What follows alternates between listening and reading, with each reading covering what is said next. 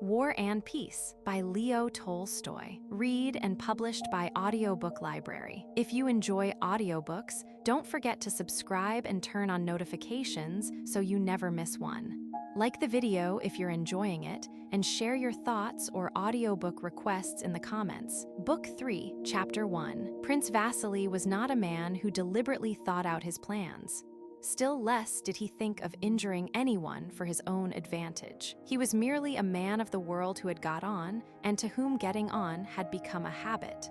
Schemes and devices for which he never rightly accounted to himself, but which formed the whole interest of his life, were constantly shaping themselves in his mind, arising from the circumstances and persons he met. Of these plans, he had not merely one or two in his head, but dozens, some only beginning to form themselves, some approaching achievement, and some in course of disintegration. He did not, for instance, say to himself, "This man now has influence, I must gain his confidence and friendship, and through him obtain a special grant." Nor did he say to himself, "Pierre is a rich man, I must entice him to marry my daughter and lend me the 40,000 rubles I need." But when he came across a man of position, his instinct immediately told him that this man could be useful. And without any premeditation, Prince Vasili took the first opportunity to gain his confidence, flatter him, become intimate with him, and finally make his request. With apparent absent-mindedness, yet with unhesitating assurance that he was doing the right thing, Prince Vasili did everything to get Pierre to marry his daughter. Had he thought out his plans beforehand, he could not have been so natural and shown such unaffected familiarity in intercourse with everybody both above and below him in social standing. Something always drew him toward those richer and more powerful than himself, and he had rare skill in seizing the most opportune moment for making use of people. Pierre, on unexpectedly becoming Count Bezikov and a rich man, felt himself after his recent loneliness and freedom from cares so beset and preoccupied that only in bed was he able to be by himself. He had to sign papers, to present himself at government offices, the purpose of which was not clear to him, to question his chief steward, to visit his estate near Moscow, and to receive many people who formerly did not even wish to know of his existence, but would now have been offended and grieved had he chosen not to see them. He was always hearing such words as, "With your remarkable kindness," or "With your excellent heart, you are yourself so honorable, Count," or "Were he as clever as you," and so on, till he began sincerely to believe in his own exceptional kindness and extraordinary intelligence, the more so as in the depth of his heart it had always seemed to him that he really was very kind and intelligent. The angry eldest princess, with the long waist and hair plastered down like a doll, had come into Pierre's room after the funeral. With drooping eyes and frequent blushes, she told him she was very sorry about their past misunderstandings and did not now feel she had a right to ask him for anything, except only for permission, after the blow she had received, to remain for a few weeks longer in the house she so loved and where she had sacrificed so much. She could not refrain from weeping at these words. Touched that this statuesque princess could so change, Pierre took her hand and begged her forgiveness without knowing what for. From that day, the eldest princess quite changed toward Pierre and began knitting a striped scarf for him. "Do this for my sake, mon cher." After all, she had to put up with a great deal from the deceased, said Prince Vasili to him, handing him a deed to sign for the princess' benefit. Prince Vasili had come to the conclusion that it was necessary to throw this bone, a bill for 30,000 rubles, to the poor princess, that it might not occur to her to speak of his share in the affair of the inlaid portfolio. Pierre signed the deed, and after that the princess grew still kinder. The younger sisters also became affectionate to him, especially the youngest, the pretty one with the mole, who often made him feel confused by her smiles and her own confusion when meeting him. It seemed so natural to Pierre that everyone should like him, and it would have seemed so unnatural had anyone disliked him, that he could not but believe in the sincerity of those around him. Besides, he had no time to ask himself whether these people were sincere or not. He was always busy and always felt in a state of mild and cheerful intoxication. He felt as though he were the center of some important and general movement, that something was constantly expected of him, that if he did not do it, he would grieve and disappoint many people. But if he did this and that, all would be well. And he did what was demanded of him, but still, that happy result always remained in the future. More than anyone else, Prince Vasili took possession of Pierre's affairs and of Pierre himself in those early days. From the death of Count Bezikov, he did not let go his hold of the lad. He had the air of a man oppressed by business, weary and suffering, who yet would not, for pity's sake, leave this helpless youth who, after all, was the son of his old friend and the possessor of such enormous wealth, to the caprice of fate and the designs of rogues. During the few days he spent in Moscow after the death of Count Bezikov, he would call Pierre or go to him himself and tell him what ought to be done in a tone of weariness and assurance, as if he were adding every time, "You know I am overwhelmed with business, and it is purely out of charity that I trouble myself about you, and you also know quite well that what I propose is the only thing possible. We start tomorrow, and I'm giving you a place in my carriage. I am very glad.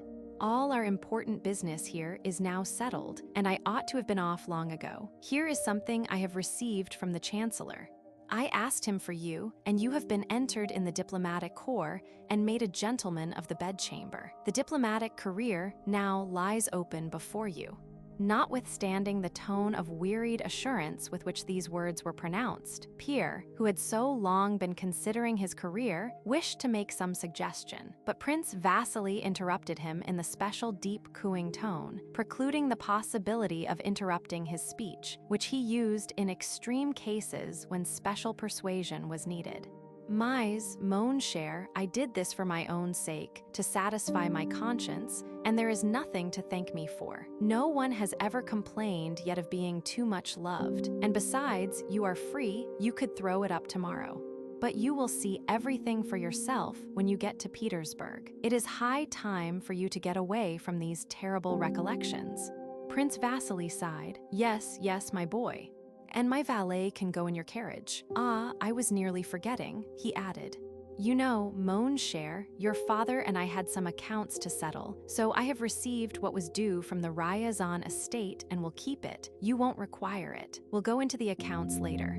By what was due from the Ryazan estate, Prince Vasili meant several thousand rubles quitrent received from Pierre's peasants, which the prince had retained for himself. In Petersburg, as in Moscow, Pierre found the same atmosphere of gentleness and affection.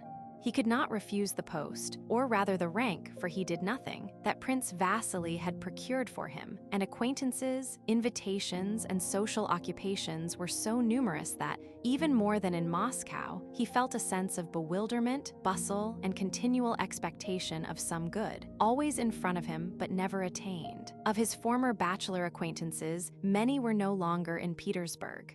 The guards had gone to the front, Dólokhov had been reduced to the ranks, Anatole was in the army somewhere in the provinces, Prince Andrew was abroad, so Pierre had not the opportunity to spend his nights as he used to like to spend them, or to open his mind by intimate talks with a friend older than himself and whom he respected. Like the others, Anna Pavlovna showed Pierre the change of attitude toward him that had taken place in society. Formerly, in Anna Pavlovna's presence, Pierre had always felt that what he was saying was out of place, tactless and unsuitable, that remarks which seemed to him clever, while they formed in his mind, became foolish as soon as he uttered them, while on the contrary, Hippolyte's stupidest remarks came out clever and apt. Now everything Pierre said was charmant. Even if Anna Pavlovna did not say so, he could see that she wished to and only refrained out of regard for his modesty. In the beginning of the winter of 18056, Pierre received one of Anna Pavlovna's usual pink notes with an invitation to which was added, "You will find the beautiful Helene here, whom it is always delightful to see." Anna Pavlovna's at home was like the former one, only the novelty she offered her guests this time was not Mortemart, but a diplomatist fresh from Berlin with the very latest details of the Emperor Alexander's visit to Potsdam, and of how the two august friends had pledged themselves in an indissoluble alliance to uphold the cause of justice against the enemy of the human race. Pierre felt flattered by this. Anna Pavlovna arranged the different groups in her drawing room with her habitual skill. The large group, in which were Prince Vasili and the generals, had the benefit of the diplomat. Another group was at the tea table. Pierre wished to join the former, but Anna Pavlovna, who was in the excited condition of a commander on a battlefield to whom thousands of new and brilliant ideas occur which there is hardly time to put in action, seeing Pierre, touched his sleeve with her finger, saying, "Wait a bit, I have something in view for you this evening." She glanced at Helene and smiled at her. "My dear Helene, be charitable to my poor aunt who adores you. Go and keep her company for 10 minutes. And that it will not be too dull, here is the dear Count who will not refuse to accompany you." The beauty went to the aunt, but Anna Pavlovna detained Pierre, looking as if she had to give some final necessary instructions. "Isn't she exquisite?" she said to Pierre, pointing to the stately beauty as she glided away. "And how she carries herself. For so young a girl, such tact, such masterly perfection of manner, it comes from her heart. Happy the man who wins her. With her the least worldly of men would occupy a most brilliant position in society. Don't you think so? I only wanted to know your opinion." And Anna Pavlovna let Pierre go. Pierre, in reply, sincerely agreed with her as to Helene's perfection of manner. If he ever thought of Helene, it was just of her beauty and her remarkable skill in appearing silently dignified in society. The old aunt received the two young people in her corner, but seemed desirous of hiding her adoration for Helene and inclined rather to show her fear of Anna Pavlovna. She looked at her niece, as if inquiring what she was to do with these people.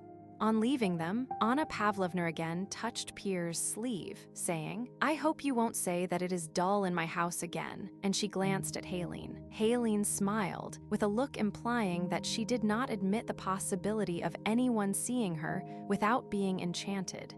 The aunt coughed, swallowed, and said in French that she was very pleased to see Helene. Then she turned to Pierre with the same words of welcome and the same look. In the middle of a dull and halting conversation, Helene turned to Pierre with the beautiful bright smile that she gave to everyone. Pierre was so used to that smile, and it had so little meaning for him that he paid no attention to it. The aunt was just speaking of a collection of snuff boxes that had belonged to Pierre's father, Count Bezikov, and showed them her own box.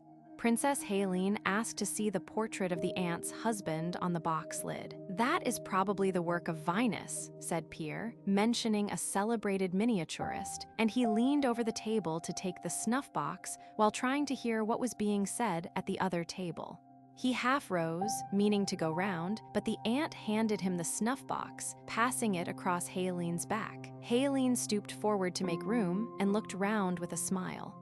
She was, as always at evening parties, wearing a dress such as was then fashionable, cut very low at front and back. Her bust, which had always seemed like marble to Pierre, was so close to him that his short-sighted eyes could not but perceive the living charm of her neck and shoulders, so near to his lips that he need only have bent his head a little to have touched them.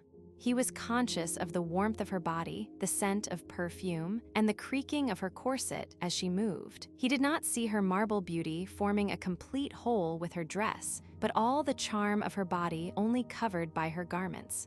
And having once seen this, he could not help being aware of it, just as we cannot renew an illusion we have once seen through. "So you have never noticed before how beautiful I am?" Helene seemed to say, "You had not noticed that I am a woman." "Yes, I am a woman who may belong to anyone, to you too," said her glance. And at that moment, Pierre felt that Helene not only could, but must be his wife, and that it could not be otherwise. He knew this at that moment as surely as if he had been standing at the altar with her. How and when this would be he did not know. He did not even know if it would be a good thing. He even felt, he knew not why, that it would be a bad thing, but he knew it would happen. Pierre dropped his eyes, lifted them again, and wished once more to see her as a distant beauty far removed from him, as he had seen her every day until then, but he could no longer do it. He could not, any more than a man who has been looking at a tuft of steppe grass through the mist, and taking it for a tree can again take it for a tree after he has once recognized it to be a tuft of grass. She was terribly close to him. She already had power over him, and between them there was no longer any barrier except the barrier of his own will. "Well, I will leave you in your little corner," came Anna Pavlovna's voice. "I see you are all right there." And Pierre, anxiously trying to remember whether he had done anything reprehensible, looked round with a blush. It seemed to him that everyone knew what had happened to him as he knew it himself. A little later, when he went up to the large circle, Anna Pavlovna said to him, "I hear you are refitting your Petersburg house." This was true. The architect had told him that it was necessary, and Pierre, without knowing why, was having his enormous Petersburg house done up. "That's a good thing, but don't move from Prince Vasili's. It is good to have a friend like the prince," she said, smiling at Prince Vasili. "I know something about that, don't I? And you are still so young. You need advice. Don't be angry with me for exercising an old woman's privilege." She paused, as women always do, expecting something after they have mentioned their age. "If you marry, it will be a different thing," she continued, uniting them both in one glance. Pierre did not look at Helene, nor she at him. But she was just as terribly close to him. He muttered something and colored. When he got home, he could not sleep for a long time for thinking of what had happened. What had happened? Nothing. He had merely understood that the woman he had known as a child, of whom when her beauty was mentioned he had said absent-mindedly, "Yes, she's good-looking," he had understood that this woman might belong to him. "But she's stupid. I have myself said she is stupid," he thought. "There is something nasty, something wrong, in the feeling she excites in me. I have been told that her brother Anatole was in love with her and she with him, that there was quite a scandal, and that that's why he was sent away. Hippolyte is her brother, Prince Vasili is her father. It's bad," he reflected, but while he was thinking this, the reflection was still incomplete. He caught himself smiling and was conscious that another line of thought had sprung up. And while thinking of her worthlessness, he was also dreaming of how she would be his wife, how she would love him become quite different, and how all he had thought and heard of her might be false. And he again saw her not as the daughter of Prince Vasili, but visualized her whole body only veiled by its gray dress. But no, why did this thought never occur to me before? And again, he told himself that it was impossible, that there would be something unnatural, and as it seemed to him dishonorable, in this marriage. He recalled her former words and looks, and the words and looks of those who had seen them together. He recalled Anna Pavlovna's words and looks when she spoke to him about his house, recalled thousands of such hints from Prince Vasili and others, and was seized by terror lest he had already, in some way, bound himself to do something that was evidently wrong and that he ought not to do. But at the very time, he was expressing this conviction to himself. In another part of his mind, her image rose in all its womanly beauty. Chapter 2. In November 1805, Prince Vasili had to go on a tour of inspection in 4 different provinces. He had arranged this for himself, so as to visit his neglected estates at the same time and pick up his son Anatole, where his regiment was stationed, and take him to visit Prince Nicholas Bolkonsky in order to arrange a match for him with the daughter of that rich old man. "This is all very fine, but things must be settled," said Prince Vasili to himself, with a sorrowful sigh, one morning, feeling that Pierre, who was under such obligations to him, but never mind that, was not behaving very well in this matter. Youth, frivolity. Well, God be with him, thought he, relishing his own goodness of heart, but it must be brought to a head. The day after tomorrow will be Lelia's name day. I will invite 2 or 3 people, and if he does not understand what he ought to do, then it will be my affair. Yes, my affair. I am her father. 6 weeks after Anna Pavlovna's at home, and after the sleepless night when he had decided that to marry Helene would be a calamity, and that he ought to avoid her and go away, Pierre, despite that decision, had not left Prince Vasili's and felt with terror that in people's eyes he was every day more and more connected with her, that it was impossible for him to return to his former conception of her, that he could not break away from her. Prince Vasili, in the rare moments when he was at home, would take Pierre's hand in passing and draw it downwards, or absent-mindedly hold out his wrinkled, clean-shaven cheek for Pierre to kiss and would say, "Till tomorrow," or "Be in to dinner or I shall not see you," or "I am staying in for your sake," and so on. And though Prince Vasili, when he stayed in, as he said, for Pierre's sake, hardly exchanged a couple of words with him, Pierre felt unable to disappoint him. Every day he said to himself one and the same thing. It is time I understood her and made up my mind what she really is. Was I mistaken before, or am I mistaken now? No, she is not stupid. She is an excellent girl, he sometimes said to himself. She never makes a mistake, never says anything stupid. She says little, but what she does say is always clear and simple, so she is not stupid. She never was abashed and is not abashed now, so she cannot be a bad woman. He had often begun to make reflections or think aloud in her company, and she had always answered him either by a brief but appropriate remark, showing that it did not interest her, or by a silent look and smile which more palpably than anything else showed Pierre her superiority. She was right in regarding all arguments as nonsense in comparison with that smile. She always addressed him with a radiantly confiding smile meant for him alone, in which there was something more significant than in the general smile that usually brightened her face. Pierre knew that everyone was waiting for him to say a word and cross a certain line, and he knew that sooner or later he would step across it, but an incomprehensible terror seized him at the thought of that dreadful step. 1,000 times during that month and a half, while he felt himself drawn nearer and nearer to that dreadful abyss, Pierre said to himself, "What am I doing? I need resolution. Can it be that I have none?" He wished to take a decision, but felt with dismay that in this matter he lacked that strength of will which he had known in himself and really possessed.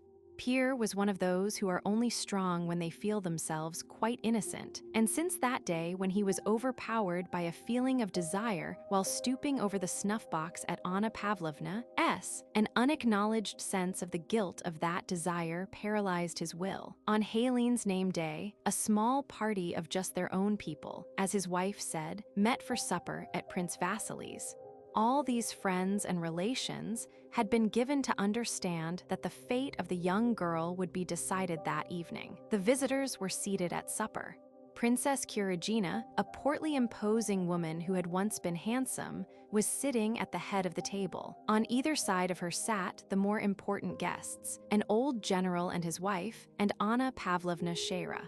At the other end sat the younger and less important guests, and there too sat the members of the family, and Pierre and Helene side by side. Prince Vasili was not having any supper. He went round the table in a merry mood, sitting down now by one, now by another of the guests.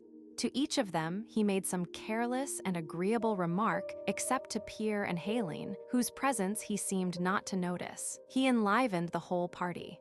The wax candles burned brightly, the silver and crystal gleamed, so did the ladies' toilets and the gold and silver of the men's epaulets. Servants in scarlet liveries moved round the table. The clatter of plates, knives, and glasses mingled with the animated hum of several conversations. At the center of the table, Prince Vasili attracted everybody's attention.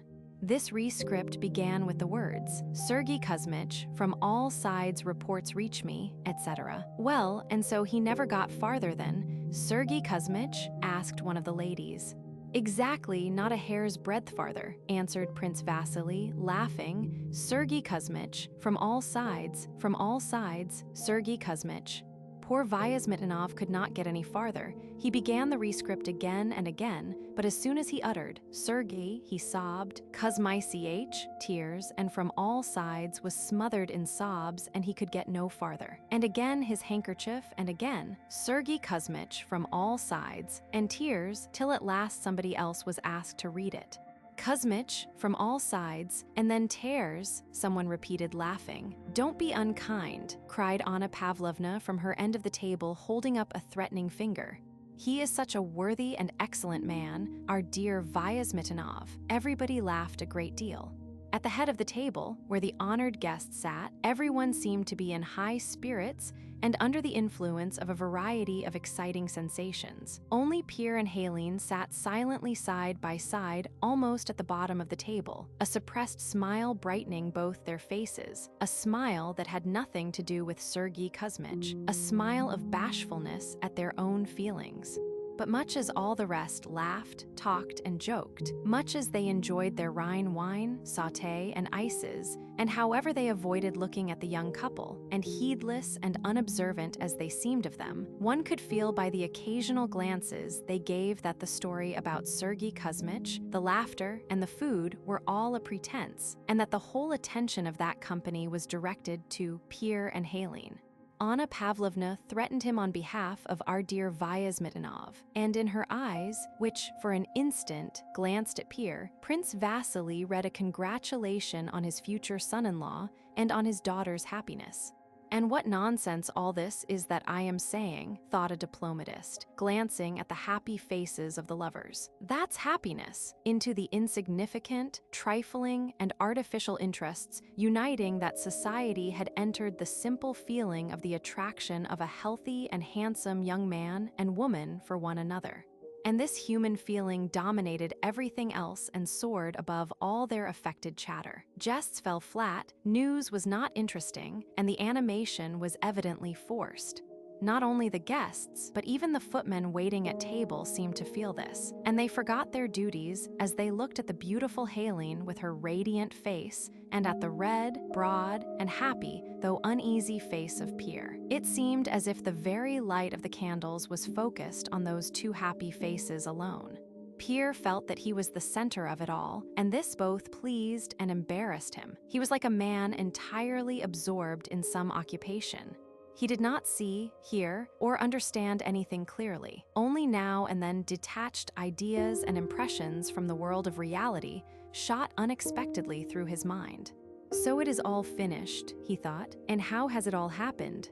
How quickly, now I know that not because of her alone, nor of myself alone, but because of everyone, it must inevitably come about. They are all expecting it. They are so sure that it will happen that I cannot disappoint them. But how will it be? I do not know, but it will certainly happen, thought Pierre, glancing at those dazzling shoulders close to his eyes. Or he would suddenly feel ashamed of he knew not what. He felt it awkward to attract everyone's attention and to be considered a lucky man, and with his plain face, to be looked on as a sort of Paris possessed of a Helen. But no doubt it always is and must be so, he consoled himself. And besides, what have I done to bring it about? How did it begin? I traveled from Moscow with Prince Vasili. Then there was nothing, so why should I not stay at his house? Then I played cards with her and picked up her reticule and drove out with her. How did it begin? When did it all come about? And here he was sitting by her side as her betrothed, seeing, hearing, feeling her nearness, her breathing, her movements, her beauty. Then it would suddenly seem to him that it was not she, but he was so unusually beautiful, and that was why they all looked so at him, and flattered by this general admiration, he would expand his chest, raise his head, and rejoice at his good fortune. Suddenly, he heard a familiar voice repeating something to him a second time. But Pierre was so absorbed that he did not understand what was said. I am asking you when you last heard from Bolkonsky, repeated Prince Vasili a third time. How absent-minded you are, my dear fellow. Prince Vasili smiled, and Pierre noticed that everyone was smiling at him and Helene. Well, what of it if you all know it, thought Pierre. What of it? It's the truth, and he himself smiled his gentle childlike smile, and Helene smiled too. When did you get the letter? Was it from Olmütz? Repeated Prince Vasili, who pretended to want to know this in order to settle a dispute. How can one talk or think of such trifles? Thought Pierre. Yes, from Olmütz, he answered, with a sigh. After supper, Pierre with his partner followed the others into the drawing room. The guests began to disperse, some without taking leave of Helene. Some, as if unwilling to distract her from an important occupation, came up to her for a moment and made haste to go away, refusing to let her see them off. The diplomatist preserved a mournful silence as he left the drawing room. He pictured the vanity of his diplomatic career in comparison with Pierre's happiness. The old general grumbled at his wife when she asked how his leg was. Oh, the old fool, he thought. That Princess Helene will be beautiful still when she's 50. I think I may congratulate you, whispered Anna Pavlovna to the old princess, kissing her soundly. If I hadn't this headache, I'd have stayed longer. The old princess did not reply. She was tormented by jealousy of her daughter's happiness. While the guests were taking their leave, Pierre remained for a long time alone with Helene in the little drawing room where they were sitting. He had often before, during the last 6 weeks, remained alone with her, but had never spoken to her of love. Now he felt that it was inevitable, but he could not make up his mind to take the final step. He felt ashamed. He felt that he was occupying someone else's place here beside Helene. This happiness is not for you, some inner voice whispered to him. This happiness is for those who have not in them what there is in you. But as he had to say something, he began by asking her whether she was satisfied with the party. She replied in her usual simple manner that this name day of hers had been one of the pleasantest she had ever had. Some of the nearest relatives had not yet left. They were sitting in the large drawing room. Prince Vasili came up to Pierre with languid footsteps. Pierre rose and said it was getting late. Prince Vasili gave him a look of stern inquiry, as though what Pierre had just said was so strange that one could not take it in. But then the expression of severity changed, and he drew Pierre's hand downwards, made him sit down, and smiled affectionately. Well, Lelia, he asked, turning instantly to his daughter and addressing her with the careless tone of habitual tenderness natural to parents who have petted their children from babyhood, but which Prince Vasili had only acquired by imitating other parents. And he again turned to Pierre. Sergei Kuzmich, from all sides, he said, unbuttoning the top button of his waistcoat. Pierre smiled, but his smile showed that he knew it was not the story about Sergei Kuzmich that interested Prince Vasili just then, and Prince Vasili saw that Pierre knew this. He suddenly muttered something and went away. It seemed to Pierre that even the prince was disconcerted. The sight of the discomposure of that old man of the world touched Pierre. He looked at Helene, and she too seemed disconcerted, and her look seemed to say, well, it is your own fault. The step must be taken, but I cannot, thought Pierre, and he again began speaking about indifferent matters, about Sergei Kuzmich, asking what the point of the story was as he had not heard it properly. Helene answered with a smile that she too had missed it. When Prince Vasili returned to the drawing room, the princess, his wife, was talking in low tones to the elderly lady about Pierre. Of course, it is a very brilliant match, but happiness, my dear, marriages are made in heaven, replied the elderly lady. Prince Vasili passed by, seeming not to hear the ladies, and sat down on a sofa in a far corner of the room. He closed his eyes and seemed to be dozing. His head sank forward and then he roused himself. Aline, he said to his wife, go and see what they are about. The princess went up to the door, passed by it with a dignified and indifferent air, and glanced into the little drawing room. Pierre and Helene still sat talking just as before. Still the same, she said to her husband. Prince Vasili frowned, twisting his mouth, his cheeks quivered and his face assumed the coarse, unpleasant expression peculiar to him. Shaking himself, he rose, threw back his head, and with resolute steps went past the ladies into the little drawing room. With quick steps, he went joyfully up to Pierre. His face was so unusually triumphant that Pierre rose in alarm on seeing it. Thank God, said Prince Vasili.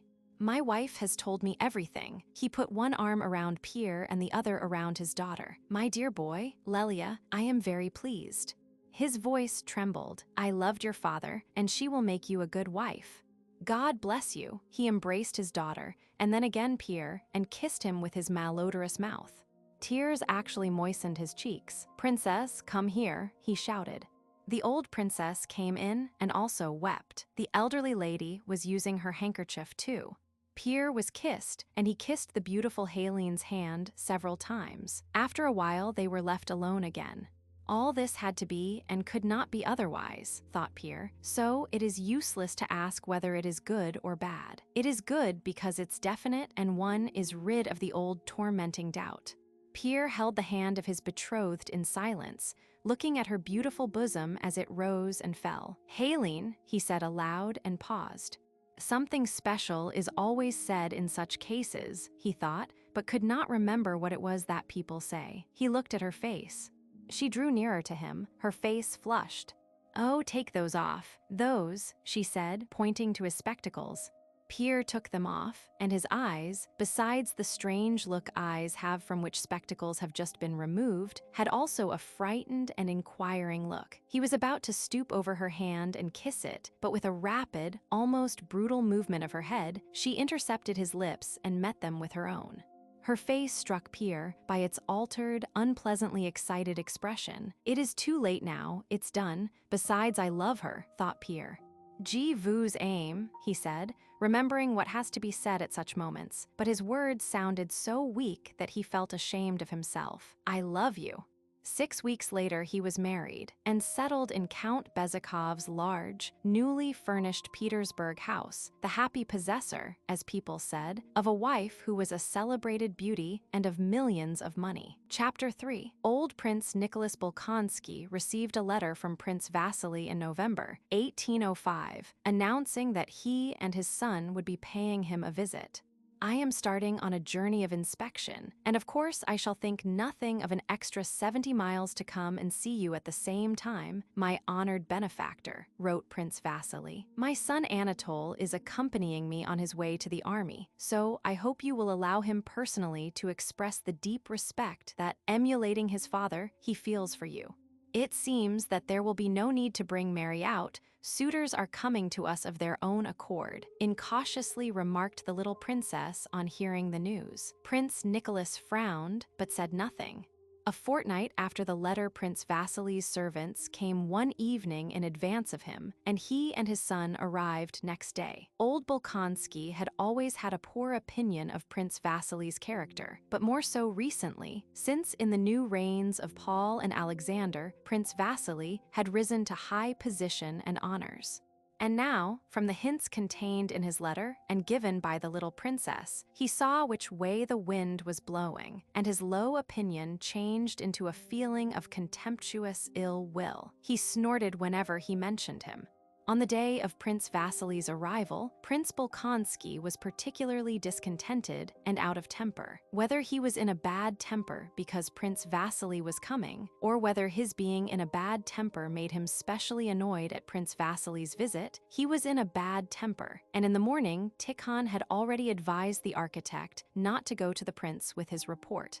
"Do you hear how he's walking?" said Tikhon, drawing the architect's attention to the sound of the prince's footsteps. "Stepping flat on his heels, we know what that means." However, at 9 o'clock the prince, in his velvet coat with a sable collar and cap, went out for his usual walk. It had snowed the day before, and the path to the hothouse, along which the prince was in the habit of walking, had been swept. The marks of the broom were still visible in the snow, and a shovel had been left sticking in one of the soft snowbanks that bordered both sides of the path. The prince went through the conservatories, the serfs' quarters, and the outbuildings, frowning and silent. "Can a sleigh pass?" he asked his overseer, a venerable man, resembling his master in manners and looks, who was accompanying him back to the house. "The snow is deep." "I am having the avenue swept, Your Honor." The prince bowed his head and went up to the porch. "God be thanked," thought the overseer. "The storm has blown over. It would have been hard to drive up, Your Honor," he added. "I heard, Your Honor, that a minister is coming to visit Your Honor." The prince turned round to the overseer and fixed his eyes on him, frowning. "What? A minister? What minister? Who gave orders?" he said in his shrill, harsh voice. "The road is not swept for the princess my daughter, but for a minister, for me, there are no ministers. Your Honor, I thought." "You thought," shouted the prince, his words coming more and more rapidly and indistinctly. "You thought, rascals, blackguards. I'll teach you to think," and lifting his stick, he swung it and would have hit Alpatych, the overseer, had not the latter instinctively avoided the blow. "Thought, blackguards," shouted the prince rapidly. But although Alpatich, frightened at his own temerity in avoiding the stroke, came up to the prince, bowing his bald head resignedly before him, or perhaps for that very reason, the prince, though he continued to shout, "Blackguards, throw the snow back on the road," did not lift his stick again, but hurried into the house. Before dinner, Princess Mary and Mademoiselle Bourienne, who knew that the prince was in a bad humor, stood awaiting him. Mademoiselle Bourienne with a radiant face that said, "I know nothing, I am the same as usual," and Princess Mary pale, frightened, and with downcast eyes. What she found hardest to bear was to know that on such occasions she ought to behave like Mademoiselle Bourienne, but could not. She thought, "If I seem not to notice, he will think that I do not sympathize with him. If I seem sad and out of spirits myself, he will say, as he has done before, that I'm in the dumps." The prince looked at his daughter's frightened face and snorted. "Fool or dummy," he muttered, "and the other one is not here. They've been telling tales," he thought, referring to the little princess who was not in the dining room. "Where is the princess?" he asked. "Hiding. She is not very well," answered Mademoiselle Bourienne with a bright smile, "so she won't come down. It is natural in her state." Muttered the prince, sitting down. His plate seemed to him not quite clean, and pointing to a spot, he flung it away. Tikhon caught it and handed it to a footman. The little princess was not unwell, but had such an overpowering fear of the prince that, hearing he was in a bad humor, she had decided not to appear. "I am afraid for the baby," she said to Mademoiselle Bourienne. "Heaven knows what a fright might do." In general, at Bald Hills, the little princess lived in constant fear, and with a sense of antipathy to the old prince, which she did not realize because the fear was so much the stronger feeling. The prince reciprocated this antipathy, but it was overpowered by his contempt for her. When the little princess had grown accustomed to life at Bald Hills, she took a special fancy to Mademoiselle Bourienne, spent whole days with her, asked her to sleep in her room, and often talked with her about the old prince and criticized him. "So, we are to have visitors, mon prince," remarked Mademoiselle Bourienne, unfolding her white napkin with her rosy fingers. "His Excellency Prince Vasili Kuragin and his son, I understand," she said inquiringly. His Excellency is a puppy. I got him his appointment in the service," said the prince disdainfully. "Why his son is coming I don't understand. Perhaps Princess Elizabeth and Princess Mary know. I don't want him." He looked at his blushing daughter. "Are you unwell today? Afraid of the minister, as that idiot Alpatich called him this morning?" "No, mon père." Though Mademoiselle Bourienne had been so unsuccessful in her choice of a subject, she did not stop talking, but chattered about the conservatories and the beauty of a flower that had just opened, and after the soup the prince became more genial. After dinner, he went to see his daughter-in-law. The little princess was sitting at a small table, chattering with Masha, her maid. She grew pale on seeing her father-in-law. She was much altered. She was now plain rather than pretty. Her cheeks had sunk, her lip was drawn up, and her eyes drawn down. "Yes, I feel a kind of oppression," she said in reply to the prince's question as to how she felt. "Do you want anything?" "No, merci, mon père." "Well, all right, all right." He left the room and went to the waiting room where Alpatich stood with bowed head. "Has the snow been shoveled back?" "Yes, your Excellency." "Forgive me for heaven's sake. It was only my stupidity." All right," interrupted the prince, and laughing his unnatural way, he stretched out his hand for Alpatich to kiss, and then proceeded to his study. Prince Vasili arrived that evening. He was met in the avenue by coachmen and footmen, who, with loud shouts, dragged his sleighs up to one of the lodges over the road purposely laden with snow. Prince Vasili and Anatole had separate rooms assigned to them. Anatole, having taken off his overcoat, sat with arms akimbo before a table on a corner of which he smilingly and absent-mindedly fixed his large and handsome eyes. He regarded his whole life as a continual round of amusement which someone for some reason had to provide for him. And he looked on this visit to a churlish old man and a rich and ugly heiress in the same way. All this might, he thought, turn out very well and amusingly. And why not marry her if she really has so much money? That never does any harm, thought Anatole. He shaved and scented himself with the care and elegance which had become habitual to him, and his handsome head held high, entered his father's room with the good-humored and victorious air natural to him. Prince Vasili's 2 valets were busy dressing him, and he looked round with much animation and cheerfully nodded to his son as the latter entered, as if to say, "Yes, that's how I want you to look."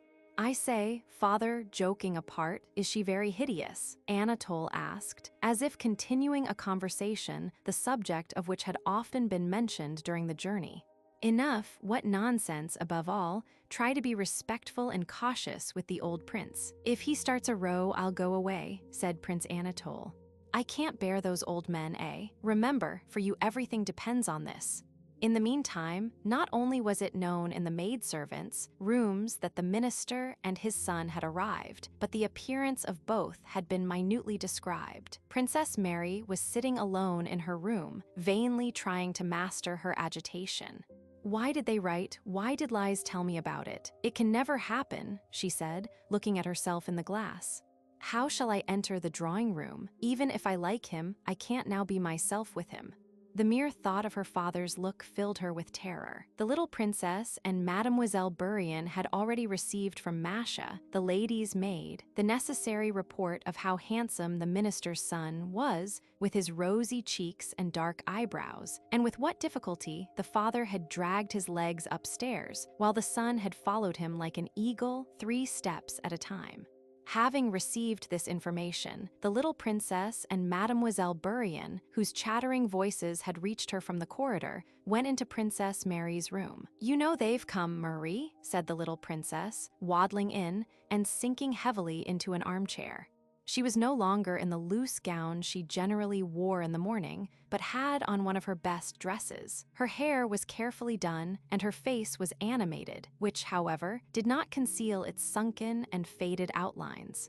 Dressed as she used to be in Petersburg society, it was still more noticeable how much plainer she had become. Some unobtrusive touch had been added to Mademoiselle Bourienne's toilet, which rendered her fresh and pretty face yet more attractive.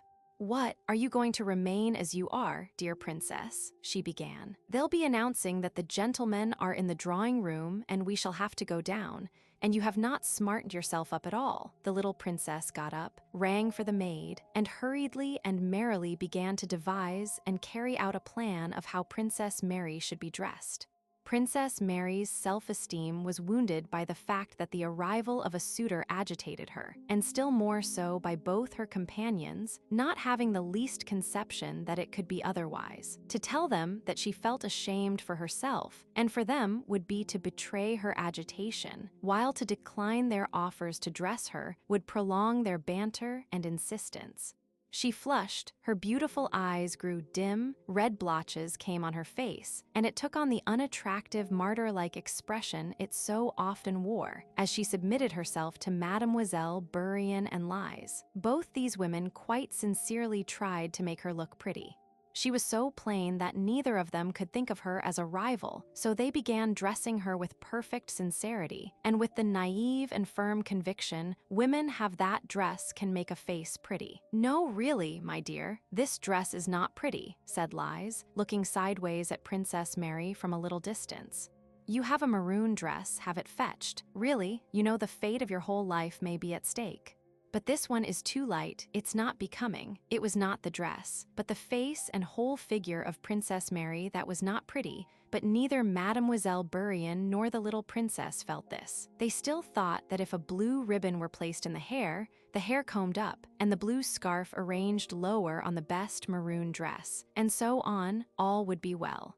After 2 or 3 changes to which Princess Mary meekly submitted, just as her hair had been arranged on the top of her head, a style that quite altered and spoiled her looks, and she had put on a maroon dress with a pale blue scarf, the little princess walked twice round her, now adjusting a fold of the dress with her little hand, now arranging the scarf and looking at her with her head bent first on one side and then on the other. "No, it will not do," she said decidedly, clasping her hands.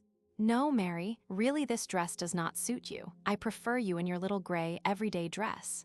"Now please do it for my sake. Katie," she said to the maid, "bring the princess her gray dress and you'll see, Mademoiselle Burian, how I shall arrange it," she added, smiling with a foretaste of artistic pleasure. But when Katie brought the required dress, Princess Mary remained sitting motionless before the glass, looking at her face, and saw in the mirror her eyes full of tears and her mouth quivering, ready to burst into sobs. "Come, dear princess," said Mademoiselle Burian, "just one more little effort." The little princess, taking the dress from the maid, came up to Princess Mary. "Well, now we'll arrange something quite simple and becoming," she said. The three voices, hers, Mademoiselle Burian's, and Katie's, who was laughing at something, mingled in a merry sound, like the chirping of birds. "No, leave me alone," said Princess Mary. Her voice sounded so serious and so sad that the chirping of the birds was silenced at once. They looked at the beautiful, large, thoughtful eyes full of tears and of thoughts, gazing shiningly and imploringly at them, and understood that it was useless and even cruel to insist. "At least, change your coiffure," said the little princess. "Didn't I tell you," she went on, turning reproachfully to Mademoiselle Burian, "Mary's is a face which such a coiffure does not suit in the least." "Not in the least, please change it." "Leave me alone, please leave me alone, it is all quite the same to me," answered a voice struggling with tears. Mademoiselle Burian and the little princess had to own to themselves that Princess Mary in this guise looked very plain, worse than usual, but it was too late. She was looking at them with an expression they both knew, an expression thoughtful and sad. This expression in Princess Mary did not frighten them. She never inspired fear in anyone, but they knew that when it appeared on her face, she became mute and was not to be shaken in her determination. "You will change it, won't you?" said Lies. And as Princess Mary gave no answer, she left the room. Princess Mary was left alone. She did not comply with Liza's request. She not only left her hair as it was, but did not even look in her glass. Letting her arms fall helplessly, she sat with downcast eyes and pondered. A husband, a man, a strong, dominant, and strangely attractive being rose in her imagination and carried her into a totally different, happy world of his own. She fancied a child, her own, such as she had seen the day before in the arms of her nurse's daughter, at her own breast, the husband standing by and gazing tenderly at her and the child. "But no, it is impossible, I am too ugly," she thought. "Please come to tea." "The prince will be out in a moment," came the maid's voice at the door. She roused herself and felt appalled at what she had been thinking, and before going down, she went into the room where the icons hung, and, her eyes fixed on the dark face of a large icon of the Savior lit by a lamp, she stood before it with folded hands for a few moments. A painful doubt filled her soul. Could the joy of love, of earthly love for a man, be for her? In her thoughts of marriage, Princess Mary dreamed of happiness and of children, but her strongest, most deeply hidden longing was for earthly love. The more she tried to hide this feeling from others, and even from herself, the stronger it grew. "Oh God," she said, "how am I to stifle in my heart these temptations of the devil? How am I to renounce forever these vile fancies, so as peacefully to fulfill thy will?" And scarcely had she put that question than God gave her the answer in her own heart. "Desire nothing for thyself, seek nothing, be not anxious or envious. Man's future and thy own fate must remain hidden from thee, but live so that thou mayest be ready for anything. If it be God's will to prove thee in the duties of marriage, be ready to fulfill his will." With this consoling thought, but yet with a hope for the fulfillment of her forbidden earthly longing, Princess Mary sighed, and having crossed herself went down, thinking neither of her gown and coiffure nor of how she would go in nor of what she would say. What could all that matter in comparison with the will of God, without whose care not a hair of man's head can fall? Chapter 4. When Princess Mary came down, Prince Vasili and his son were already in the drawing room, talking to the little princess and Mademoiselle Burian. When she entered with her heavy step, treading on her heels, the gentleman and Mademoiselle Bourienne rose, and the little princess, indicating her to the gentleman, said, "Voilà Marie." Princess Mary saw them all and saw them in detail. She saw Prince Vasili's face, serious for an instant at the sight of her, but immediately smiling again, and the little princess curiously noting the impression Marie produced on the visitors.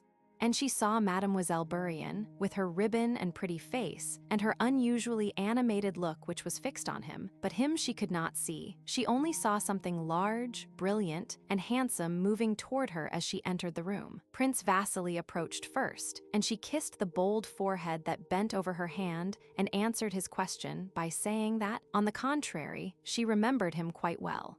Then Anatole came up to her. She still could not see him. She only felt a soft hand taking hers firmly, and she touched with her lips a white forehead, over which was beautiful light brown hair smelling of pomade. When she looked up at him, she was struck by his beauty. Anatole stood with his right thumb under a button of his uniform, his chest expanded and his back drawn in, slightly swinging one foot, and, with his head a little bent, looked with beaming face at the princess without speaking and evidently not thinking about her at all. Anatole was not quick-witted, nor ready or eloquent in conversation, but he had the faculty, so invaluable in society, of composure and imperturbable self-possession.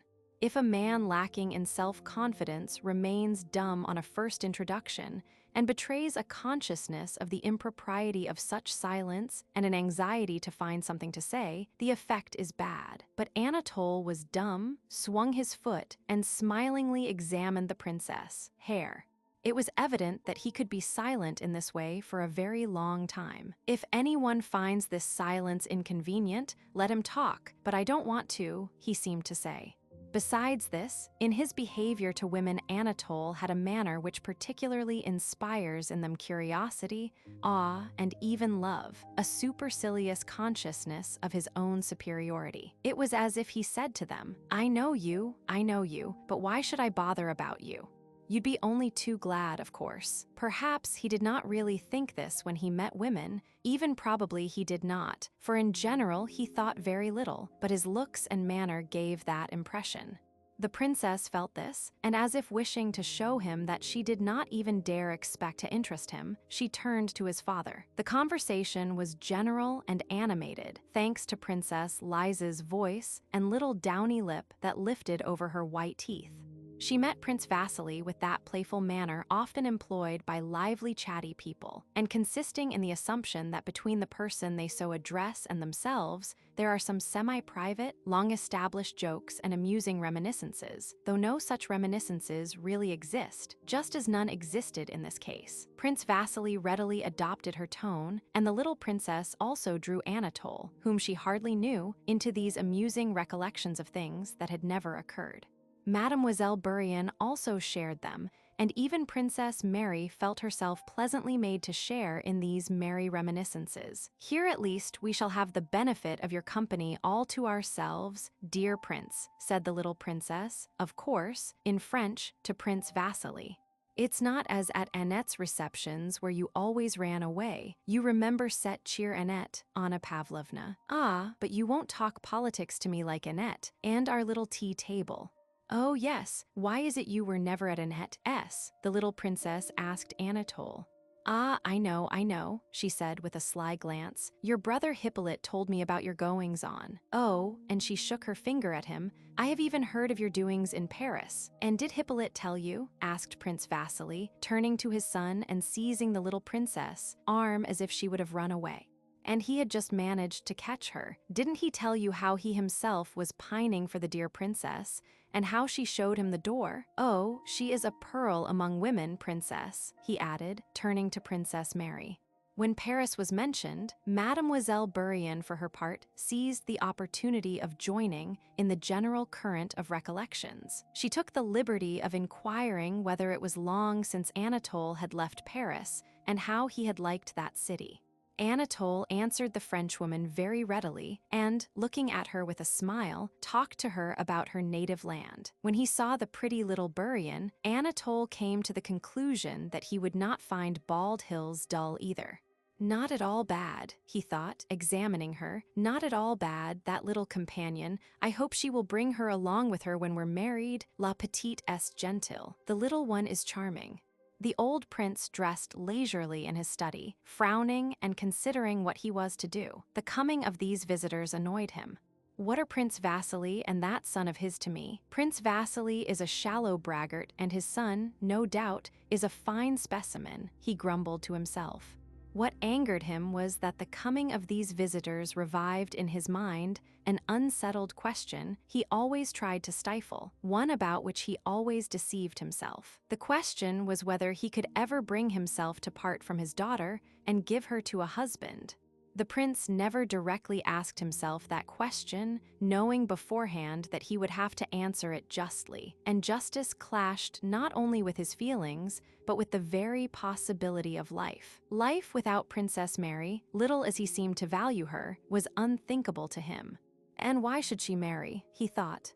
To be unhappy for certain. There's Lies, married to Andrew, a better husband one would think could hardly be found nowadays, but is she contented with her lot? And who would marry Marie for love? Plain and awkward, they'll take her for her connections and wealth. Are there no women living unmarried, and even the happier for it? So thought Prince Bolkonsky while dressing, and yet the question he was always putting off demanded an immediate answer.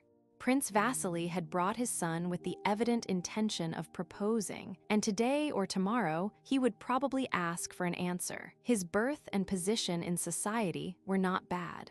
Well, I've nothing against it, the prince said to himself, but he must be worthy of her, and that is what we shall see. That is what we shall see, that is what we shall see, he added aloud. He entered the drawing room with his usual alert step, glancing rapidly round the company. He noticed the change in the little princess' dress, Mademoiselle Bourienne's ribbon, Princess Mary's unbecoming coiffure, Mademoiselle Bourienne's and Anatole's smiles, and the loneliness of his daughter amid the general conversation. Got herself up like a fool, he thought, looking irritably at her. She is shameless and he ignores her. He went straight up to Prince Vasili. Well, how d'ye do? How do you do? Glad to see you. Friendship laughs at distance, began Prince Vasili in his usual rapid, self-confident, familiar tone. Here is my second son. Please love and befriend him. Prince Bolkonsky surveyed Anatole. Fine young fellow, he said. Well, come and kiss me, and he offered his cheek. Anatole kissed the old man and looked at him with curiosity and perfect composure, waiting for a display of the eccentricities his father had told him to expect. Prince Bolkonsky sat down in his usual place in the corner of the sofa and, drawing up an armchair for Prince Vasili, pointed to it and began questioning him about political affairs and news. He seemed to listen attentively to what Prince Vasili said, but kept glancing at Princess Mary. And so they are writing from Potsdam already, he said, repeating Prince Vasili's last words. Then rising, he suddenly went up to his daughter. Is it for visitors you've got yourself up like that, eh? Said he. Fine, very fine. You have done up your hair in this new way for the visitors. And before the visitors, I tell you that in future you are never to dare to change your way of dress without my consent. It was my fault, mon Pierre, interceded the little princess with a blush. You must do as you please, said Prince Bolkonsky, bowing to his daughter-in-law, but she need not make a fool of herself. She's plain enough as it is. And he sat down again, paying no more attention to his daughter, who was reduced to tears. On the contrary, that coiffure suits the princess very well, said Prince Vasili.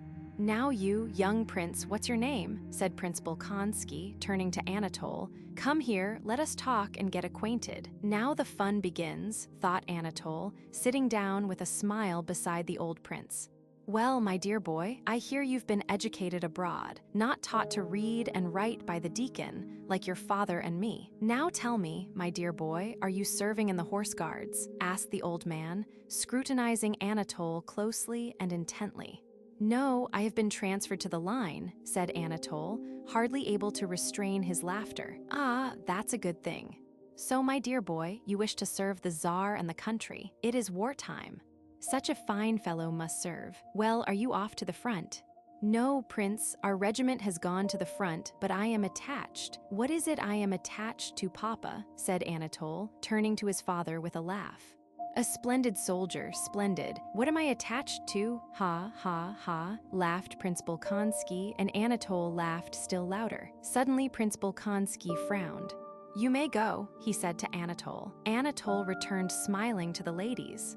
"And so you've had him educated abroad, Prince Vasili, haven't you?" said the old prince to Prince Vasili. "I have done my best for him, and I can assure you the education there is much better than ours.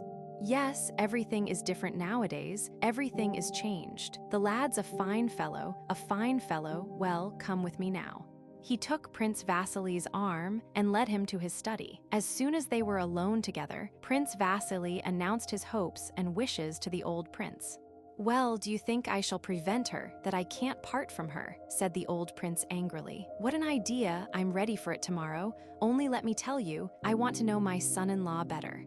You know my principles, everything above board. I will ask her tomorrow in your presence. If she is willing, then he can stay on. He can stay and I'll see." The old prince snorted. "Let her marry, it's all the same to me," he screamed in the same piercing tone as when parting from his son. "I will tell you frankly," said Prince Vasili, in the tone of a crafty man, convinced of the futility of being cunning with so keen-sighted a companion. "You know, you see right through people. Anatole is no genius, but he is an honest, good-hearted lad, an excellent son or kinsman. All right, we'll see." As always happens when women lead lonely lives for any length of time without male society, on Anatole's appearance, all the three women of Prince Bolkonsky's household felt that their life had not been real till then. Their powers of reasoning, feeling, and observing immediately increased tenfold, and their life, which seemed to have been passed in darkness, was suddenly lit up by a new brightness, full of significance. Princess Mary grew quite unconscious of her face and coiffure. The handsome, open face of the man who might perhaps be her husband absorbed all her attention. He seemed to her kind, brave, determined, manly, and magnanimous. She felt convinced of that. Thousands of dreams of a future family life continually rose in her imagination.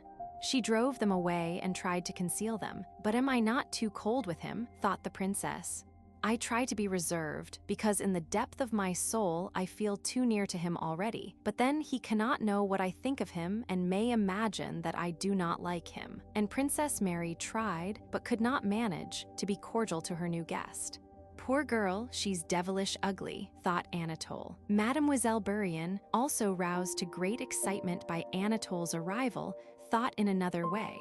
Of course, she, a handsome young woman without any definite position, without relations or even a country, did not intend to devote her life to serving Prince Bolkonsky, to reading aloud to him and being friends with Princess Mary. Mademoiselle Bourienne had long been waiting for a Russian prince who, able to appreciate at a glance her superiority to the plain, badly dressed, ungainly Russian princesses, would fall in love with her and carry her off. And here at last was a Russian prince. Mademoiselle Bourienne knew a story, heard from her aunt but finished in her own way, which she liked to repeat to herself. It was the story of a girl who had been seduced, and to whom her poor mother, sa pauvre mère, appeared, and reproached her for yielding to a man without being married. Mademoiselle Bourienne was often touched to tears, as in imagination she told this story to him, her seducer. And now he, a real Russian prince, had appeared. He would carry her away, and then sa pauvre mère would appear, and he would marry her. So her future shaped itself in Mademoiselle Bourienne's head at the very time she was talking to Anatole about Paris. It was not calculation that guided her. She did not even for a moment consider what she should do, but all this had long been familiar to her, and now that Anatole had appeared, it just grouped itself around him, and she wished and tried to please him as much as possible. Although in female society Anatole usually assumed the role of a man tired of being run after by women, his vanity was flattered by the spectacle of his power over these three women. Besides that, he was beginning to feel for the pretty and provocative Mademoiselle Bourienne that passionate animal feeling which was apt to master him with great suddenness and prompt him to the coarsest and most reckless actions. After tea, the company went into the sitting room, and Princess Mary was asked to play on the clavichord. Anatole, laughing and in high spirits, came and leaned on his elbows, facing her and beside Mademoiselle Bourienne. Princess Mary felt his look with a painfully joyous emotion. Her favorite sonata bore her into a most intimately poetic world, and the look she felt upon her made that world still more poetic.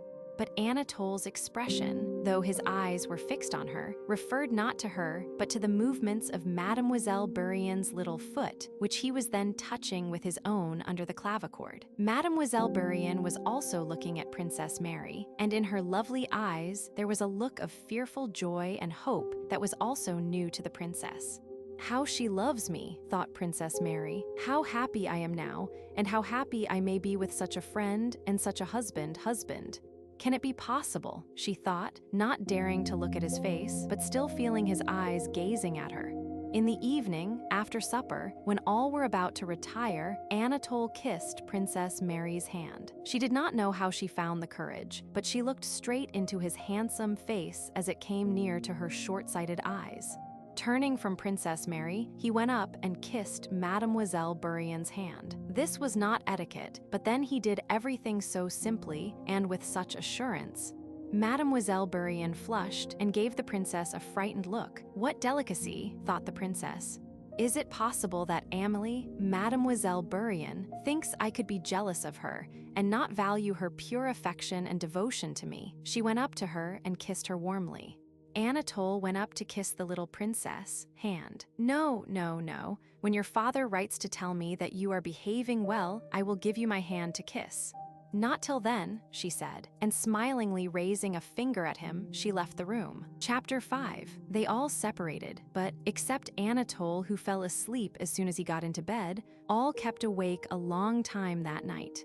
Is he really to be my husband, this stranger who is so kind? Yes, kind, that is the chief thing, thought Princess Mary, and fear, which she had seldom experienced, came upon her. She feared to look round. It seemed to her that someone was there standing behind the screen in the dark corner.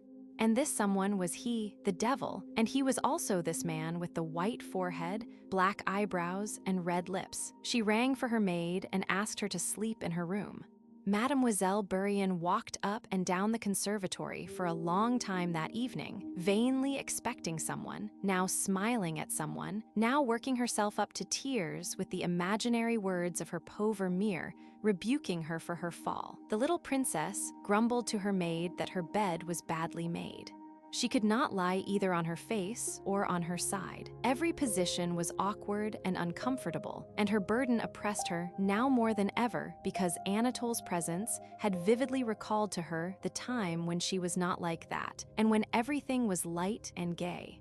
She sat in an armchair in her dressing jacket and nightcap, and Katie, sleepy and disheveled, beat and turned the heavy feather bed for the third time, muttering to herself. "I told you it was all lumps and holes," the little princess repeated. "I should be glad enough to fall asleep, so it's not my fault," and her voice quivered like that of a child about to cry. The old prince did not sleep either. Tikhon, half asleep, heard him pacing angrily about and snorting. The old prince felt as though he had been insulted through his daughter.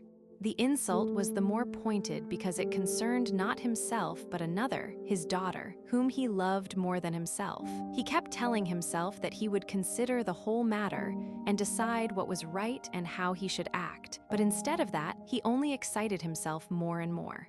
The first man that turns up, she forgets her father and everything else, runs upstairs and does up her hair and wags her tail and is unlike herself, glad to throw her father over, and she knew I should notice it. FR, and don't I see that that idiot had eyes only for Bourienne? I shall have to get rid of her. And how is it she has not pride enough to see it? If she has no pride for herself, she might at least have some for my sake. She must be shown that the blockhead thinks nothing of her and looks only at Bourienne. No, she has no pride, but I'll let her see. The old prince knew that if he told his daughter she was making a mistake and that Anatole meant to flirt with Mademoiselle Bourienne, Princess Mary's self-esteem would be wounded and his point, not to be parted from her, would be gained. So pacifying himself with this thought, he called Tikhon and began to undress. What devil brought them here, thought he, while Tikhon was putting the nightshirt over his dried-up old body and gray-haired chest. I never invited them. They came to disturb my life, and there is not much of it left.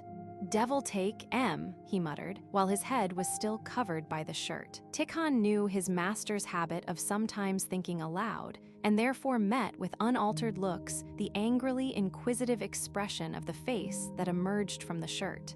Gone to bed? Asked the prince. Tikhon, like all good valets, instinctively knew the direction of his master's thoughts. He guessed that the question referred to Prince Vasili and his son. They have gone to bed and put out their lights, Your Excellency. No good, no good, said the prince rapidly, and thrusting his feet into his slippers and his arms into the sleeves of his dressing gown, he went to the couch on which he slept. Though no words had passed between Anatole and Mademoiselle Bourienne, they quite understood one another as to the first part of their romance, up to the appearance of the pauvre mere. They understood that they had much to say to one another in private, and so they had been seeking an opportunity since morning to meet one another alone. When Princess Mary went to her father's room at the usual hour, Mademoiselle Bourienne and Anatole met in the conservatory. Princess Mary went to the door of the study with special trepidation. It seemed to her that not only did everybody know that her fate would be decided that day, but that they also knew what she thought about it. She read this in Tikhon's face and in that of Prince Vasili's valet, who made her a low bow when she met him in the corridor carrying hot water. The old prince was very affectionate and careful in his treatment of his daughter that morning. Princess Mary well knew this painstaking expression of her father's.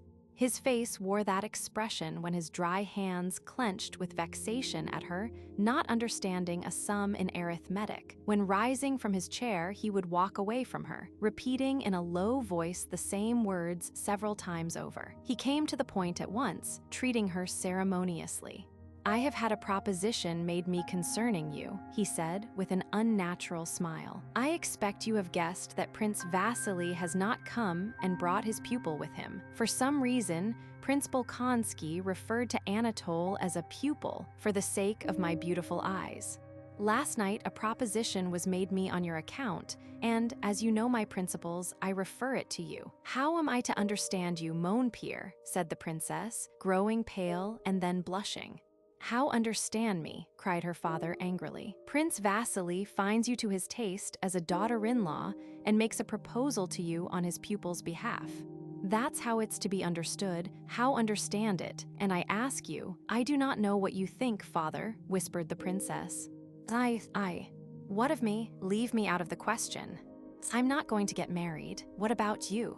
That's what I want to know. The princess saw that her father regarded the matter with disapproval, but at that moment, the thought occurred to her that her fate would be decided now or never. She lowered her eyes so as not to see the gaze under which she felt that she could not think, but would only be able to submit from habit, and she said, I wish only to do your will, but if I had to express my own desire. She had no time to finish. The old prince interrupted her. That's admirable, he shouted. He will take you with your dowry and take Mademoiselle Bourienne into the bargain. She'll be the wife, while you. The prince stopped. He saw the effect these words had produced on his daughter. She lowered her head and was ready to burst into tears. Now then, I'm only joking, he said. Remember this, princess. I hold to the principle that a maiden has a full right to choose. I give you freedom. Only remember that your life's happiness depends on your decision. Never mind me, but I do not know, father. There's no need to talk. He receives his orders and will marry you or anybody, but you are free to choose. Go to your room, think it over, and come back in an hour and tell me in his presence, yes or no. I know you will pray over it. Well, pray if you like, but you had better think it over. Go, yes or no, yes or no, yes or no. He still shouted when the princess, as if lost in a fog, had already staggered out of the study. Her fate was decided and happily decided, but what her father had said about Mademoiselle Bourienne was dreadful.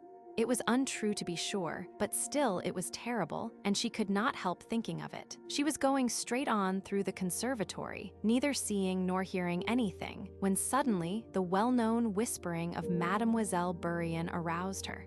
She raised her eyes, and 2 steps away saw Anatole embracing the Frenchwoman and whispering something to her. With a horrified expression on his handsome face, Anatole looked at Princess Mary, but did not at once take his arm from the waist of Mademoiselle Bourienne, who had not yet seen her. "Who's that? Why?" "Wait a moment," Anatole's face seemed to say. Princess Mary looked at them in silence. She could not understand it. At last, Mademoiselle Bourienne gave a scream and ran away. Anatole bowed to Princess Mary with a gay smile, as if inviting her to join in a laugh at this strange incident, and then shrugging his shoulders went to the door that led to his own apartments. An hour later, Tikhon came to call Princess Mary to the old prince. He added that Prince Vasili was also there. When Tikhon came to her, Princess Mary was sitting on the sofa in her room, holding the weeping Mademoiselle Bourienne in her arms and gently stroking her hair. The princess, beautiful eyes with all their former calm radiance, were looking with tender affection and pity at Mademoiselle Bourienne's pretty face. "No, princess, I have lost your affection forever," said Mademoiselle Bourienne. "Why?" "I love you more than ever," said Princess Mary, "and I will try to do all I can for your happiness, but you despise me. You who are so pure can never understand being so carried away by passion. Oh, only my poor mother." "I quite understand," answered Princess Mary with a sad smile. "Calm yourself, my dear. "I will go to my father," she said, and went out. Prince Vasili, with one leg thrown high over the other and a snuff box in his hand, was sitting there with a smile of deep emotion on his face, as if stirred to his heart's core and himself regretting and laughing at his own sensibility, when Princess Mary entered. He hurriedly took a pinch of snuff. "Ah, my dear," he began, rising and taking her by both hands. Then sighing, he added, "My son's fate is in your hands. Decide, my dear, good, gentle Marie, whom I have always loved as a daughter." He drew back, and a real tear appeared in his eye.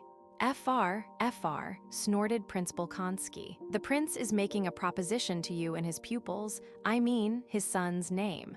Do you wish or not to be Prince Anatole Kuragin's wife? Reply. Yes or no," he shouted, "and then I shall reserve the right to state my opinion also." "Yes, my opinion, and only my opinion," added Prince Bolkonsky, turning to Prince Vasili and answering his imploring look. "Yes or no, my desire is never to leave you, father, never to separate my life from yours." "I don't wish to marry," she answered positively, glancing at Prince Vasili and at her father with her beautiful eyes. "Humbug, nonsense, humbug, humbug, humbug," cried Prince Bolkonsky, frowning and taking his daughter's hand. He did not kiss her, but only bending his forehead to hers just touched it and pressed her hand so that she winced and uttered a cry. Prince Vasili rose. "My dear, I must tell you that this is a moment I shall never, never forget. But my dear, will you not give us a little hope of touching this heart, so kind and generous? Say, perhaps. The future is so long. Say, perhaps. Prince, what I have said is all there is in my heart. I thank you for the honor, but I shall never be your son's wife." "Well, so that's finished, my dear fellow. I am very glad to have seen you. Very glad. Go back to your rooms, princess." "Go," said the old prince. "Very, very glad to have seen you," repeated he, embracing Prince Vasili. "My vocation is a different one," thought Princess Mary. "My vocation is to be happy with another kind of happiness, the happiness of love and self-sacrifice. And cost what it may, I will arrange poor Amélie's happiness. She loves him so passionately, and so passionately repents. I will do all I can to arrange the match between them. If he is not rich, I will give her the means. I will ask my father and Andrew. I shall be so happy when she is his wife. She is so unfortunate, a stranger, alone, helpless, and, oh God, how passionately she must love him if she could so far forget herself. Perhaps I might have done the same," thought Princess Mary. Chapter 6. It was long since the Rostovs had news of Nicholas. Not till midwinter was the Count at last handed a letter addressed in his son's handwriting. On receiving it, he ran on tiptoe to his study in alarm and haste, trying to escape notice, closed the door, and began to read the letter. Anna Mikhailovna, who always knew everything that passed in the house, on hearing of the arrival of the letter went softly into the room and found the Count with it in his hand, sobbing and laughing at the same time. Anna Mikhailovna, though her circumstances had improved, was still living with the Rostovs.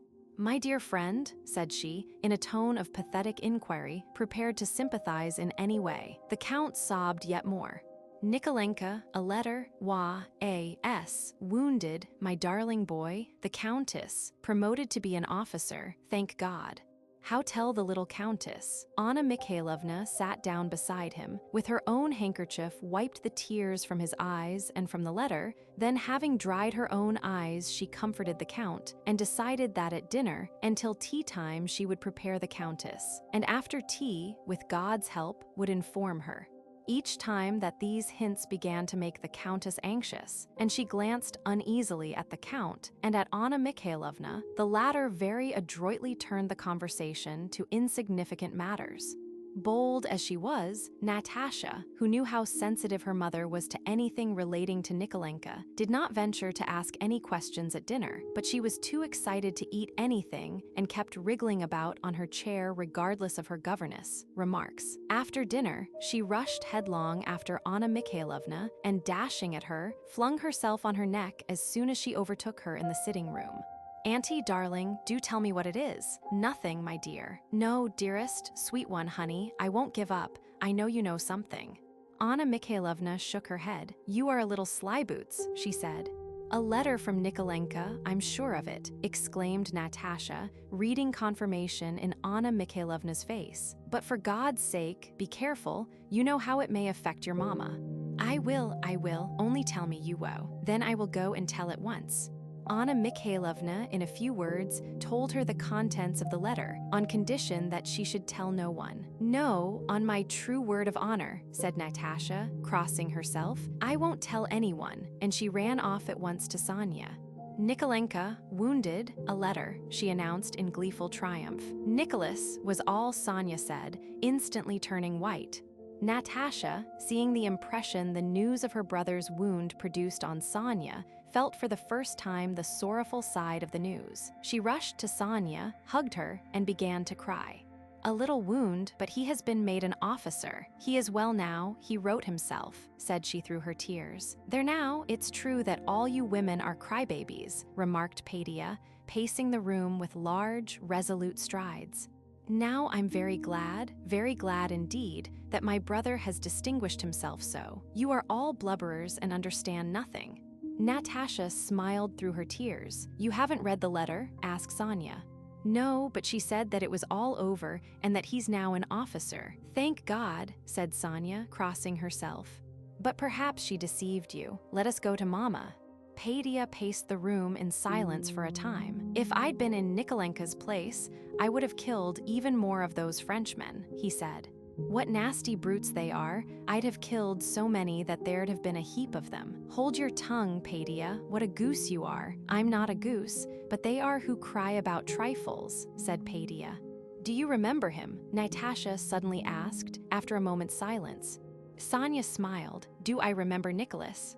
"No, Sonia, but do you remember so that you remember him perfectly, remember everything," said Natasha, with an expressive gesture, evidently wishing to give her words a very definite meaning. "I remember Nikolenka too, I remember him well," she said. "But I don't remember Boris. I don't remember him a bit." "What, you don't remember Boris?" asked Sonia in surprise. "It's not that I don't remember. I know what he is like, but not as I remember Nikolenka. Him I just shut my eyes and remember, but Boris, no," she shut her eyes. "No, there's nothing at all." "Oh, Natasha," said Sonia, looking ecstatically and earnestly at her friend, as if she did not consider her worthy to hear what she meant to say, and as if she were saying it to someone else, with whom joking was out of the question. "I am in love with your brother once for all, and whatever may happen to him or to me, shall never cease to love him as long as I live." Natasha looked at Sonia with wondering and inquisitive eyes and said nothing. She felt that Sonia was speaking the truth, that there was such love as Sonia was speaking of. But Natasha had not yet felt anything like it. She believed it could be, but did not understand it. "Shall you write to him?" she asked. Sonia became thoughtful. The question of how to write to Nicholas and whether she ought to write tormented her. Now that he was already an officer and a wounded hero, would it be right to remind him of herself and, as it might seem, of the obligations to her he had taken on himself? "I don't know. I think if he writes, I will write too," she said, blushing. "And you won't feel ashamed to write to him?" Sonia smiled. "No. And I should be ashamed to write to Boris. I'm not going to." "Why should you be ashamed?" "Well, I don't know. It's awkward and would make me ashamed. And I know why she'd be ashamed," said Petia, offended by Natasha's previous remark. "It's because she was in love with that fat one in spectacles." That was how Petia described his namesake, the new Count Bezukhov, and now she's in love with that singer. He meant Natasha's Italian singing master. "That's why she's ashamed." "Petia, you're stupid," said Natasha. "Not more stupid than you, madam," said the 9-year-old Petia, with the air of an old brigadier. The countess had been prepared by Anna Mikhailovna's hints at dinner. On retiring to her own room, she sat in an armchair, her eyes fixed on a miniature portrait of her son on the lid of a snuff box, while the tears kept coming into her eyes. Anna Mikhailovna, with the letter, came on tiptoe to the countess' door and paused. "Don't come in," she said to the old count who was following her. "Come later." And she went in, closing the door behind her. The count put his ear to the keyhole and listened. At first, he heard the sound of indifferent voices, then Anna Mikhailovna's voice alone in a long speech, then a cry, then silence, then both voices together with glad intonations, and then footsteps. Anna Mikhailovna opened the door. Her face wore the proud expression of a surgeon who has just performed a difficult operation and admits the public to appreciate his skill. "It is done," she said to the count, pointing triumphantly to the countess, who sat holding in one hand the snuff box with its portrait and in the other the letter, and pressing them alternately to her lips. When she saw the count, she stretched out her arms to him, embraced his bald head, over which she again looked at the letter and the portrait, and in order to press them again to her lips, she slightly pushed away the bald head. Vera, Natasha, Sonia, and Petia now entered the room, and the reading of the letter began. After a brief description of the campaign and the 2 battles in which he had taken part, and his promotion, Nicholas said that he kissed his father's and mother's hands asking for their blessing, and that he kissed Vera, Natasha, and Petia. Besides that, he sent greetings to Monsieur Schelling, Madame Skoss, and his old nurse, and asked them to kiss for him dear Sonia, whom he loved and thought of just the same as ever. When she heard this, Sonia blushed so that tears came into her eyes, and unable to bear the looks turned upon her, ran away into the dancing hall, whirled round it at full speed with her dress puffed out like a balloon, and, flushed and smiling, plumped down on the floor. The countess was crying. "Why are you crying, Mama?" asked Vera. "From all he says, one should be glad and not cry." This was quite true, but the count, the countess, and Natasha looked at her reproachfully. "And who is it she takes after?" thought the countess. Nicholas' letter was read over hundreds of times, and those who were considered worthy to hear it had to come to the countess, for she did not let it out of her hands. The tutors came, and the nurses, and Dmitri, and several acquaintances, and the countess reread the letter each time with fresh pleasure, and each time discovered in it fresh proofs of Nikolenka's virtues. How strange, how extraordinary, how joyful it seemed that her son, the scarcely perceptible motion of whose tiny limbs she had felt 20 years ago within her, that son about whom she used to have quarrels with the too indulgent count, that son who had first learned to say "Père," and then "Granny," that this son should now be away in a foreign land amid strange surroundings, a manly warrior doing some kind of man's work of his own, without help or guidance. Her son's growth toward manhood, at each of its stages, had seemed as extraordinary to her as if there had never existed the millions of human beings who grew up in the same way. As 20 years before, it seemed impossible that the little creature who lived somewhere under her heart would ever cry, suck her breast, and begin to speak. So now she could not believe that that little creature could be this strong, brave man, this model son and officer that, judging by this letter, he now was. "What a style, how charmingly he describes," said she, reading the descriptive part of the letter. "And what a soul, not a word about himself. Not a word about some Denisov or other, though he himself, I dare say, is braver than any of them. He says nothing about his sufferings. What a heart, how like him it is, and how he has remembered everybody, not forgetting anyone. I always said when he was only so high, I always said." For more than a week preparations were being made, rough drafts of letters to Nicholas from all the household were written and copied out, while under the supervision of the Countess and the solicitude of the Count, money, and all things necessary for the uniform and equipment of the newly commissioned officer, were collected. Anna Mikhailovna, practical woman that she was, had even managed by favor with army authorities to secure advantageous means of communication for herself and her son. She had opportunities of sending her letters to the Grand Duke Konstantin Pavlovich, who commanded the guards. The Rostovs supposed that the Russian guards abroad was quite a definite address, and that if a letter reached the Grand Duke in command of the guards, there was no reason why it should not reach the Pavlograd regiment, which was presumably somewhere in the same neighborhood. And so it was decided to send the letters and money by the Grand Duke's courier to Boris, and Boris was to forward them to Nicholas. The letters were from the old Count, the Countess, Padia, Vera, Natasha, and Sonia, and finally there were 6,000 rubles for his outfit, and various other things the old Count sent to his son. Chapter 7. On the 12th of November, Kutuzov's active army, in camp before Olmütz, was preparing to be reviewed next day by the two emperors, the Russian and the Austrian. The guards, just arrived from Russia, spent the night 10 miles from Olmütz and next morning were to come straight to the review, reaching the field at Olmütz by 10 o'clock. That day, Nicholas Rostov received a letter from Boris, telling him that the Ismailov regiment was quartered for the night 10 miles from Olmütz and that he wanted to see him as he had a letter and money for him. Rostov was particularly in need of money now that the troops, after their active service, were stationed near Olmütz, and the camp swarmed with well-provisioned sutlers and Austrian Jews offering all sorts of tempting wares. The Pavlograds held feast after feast, celebrating awards they had received for the campaign, and made expeditions to Olmütz to visit a certain Caroline the Hungarian, who had recently opened a restaurant there with girls as waitresses. Rostov, who had just celebrated his promotion to a cornetcy and bought Denisov's horse, Bedouin, was in debt all round to his comrades and the sutlers. On receiving Boris' letter, he rode with a fellow officer to Olmütz, dined there, drank a bottle of wine, and then set off alone to the guards' camp to find his old playmate. Rostov had not yet had time to get his uniform. He had on a shabby cadet jacket, decorated with a soldier's cross, equally shabby cadets riding breeches lined with worn leather, and an officer's saber with a sword knot. The Don horse he was riding was one he had bought from a Cossack during the campaign, and he wore a crumpled hussar cap stuck jauntily back on one side of his head. As he rode up to the camp, he thought how he would impress Boris and all his comrades of the guards by his appearance, that of a fighting hussar who had been under fire.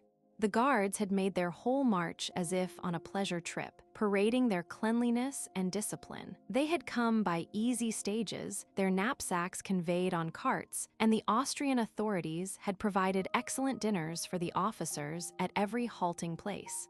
The regiments had entered and left the town with their bands playing, and by the Grand Duke's orders the men had marched all the way in step, a practice on which the guards prided themselves, the officers on foot and at their proper posts. Boris had been quartered and had marched all the way, with Berg, who was already in command of a company. Berg, who had obtained his captaincy during the campaign, had gained the confidence of his superiors by his promptitude and accuracy, and had arranged his money matters very satisfactorily. Boris, during the campaign, had made the acquaintance of many persons who might prove useful to him, and by a letter of recommendation he had brought from Pierre, had become acquainted with Prince Andrew Bolkonsky, through whom he hoped to obtain a post on the commander-in-chief staff. Berg and Boris, having rested after yesterday's march, were sitting, clean and neatly dressed, at a round table in the clean quarters allotted to them, playing chess. Berg held a smoking pipe between his knees.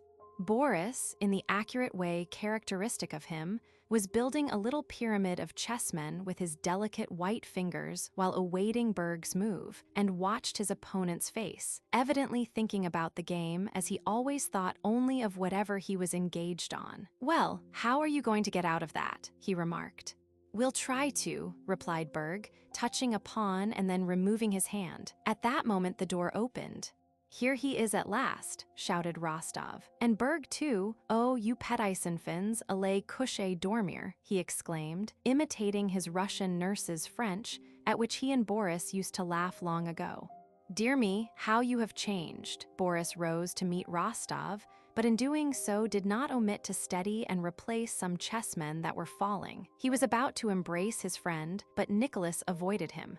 With that peculiar feeling of youth, that dread of beaten tracks, and wish to express itself in a manner different from that of its elders, which is often insincere, Nicholas wished to do something special on meeting his friend. He wanted to pinch him, push him, do anything but kiss him, a thing everybody did.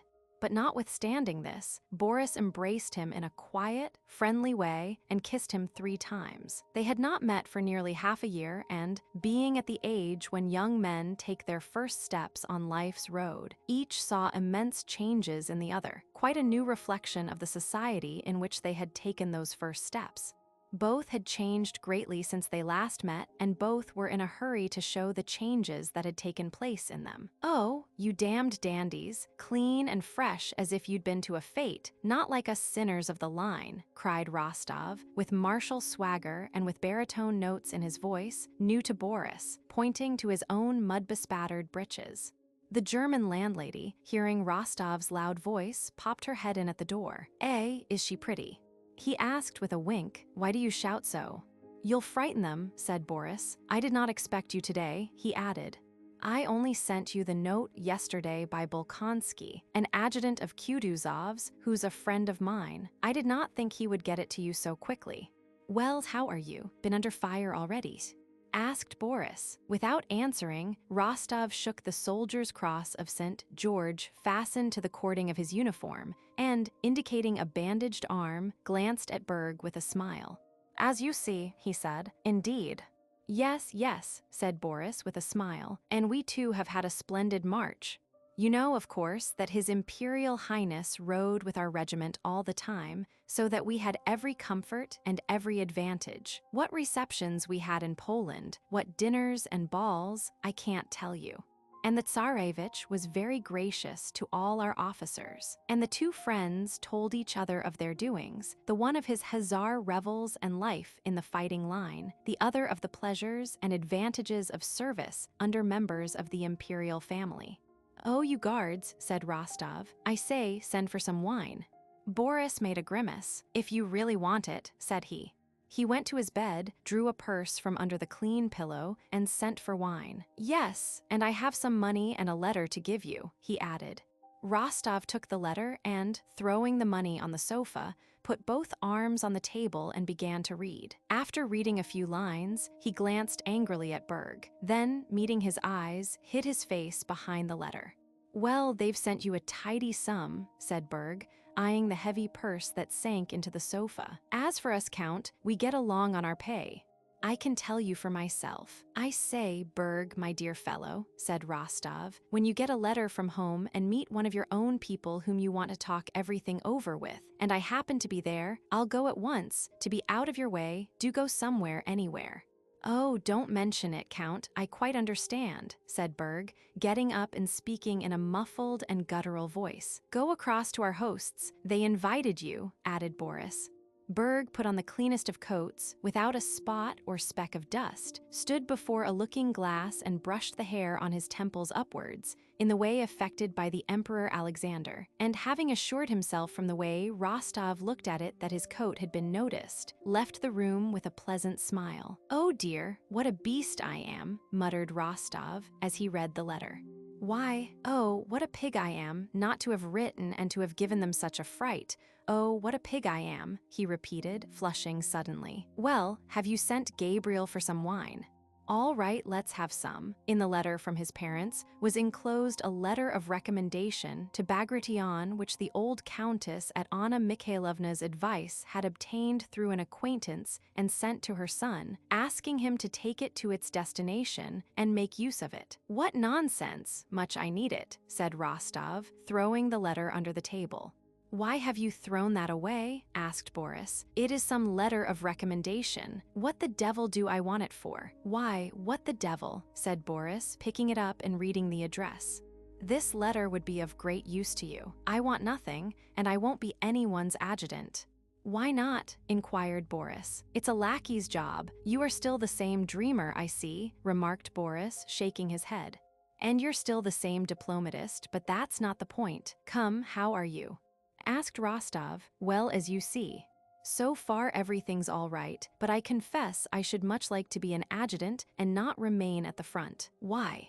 "Because when once a man starts on military service, he should try to make as successful a career of it as possible." "Oh, that's it," said Rostov, evidently thinking of something else. He looked intently and inquiringly into his friend's eyes, evidently trying in vain to find the answer to some question. Old Gabriel brought in the wine. "Shouldn't we now send for Berg?" asked Boris. "He would drink with you." "I can't." "Well, send for him. And how do you get on with that German?" asked Rostov with a contemptuous smile. "He is a very, very nice, honest, and pleasant fellow," answered Boris. Again Rostov looked intently into Boris' eyes and sighed. Berg returned, and over the bottle of wine conversation between the three officers became animated. The guardsmen told Rostov of their march and how they had been made much of in Russia, Poland, and abroad. They spoke of the sayings and doings of their commander, the Grand Duke, and told stories of his kindness and irascibility. Berg, as usual, kept silent when the subject did not relate to himself, but in connection with the stories of the Grand Duke's quick temper, he related with gusto how in Galicia he had managed to deal with the Grand Duke when the latter made a tour of the regiments and was annoyed at the irregularity of a movement. With a pleasant smile Berg related how the Grand Duke had ridden up to him in a violent passion, shouting, "Arnots!" Arnots was the Tsarevich's favorite expression when he was in a rage, and called for the company commander. "Would you believe it, Count? I was not at all alarmed, because I knew I was right. Without boasting, you know, I may say that I know the army orders by heart, and know the regulations as well as I do the Lord's Prayer. So, Count, there never is any negligence in my company, and so my conscience was at ease." I came forward. Berg stood up and showed how he presented himself, with his hand to his cap, and really it would have been difficult for a face to express greater respect and self-complacency than his did. "Well, he stormed at me. As the saying is, stormed and stormed and stormed. It was not a matter of life, but rather of death, as the saying is. Albanians and devils, and to Siberia," said Berg with a sagacious smile. "I knew I was in the right, so I kept silent. Was not that best, Count?" "Hey, are you dumb?" he shouted.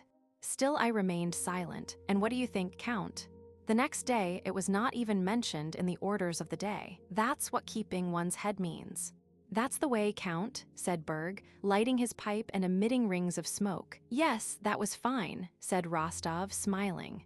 But Boris noticed that he was preparing to make fun of Berg and skillfully changed the subject. He asked him to tell them how and where he got his wound. This pleased Rostov, and he began talking about it, and as he went on became more and more animated. He told them of his Schön-Grabern affair, just as those who have taken part in a battle generally do describe it. That is, as they would like it to have been, as they have heard it described by others, and as sounds well, but not at all as it really was. Rostov was a truthful young man and would on no account have told a deliberate lie. He began his story meaning to tell everything just as it happened, but imperceptibly, involuntarily, and inevitably he lapsed into falsehood. If he had told the truth to his hearers, who like himself had often heard stories of attacks and had formed a definite idea of what an attack was and were expecting to hear just such a story, they would either not have believed him or, still worse, would have thought that Rostov was himself to blame, since what generally happens to the narrators of cavalry attacks had not happened to him.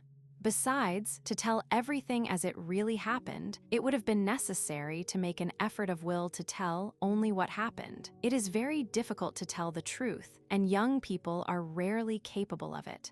His hearers expected a story of how, beside himself and all aflame with excitement, he had flown like a storm at the square, cut his way in, slashed right and left, how his saber had tasted flesh, and he had fallen exhausted, and so on. And so he told them all that. In the middle of his story, just as he was saying, "You cannot imagine what a strange frenzy one experiences during an attack," Prince Andrew, whom Boris was expecting, entered the room. Prince Andrew, who liked to help young men, was flattered by being asked for his assistance, and being well disposed toward Boris, who had managed to please him the day before, he wished to do what the young man wanted. Having been sent with papers from Kutuzov to the Tsarevich, he looked in on Boris, hoping to find him alone. When he came in and saw an hussar of the line recounting his military exploits, Prince Andrew could not endure that sort of man. He gave Boris a pleasant smile, frowned as with half-closed eyes he looked at Rostov, bowed slightly and wearily, and sat down languidly on the sofa. He felt it unpleasant to have dropped in on bad company.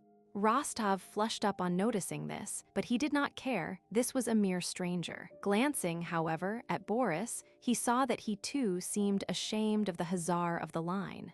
In spite of Prince Andrew's disagreeable, ironical tone, in spite of the contempt with which Rostov, from his fighting army point of view, regarded all these little adjutants on the staff of whom the newcomer was evidently one, Rostov felt confused, blushed, and became silent. Boris inquired what news there might be on the staff, and what, without indiscretion, one might ask about our plans. "We shall probably advance," replied Bolkonsky, evidently reluctant to say more in the presence of a stranger. Berg took the opportunity to ask, with great politeness, whether, as was rumored, the allowance of forage money to captains of companies would be doubled. To this Prince Andrew answered with a smile that he could give no opinion on such an important government order, and Berg laughed gaily. "As to your business," Prince Andrew continued, addressing Boris, "we will talk of it later," and he looked round at Rostov.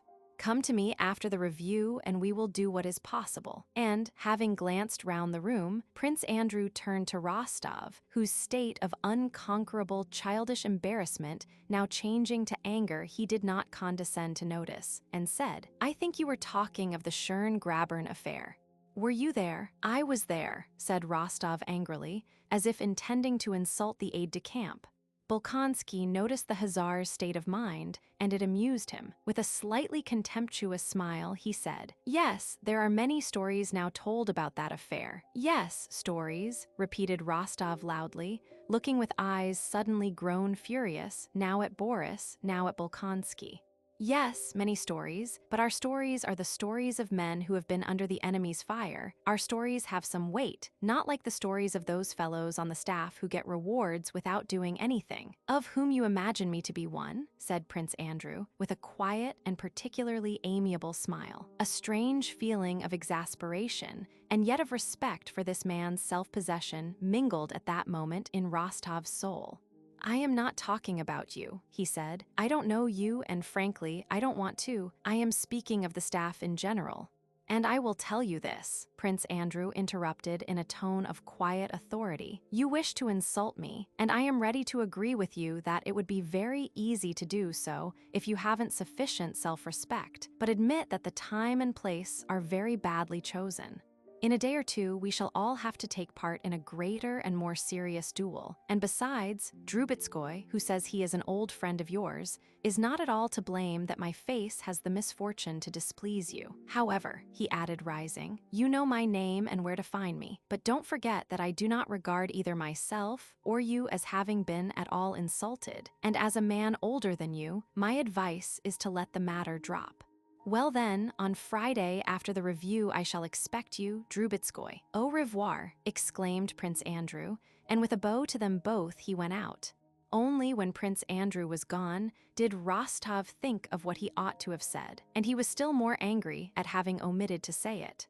He ordered his horse at once, and, coldly taking leave of Boris, rode home. Should he go to headquarters next day and challenge that affected adjutant, or really let the matter drop, was the question that worried him all the way.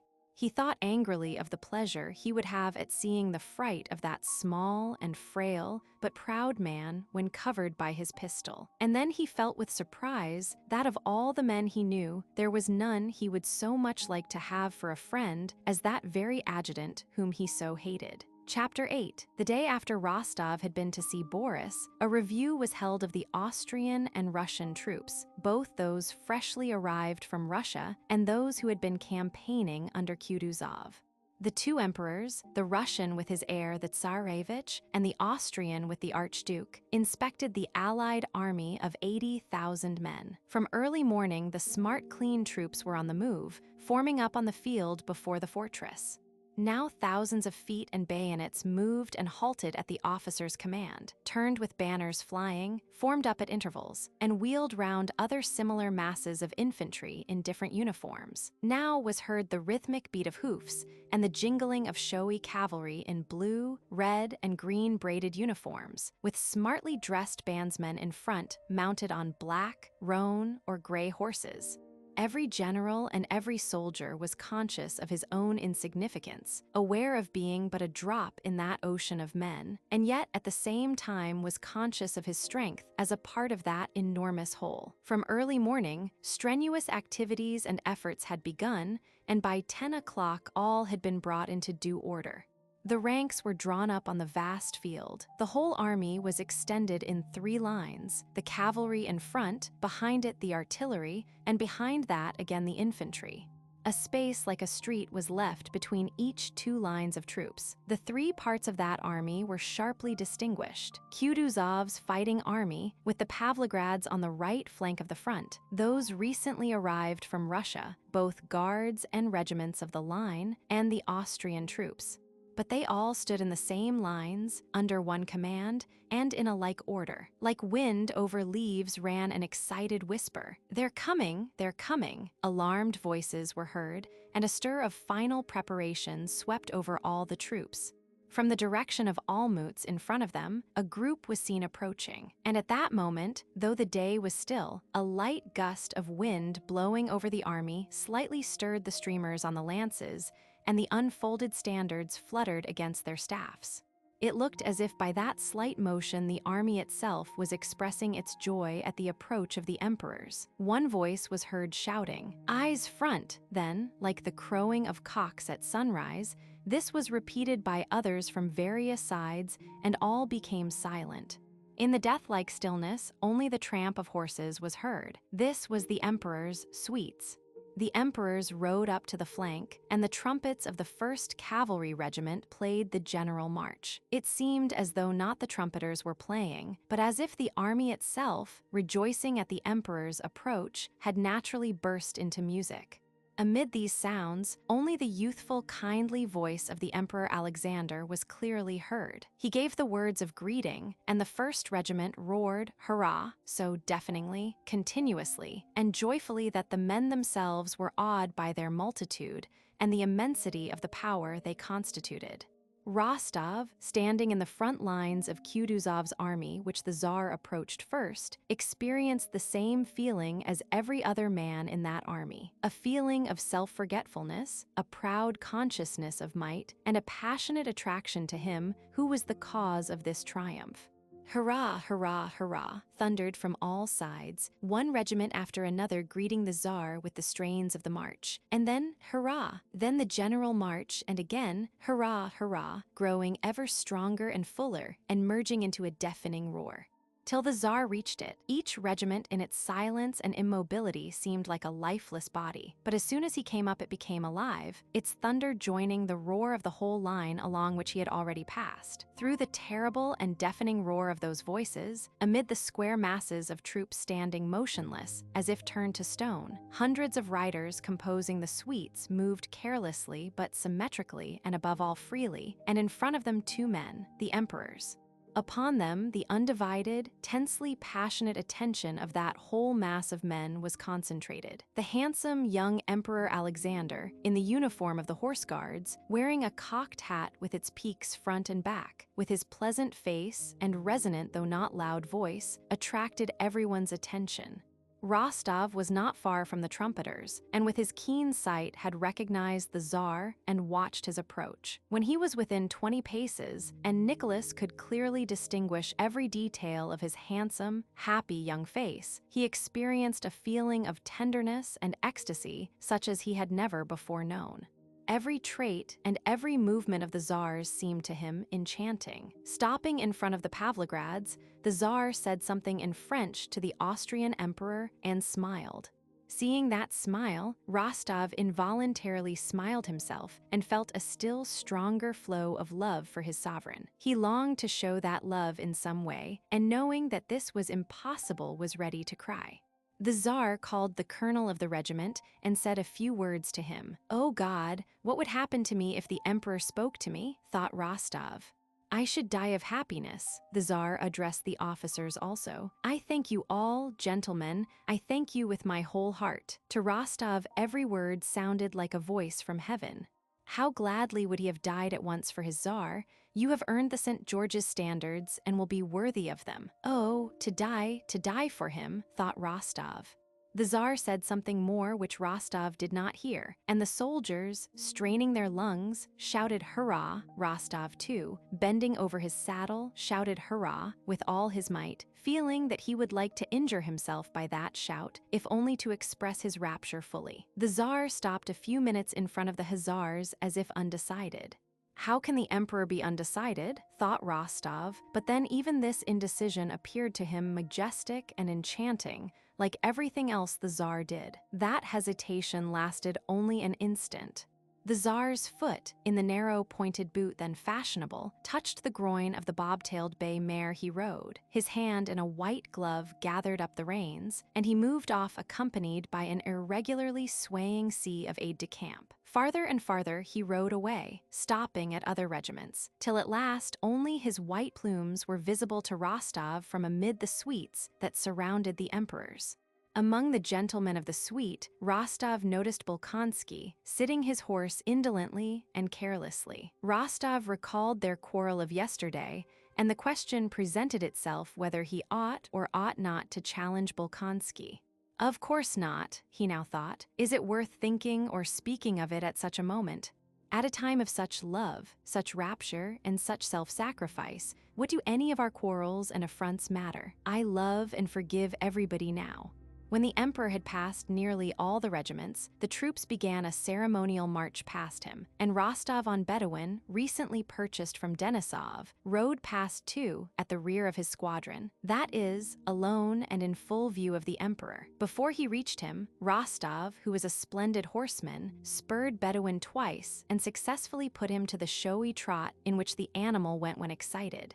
Bending his foaming muzzle to his chest, his tail extended, Bedouin, as if also conscious of the emperor's eye upon him, passed splendidly, lifting his feet with a high and graceful action, as if flying through the air without touching the ground. Rostov himself, his legs well back and his stomach drawn in and feeling himself one with his horse, rode past the emperor with a frowning but blissful face like a viewy devil, as Denisov expressed it.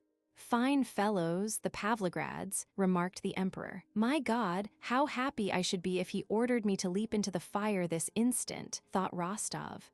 When the review was over, the newly arrived officers, and also Kutuzovs, collected in groups and began to talk about the awards, about the Austrians and their uniforms, about their lines, about Bonaparte, and how badly the latter would fare now, especially if the Essen Corps arrived and Prussia took our side. But the talk in every group was chiefly about the Emperor Alexander. His every word and movement was described with ecstasy. They all had but one wish: to advance as soon as possible against the enemy under the emperor's command. Commanded by the emperor himself, they could not fail to vanquish anyone, be it whom it might. So thought Rostov and most of the officers after the review. All were then more confident of victory than the winning of 2 battles would have made them. Chapter 9. The day after the review, Boris, in his best uniform, and with his comrade Berg's best wishes for success, rode to Olmütz to see Bolkonsky, wishing to profit by his friendliness and obtain for himself the best post he could, preferably that of adjutant to some important personage, a position in the army which seemed to him most attractive. It is all very well for Rostov, whose father sends him 10,000 rubles at a time, to talk about not wishing to cringe to anybody and not be anyone's lackey. But I who have nothing but my brains have to make a career and must not miss opportunities, but must avail myself of them, he reflected. He knew no one, and despite his smart guardsman's uniform, all these exalted personages passing in the streets in their elegant carriages with their plumes, ribbons, and medals, both courtiers and military men, seemed so immeasurably above him, an insignificant officer of the guards, that they not only did not wish to, but simply could not, be aware of his existence. In spite of this, or rather because of it, next day, November 15, after dinner he again went to Olmütz and, entering the house occupied by Kutuzov, asked for Bolkonsky. Prince Andrew was in and Boris was shown into a large hall probably formerly used for dancing, but in which 5 beds now stood, and furniture of various kinds, a table, chairs, and a clavichord. One adjutant, nearest the door, was sitting at the table in a Persian dressing gown, writing. Another, the red, stout Nesvitsky, lay on a bed with his arms under his head, laughing with an officer who had sat down beside him. A third was playing a Viennese waltz on the clavichord, while a fourth, lying on the clavichord, sang the tune. Bolkonsky was not there. None of these gentlemen changed his position on seeing Boris. The one who was writing and whom Boris addressed turned round crossly and told him Bolkonsky was on duty and that he should go through the door on the left into the reception room if he wished to see him. Boris thanked him and went to the reception room, where he found some 10 officers and generals. When he entered, Prince Andrew, his eyes drooping contemptuously, with that peculiar expression of polite weariness which plainly says, "If it were not my duty I would not talk to you for a moment," was listening to an old Russian general with decorations, who stood very erect, almost on tiptoe, with a soldier's obsequious expression on his purple face, reporting something. "Very well, then, be so good as to wait," said Prince Andrew to the general, in Russian, speaking with the French intonation he affected when he wished to speak contemptuously. And noticing Boris, Prince Andrew, paying no more heed to the general who ran after him imploring him to hear something more, nodded and turned to him with a cheerful smile. More than ever was Boris resolved to serve in future not according to the written code, but under this unwritten law. He felt now that merely by having been recommended to Prince Andrew, he had already risen above the general who, at the front, had the power to annihilate him, a lieutenant of the guards. Prince Andrew came up to him and took his hand. "I am very sorry you did not find me in yesterday. I was fussing about with Germans all day. We went with Werther to survey the dispositions. When Germans start being accurate, there's no end to it," Boris smiled, as if he understood what Prince Andrew was alluding to as something generally known. But it was the first time he had heard Werther's name, or even the term dispositions. "Well, my dear fellow, so you still want to be an adjutant. I have been thinking about you." "Yes, I was thinking," for some reason Boris could not help blushing, "of asking the commander-in-chief. He has had a letter from Prince Kuragin about me. I only wanted to ask because I fear the guards won't be in action," he added as if in apology. All right. "We'll talk it over," replied Prince Andrew. "Only let me report this gentleman's business, and I shall be at your disposal."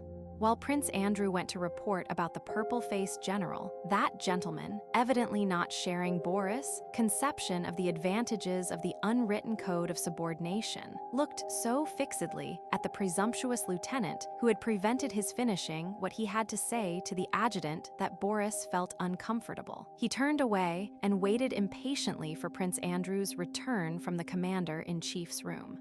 "You see, my dear fellow, I have been thinking about you," said Prince Andrew, when they had gone into the large room where the clavichord was. "It's no use your going to the commander-in-chief. He would say a lot of pleasant things, ask you to dinner. That would not be bad as regards the unwritten code," thought Boris, "but nothing more would come of it. There will soon be a battalion of us aide-de-camp and adjutants, but this is what we'll do. I have a good friend, an adjutant general and an excellent fellow, Prince Dolgorukov, and though you may not know it, the fact is that now Kutuzov with his staff and all of us count for nothing. Everything is now centered round the emperor, so we will go to Dolgorukov. I have to go there. Anyhow, and I have already spoken to him about you. We shall see whether he cannot attach you to himself or find a place for you somewhere nearer the sun." Prince Andrew always became specially keen when he had to guide a young man and help him to worldly success. Under cover of obtaining help of this kind for another, which from pride he would never accept for himself, he kept in touch with the circle which confers success and which attracted him. He very readily took up Boris' cause and went with him to Dolgorukov. It was late in the evening when they entered the palace at Olmütz, occupied by the emperors and their retinues. That same day, a council of war had been held in which all the members of the Hofkriegsrath and both emperors took part. At that council, contrary to the views of the old generals Kutuzov and Prince Schwarzenberg, it had been decided to advance immediately and give battle to Bonaparte. The council of war was just over when Prince Andrew, accompanied by Boris, arrived at the palace to find Dolgorukov. Everyone at headquarters was still under the spell of the day's council, at which the party of the young had triumphed. The voices of those who counseled delay and advised waiting for something else before advancing had been so completely silenced, and their arguments confuted by such conclusive evidence of the advantages of attacking that what had been discussed at the council, the coming battle and the victory that would certainly result from it, no longer seemed to be in the future, but in the past. All the advantages were on our side. Our enormous forces, undoubtedly superior to Napoleon's, were concentrated in one place. The troops inspired by the emperor's presence were eager for action. The strategic position where the operations would take place was familiar in all its details to the Austrian general Werther. A lucky accident had ordained that the Austrian army should maneuver the previous year on the very fields where the French had now to be fought. The adjacent locality was known and shown in every detail on the maps, and Bonaparte, evidently weakened, was undertaking nothing. Prince Andrew introduced his protégé, but Prince Dolgorukov, politely and firmly pressing his hand, said nothing to Boris, and evidently unable to suppress the thoughts which were uppermost in his mind at that moment, addressed Prince Andrew in French. "Ah, my dear fellow, what a battle we have gained. God grant that the one that will result from it will be as victorious. However, dear fellow," he said abruptly and eagerly, "I must confess to having been unjust to the Austrians, and especially to Werther. What exactitude, what minuteness, what knowledge of the locality, what foresight for every eventuality, every possibility even to the smallest detail. No, my dear fellow, no conditions better than our present ones could have been devised. This combination of Austrian precision with Russian valor, what more could be wished for?" "So the attack is definitely resolved on?" asked Bolkonsky. "And do you know, my dear fellow, it seems to me that Bonaparte has decidedly lost bearings. You know that a letter was received from him today for the emperor." Dolgorukov smiled significantly. "Is that so? And what did he say?" inquired Bolkonsky. "What can he say? Tradi-ri-di-ra and so on, merely to gain time. I tell you he is in our hands, that's certain. But what was most amusing," he continued, with a sudden, good-natured laugh, "was that we could not think how to address the reply. If not as consul, and of course not as emperor, it seemed to me it should be to General Bonaparte. But between not recognizing him as emperor and calling him General Bonaparte, there is a difference, remarked Bolkonsky. That's just it, interrupted Dolgorukov quickly, laughing. You know Bilibin, he's a very clever fellow.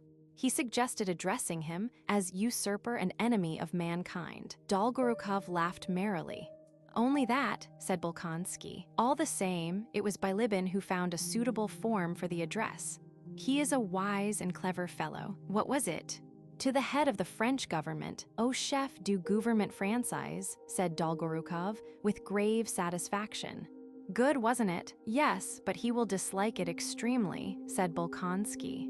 Oh yes, very much, my brother knows him. He's dined with him, the present emperor, more than once in Paris, and tells me he never met a more cunning or subtle diplomatist. You know, a combination of French adroitness and Italian play acting. Do you know the tale about him and Count Markov? Count Markov was the only man who knew how to handle him.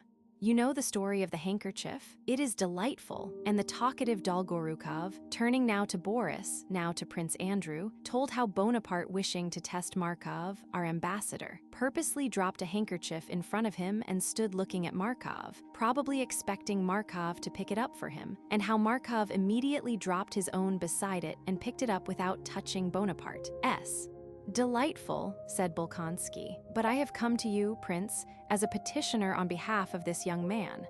You see, but before Prince Andrew could finish, an aide-de-camp came in to summon Dolgorukov to the emperor. Oh, what a nuisance, said Dolgorukov, getting up hurriedly and pressing the hands of Prince Andrew and Boris. You know I should be very glad to do all in my power both for you and for this dear young man.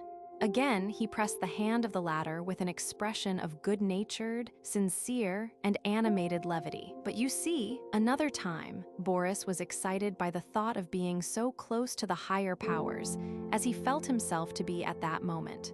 He was conscious that here he was in contact with the springs that set in motion the enormous movements of the mass of which in his regiment he felt himself a tiny, obedient, and insignificant atom. They followed Prince Dolgorukov out into the corridor and met, coming out of the door of the emperor's room by which Dolgorukov had entered, a short man in civilian clothes with a clever face and sharply projecting jaw which, without spoiling his face, gave him a peculiar vivacity and shiftiness of expression.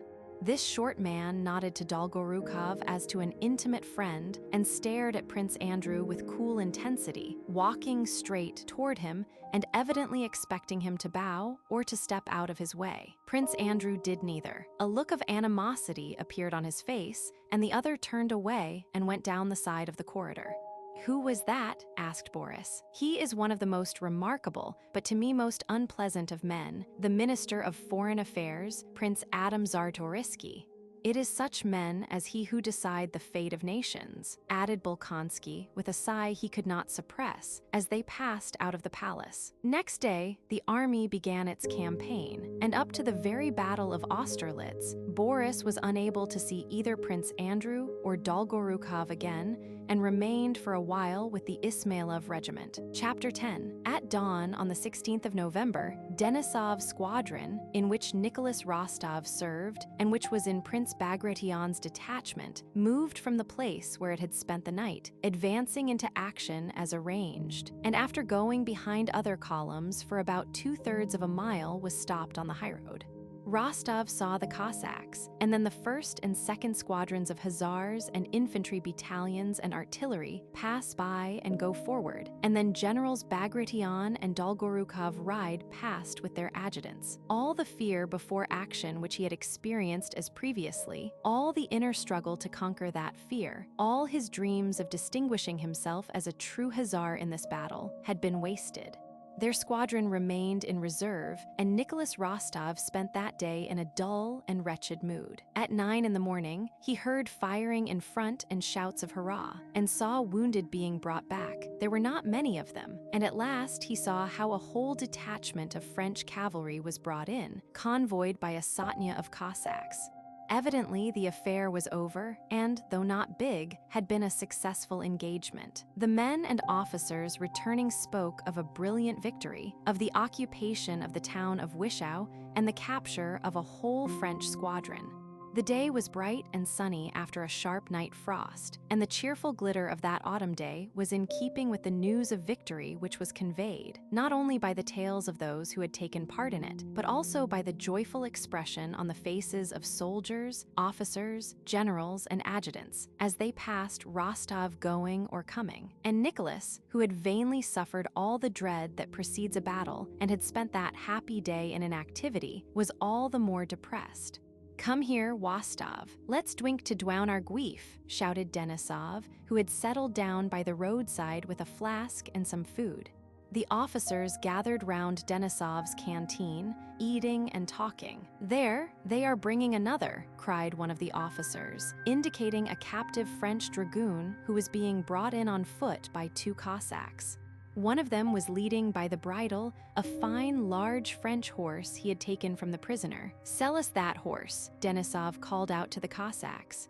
"If you like, your honor." The officers got up and stood round the Cossacks and their prisoner. The French dragoon was a young Alsatian who spoke French with a German accent. He was breathless with agitation, his face was red, and when he heard some French spoken, he at once began speaking to the officers, addressing first one, then another. He said he would not have been taken, it was not his fault but the corporal S who had sent him to seize some horse cloths, though he had told him the Russians were there. And at every word he added, "But don't hurt my little horse," and stroked the animal. It was plain that he did not quite grasp where he was. Now he excused himself for having been taken prisoner, and now, imagining himself before his own officers, insisted on his soldierly discipline and zeal in the service. He brought with him into our rear guard all the freshness of atmosphere of the French army, which was so alien to us. The Cossacks sold the horse for 2 gold pieces, and Rostov, being the richest of the officers now that he had received his money, bought it. "But don't hurt my little horse," said the Alsatian good-naturedly to Rostov when the animal was handed over to the Hussar. Rostov smilingly reassured the dragoon and gave him money. "Ali, said the Cossack, touching the prisoner's arm to make him go on. The emperor, was suddenly heard among the Hussars. All began to run and bustle, and Rostov saw coming up the road behind him several riders with white plumes in their hats. In a moment, everyone was in his place, waiting. Rostov did not know or remember how he ran to his place and mounted. Instantly, his regret at not having been in action and his dejected mood amid people of whom he was weary had gone. Instantly, every thought of himself had vanished. He was filled with happiness at his nearness to the emperor. He felt that this nearness by itself made up to him for the day he had lost. He was happy as a lover when the longed-for moment of meeting arrives. Not daring to look round, and without looking round, he was ecstatically conscious of his approach. He felt it not only from the sound of the hoofs of the approaching cavalcade, but because as he drew near, everything grew brighter, more joyful, more significant, and more festive around him.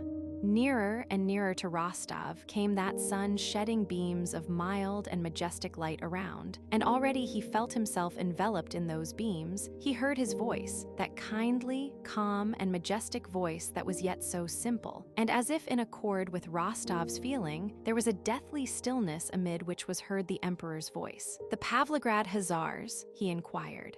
"The reserves, sire," replied a voice, a very human one compared to that which had said. "The Pavlograd Hussars." The emperor drew level with Rostov and halted. Alexander's face was even more beautiful than it had been 3 days before at the review. It shone with such gaiety and youth, such innocent youth, that it suggested the liveliness of a 14-year-old boy. And yet it was the face of the majestic emperor.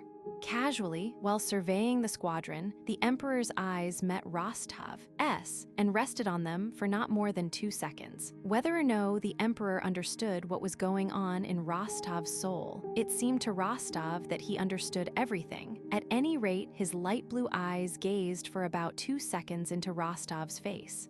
A gentle, mild light poured from them. Then all at once he raised his eyebrows, abruptly touched his horse with his left foot, and galloped on. The younger emperor could not restrain his wish to be present at the battle, and in spite of the remonstrances of his courtiers, at 12 o'clock left the third column with which he had been and galloped toward the vanguard. Before he came up with the hussars, several adjutants met him with news of the successful result of the action. This battle, which consisted in the capture of a French squadron, was represented as a brilliant victory over the French, and so the emperor and the whole army, especially while the smoke hung over the battlefield, believed that the French had been defeated and were retreating against their will. A few minutes after the emperor had passed, the Pavlograd division was ordered to advance. In Wischau itself, a petty German town, Rostov saw the emperor again. In the marketplace, where there had been some rather heavy firing before the emperor's arrival, lay several killed and wounded soldiers whom there had not been time to move. The emperor, surrounded by his suite of officers and courtiers, was riding a bob-tailed chestnut mare, a different one from that which he had ridden at the review, and bending to one side, he gracefully held a gold lorgnette to his eyes and looked at a soldier who lay prone, with blood on his uncovered head. The wounded soldier was so dirty, coarse, and revolting that his proximity to the emperor shocked Rostov. Rostov saw how the emperor's rather round shoulders shuddered as if a cold shiver had run down them, how his left foot began convulsively tapping the horse's side with the spur, and how the well-trained horse looked round unconcerned and did not stir. An adjutant, dismounting, lifted the soldier under the arms to place him on a stretcher that had been brought. The soldier groaned. "Gently, gently, can't you do it more gently?" said the emperor, apparently suffering more than the dying soldier, and he rode away. Rostov saw tears filling the emperor's eyes and heard him, as he was riding away, say to Czartoryski, "What a terrible thing war is! What a terrible thing! Quel terrible chose, quella guerra." The troops of the vanguard were stationed before Wischau, within sight of the enemy's lines, which all day long had yielded ground to us at the least firing. The emperor's gratitude was announced to the vanguard, rewards were promised, and the men received a double ration of vodka. The campfires crackled, and the soldiers' songs resounded even more merrily than on the previous night. Denisov celebrated his promotion to the rank of major, and Rostov, who had already drunk enough, at the end of the feast proposed the emperor's health. "Not our sovereign, the emperor, as they say at official dinners," said he, "but the health of our sovereign, that good, enchanting, and great man. Let us drink to his health and to the certain defeat of the French. If we fought before," he said, "not letting the French pass, as at Schön-Grabern, what shall we not do now when he is at the front? We will all die for him gladly. Is it not so, gentlemen? Perhaps I am not saying it right, I have drunk a good deal, but that is how I feel, and so do you too, to the health of Alexander the First. Hurrah! Hurrah!" rang the enthusiastic voices of the officers, and the old cavalry captain, Kirsten, shouted enthusiastically and no less sincerely than the 20-year-old Rostov. When the officers had emptied and smashed their glasses, Kirsten filled others and, in shirt sleeves and breeches, went glass in hand to the soldiers' bonfires, and with his long gray mustache, his white chest showing under his open shirt, he stood in a majestic pose in the light of the campfire, waving his uplifted arm. "Lads, here's to our sovereign, the emperor, and victory over our enemies. Hurrah!" he exclaimed in his dashing, old, hussar's baritone. The hussars crowded round and responded heartily with loud shouts. Late that night, when all had separated, Denisov with his short hand patted his favorite, Rostov, on the shoulder. "As there's no one to fall in love with on campaign, he's fallen in love with the Tsar," he said. "Denisov, don't make fun of it," cried Rostov. "It is such a lofty, beautiful feeling, such a, I believe it, F-weend, and I share an apwove." "No, you don't understand." And Rostov got up and went wandering among the campfires, dreaming of what happiness it would be to die, not in saving the emperor's life. He did not even dare to dream of that, but simply to die before his eyes. He really was in love with the Tsar and the glory of the Russian arms and the hope of future triumph. And he was not the only man to experience that feeling during those memorable days preceding the Battle of Austerlitz. 9/10 of the men in the Russian army were then in love, though less ecstatically, with their Tsar and the glory of the Russian arms. Chapter 11. The next day, the emperor stopped at Wischau, and Villiers, his physician, was repeatedly summoned to see him. At headquarters, and among the troops near by, the news spread that the emperor was unwell. He ate nothing and had slept badly that night, those around him reported. The cause of this indisposition was the strong impression made on his sensitive mind by the sight of the killed and wounded. At daybreak on the 17th, a French officer who had come with a flag of truce, demanding an audience with the Russian emperor, was brought into Wischau from our outposts. This officer was Savary. The emperor had only just fallen asleep, and so Savary had to wait. At midday, he was admitted to the emperor, and an hour later, he rode off with Prince Dolgorukov to the advanced post of the French army. It was rumored that Savary had been sent to propose to Alexander a meeting with Napoleon. To the joy and pride of the whole army, a personal interview was refused, and instead of the sovereign, Prince Dolgorukov, the victor at Wischau, was sent with Savary to negotiate with Napoleon if, contrary to expectations, these negotiations were actuated by a real desire for peace. Toward evening, Dolgorukov came back, went straight to the Tsar, and remained alone with him for a long time. On the 18th and 19th of November, the army advanced 2 days, March and the enemy's outposts, after a brief interchange of shots, retreated. In the highest army circles from midday on the 19th, a great, excitedly bustling activity began which lasted till the morning of the 20th, when the memorable Battle of Austerlitz was fought. Till midday on the 19th, the activity, the eager talk, running to and fro, and dispatching of adjutants was confined to the emperor's headquarters. But on the afternoon of that day, this activity reached Kutuzov's headquarters and the staffs of the commanders of columns. By evening, the adjutants had spread it to all ends and parts of the army, and in the night from the 19th to the 20th, the whole 80,000 Allied troops rose from their bivouacs to the hum of voices, and the army swayed and started in one enormous mass 6 miles long. The concentrated activity, which had begun at the emperor's headquarters in the morning, and had started the whole movement that followed, was like the first movement of the main wheel of a large tower clock. One wheel slowly moved, another was set in motion, and a third, and wheels began to revolve faster and faster, levers and cogwheels to work, chimes to play, figures to pop out, and the hands to advance with regular motion as a result of all that activity. Wheels creak on their axles as the cogs engage one another, and the revolving pulleys whir with the rapidity of their movement. But a neighboring wheel is as quiet and motionless, as though it were prepared to remain so for 100 years. But the moment comes when the lever catches it, and obeying the impulse, that wheel begins to creak and joins in the common motion, the result and aim of which are beyond its ken. Prince Andrew was on duty that day and in constant attendance on the commander-in-chief. At 6 in the evening, Kutuzov went to the emperor's headquarters, and after staying but a short time with the Tsar, went to see the Grand Marshal of the court, Count Tolstoy. Bolkonsky took the opportunity to go in to get some details of the coming action from Dolgorukov. He felt that Kutuzov was upset and dissatisfied about something, and that at headquarters they were dissatisfied with him, and also that at the emperor's headquarters everyone adopted toward him the tone of men who know something others do not know. He therefore wished to speak to Dolgorukov. "Well, how do you do, my dear fellow?" said Dolgorukov, who was sitting at tea with Bilibin. "The fete is for tomorrow. How is your old fellow? Out of sorts. I won't say he is out of sorts, but I fancy he would like to be heard. But they heard him at the council of war and will hear him when he talks sense, but to temporize and wait for something now when Bonaparte fears nothing so much as a general battle is impossible." "Yes, you have seen him," said Prince Andrew. "Well, what is Bonaparte like? How did he impress you?" Yes, I saw him, and am convinced that he fears nothing so much as a general engagement, repeated Dolgorukov, evidently prizing this general conclusion, which he had arrived at from his interview with Napoleon. If he weren't afraid of a battle, why did he ask for that interview?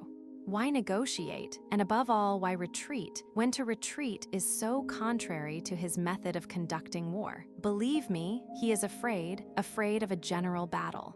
His hour has come, mark my words. But tell me, what is he like, eh? Said Prince Andrew again. He is a man in a gray overcoat, very anxious that I should call him Your Majesty, but who, to his chagrin, got no title from me. That's the sort of man he is, and nothing more, replied Dolgorukov, looking round at Bilibin with a smile. Despite my great respect for old Kutuzov, he continued, we should be a nice set of fellows if we were to wait about, and so give him a chance to escape, or to trick us. Now that we certainly have him in our hands, no, we mustn't forget Suvorov and his rule, not to put yourself in a position to be attacked, but yourself to attack. Believe me, in war, the energy of young men often shows the way better than all the experience of old cunctators. But in what position are we going to attack him? I have been at the outposts today, and it is impossible to say where his chief forces are situated, said Prince Andrew. He wished to explain to Dolgorukov a plan of attack he had himself formed. Oh, that is all the same, Dolgorukov said quickly, and getting up, he spread a map on the table. All eventualities have been foreseen. If he is standing before Brünn, and Prince Dolgorukov rapidly but indistinctly explained Werther's plan of a flanking movement. Prince Andrew began to reply and to state his own plan, which might have been as good as Werther's, but for the disadvantage that Werther's had already been approved.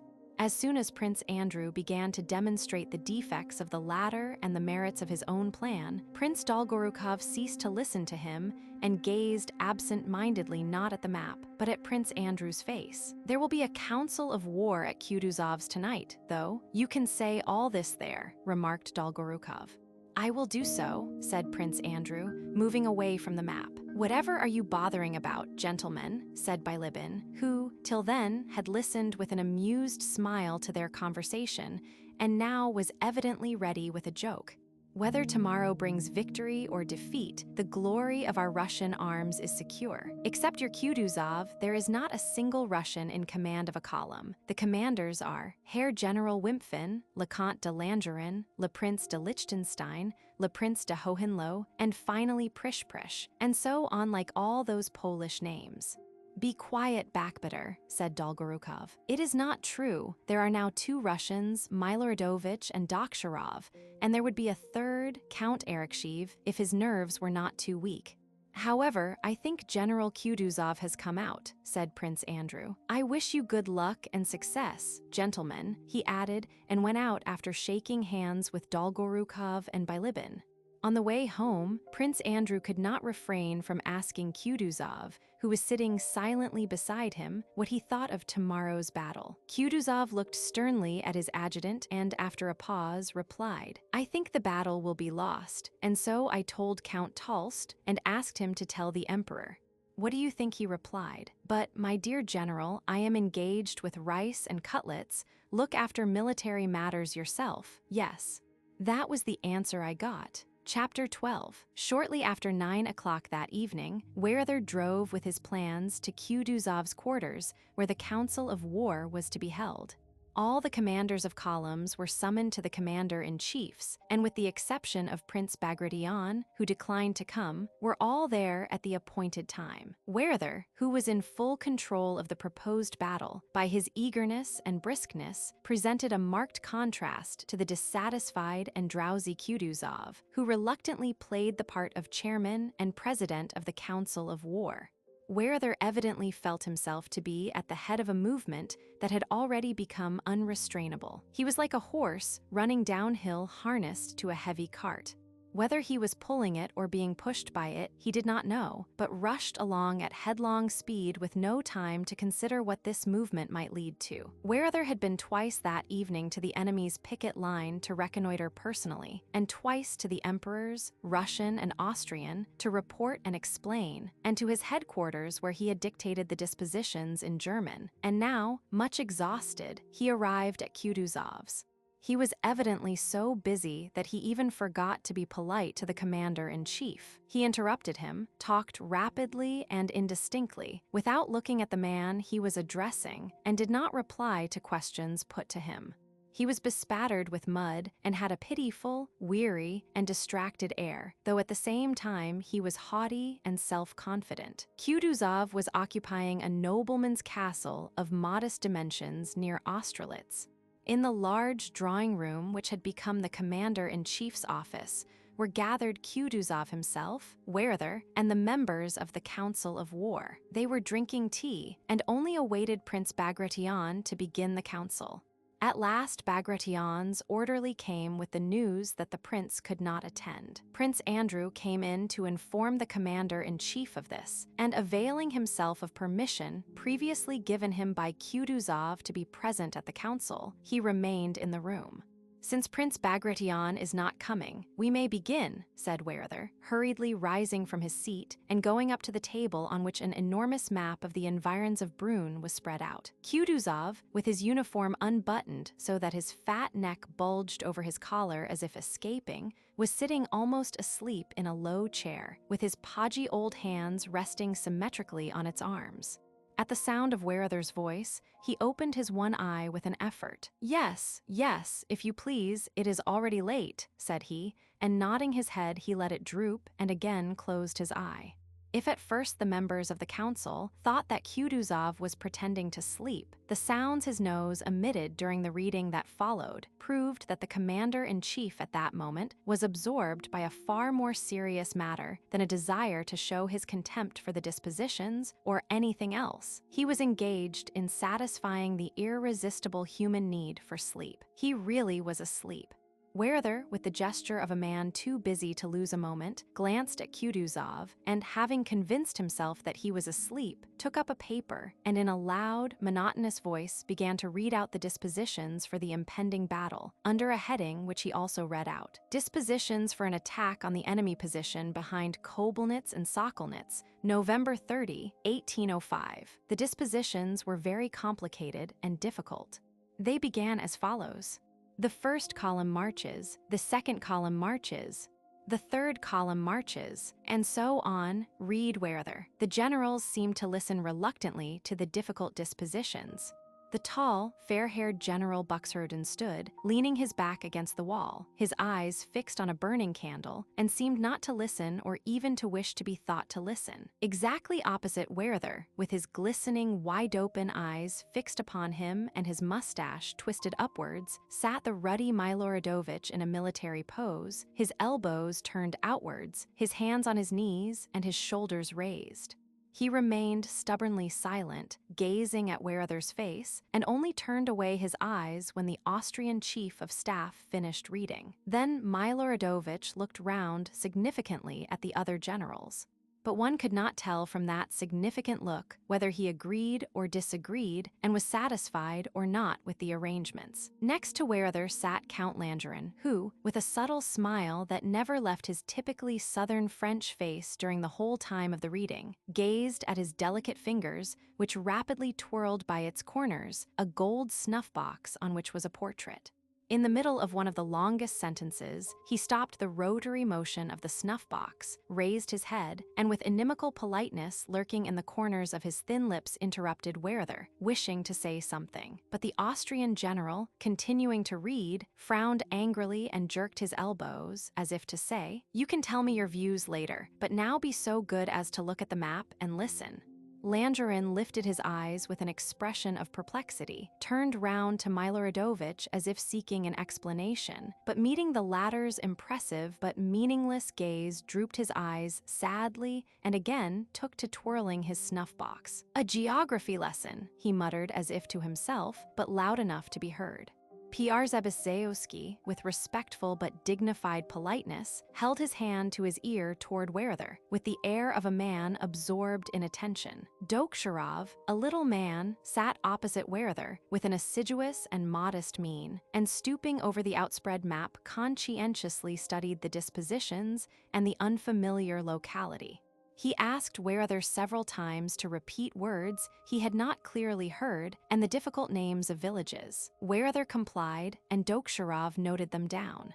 When the reading, which lasted more than an hour, was over, Landrin again brought his snuff-box to rest, and, without looking at Werther or at anyone in particular, began to say how difficult it was to carry out such a plan in which the enemy's position was assumed to be known, whereas it was perhaps not known, since the enemy was in movement.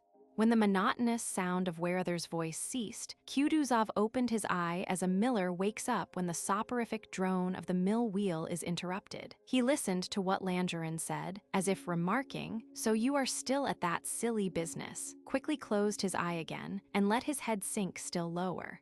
Landrin, trying as virulently as possible to sting Werther's vanity as author of the military plan, argued that Bonaparte might easily attack instead of being attacked, and so render the whole of this plan perfectly worthless. Werther met all objections with a firm and contemptuous smile, evidently prepared beforehand to meet all objections, be they what they might. "If he could attack us, he would have done so today," said he. "So you think he is powerless," said Landrin. "He has 40,000 men at most," replied Werther, with the smile of a doctor to whom an old wife wishes to explain the treatment of a case. "In that case, he is inviting his doom by awaiting our attack," said Landrin, with a subtly ironical smile, again glancing round for support to Miloradovich, who was near him. But Miloradovich was at that moment evidently thinking of anything rather than of what the generals were disputing about. "Ma foi," said he, "tomorrow we shall see all that on the battlefield." Werther again gave that smile which seemed to say that to him it was strange and ridiculous to meet objections from Russian generals, and to have to prove to them what he had not merely convinced himself of, but had also convinced the sovereign emperors of. "The enemy has quenched his fires, and a continual noise is heard from his camp," said he. "What does that mean? Either he is retreating, which is the only thing we need fear, or he is changing his position." He smiled ironically, but even if he also took up a position in the Thurasa, he merely saves us a great deal of trouble, and all our arrangements to the minutest detail remain the same. "How is that?" began Prince Andrew, who had for long been waiting an opportunity to express his doubts. Kutuzov here woke up, coughed heavily, and looked round at the generals. "Gentlemen, the dispositions for tomorrow, or rather for today, for it is past midnight, cannot now be altered," said he. "You have heard them, and we shall all do our duty. But before a battle, there is nothing more important." He paused, than to have a good sleep. He moved as if to rise. The generals bowed and retired. It was past midnight. Prince Andrew went out. The council of war, at which Prince Andrew had not been able to express his opinion as he had hoped to, left on him a vague and uneasy impression. Whether Dolgorukov and Werther, or Kutuzov, Landrin, and the others who did not approve of the plan of attack were right, he did not know. But was it really not possible for Kutuzov to state his views plainly to the emperor? Is it possible that on account of court and personal considerations tens of thousands of lives, and my life, he thought, must be risked? Yes, it is very likely that I shall be killed tomorrow, he thought. And suddenly, at this thought of death, a whole series of most distant, most intimate memories rose in his imagination. He remembered his last parting from his father and his wife. He remembered the days when he first loved her. He thought of her pregnancy and felt sorry for her and for himself, and in a nervously emotional and softened mood, he went out of the hut in which he was billeted with Nesvitsky and began to walk up and down before it. The night was foggy, and through the fog the moonlight gleamed mysteriously. Yes, tomorrow, he thought. Tomorrow everything may be over for me. All these memories will be no more. None of them will have any meaning for me. Tomorrow perhaps, even certainly, I have a presentiment that for the first time I shall have to show all I can do. and his fancy pictured the battle, its loss, the concentration of fighting at one point, and the hesitation of all the commanders. And then that happy moment, that Toulon for which he had so long waited, presents itself to him at last. He firmly and clearly expresses his opinion to Kutuzov, to Whereother, and to the emperors. All are struck by the justness of his views, but no one undertakes to carry them out, so he takes a regiment, a division, stipulates that no one is to interfere with his arrangements, leads his division to the decisive point, and gains the victory alone. But death and suffering, suggested another voice. Prince Andrew, however, did not answer that voice and went on dreaming of his triumphs. The dispositions for the next battle are planned by him alone. Nominally, he is only an adjutant on Kutuzov's staff, but he does everything alone.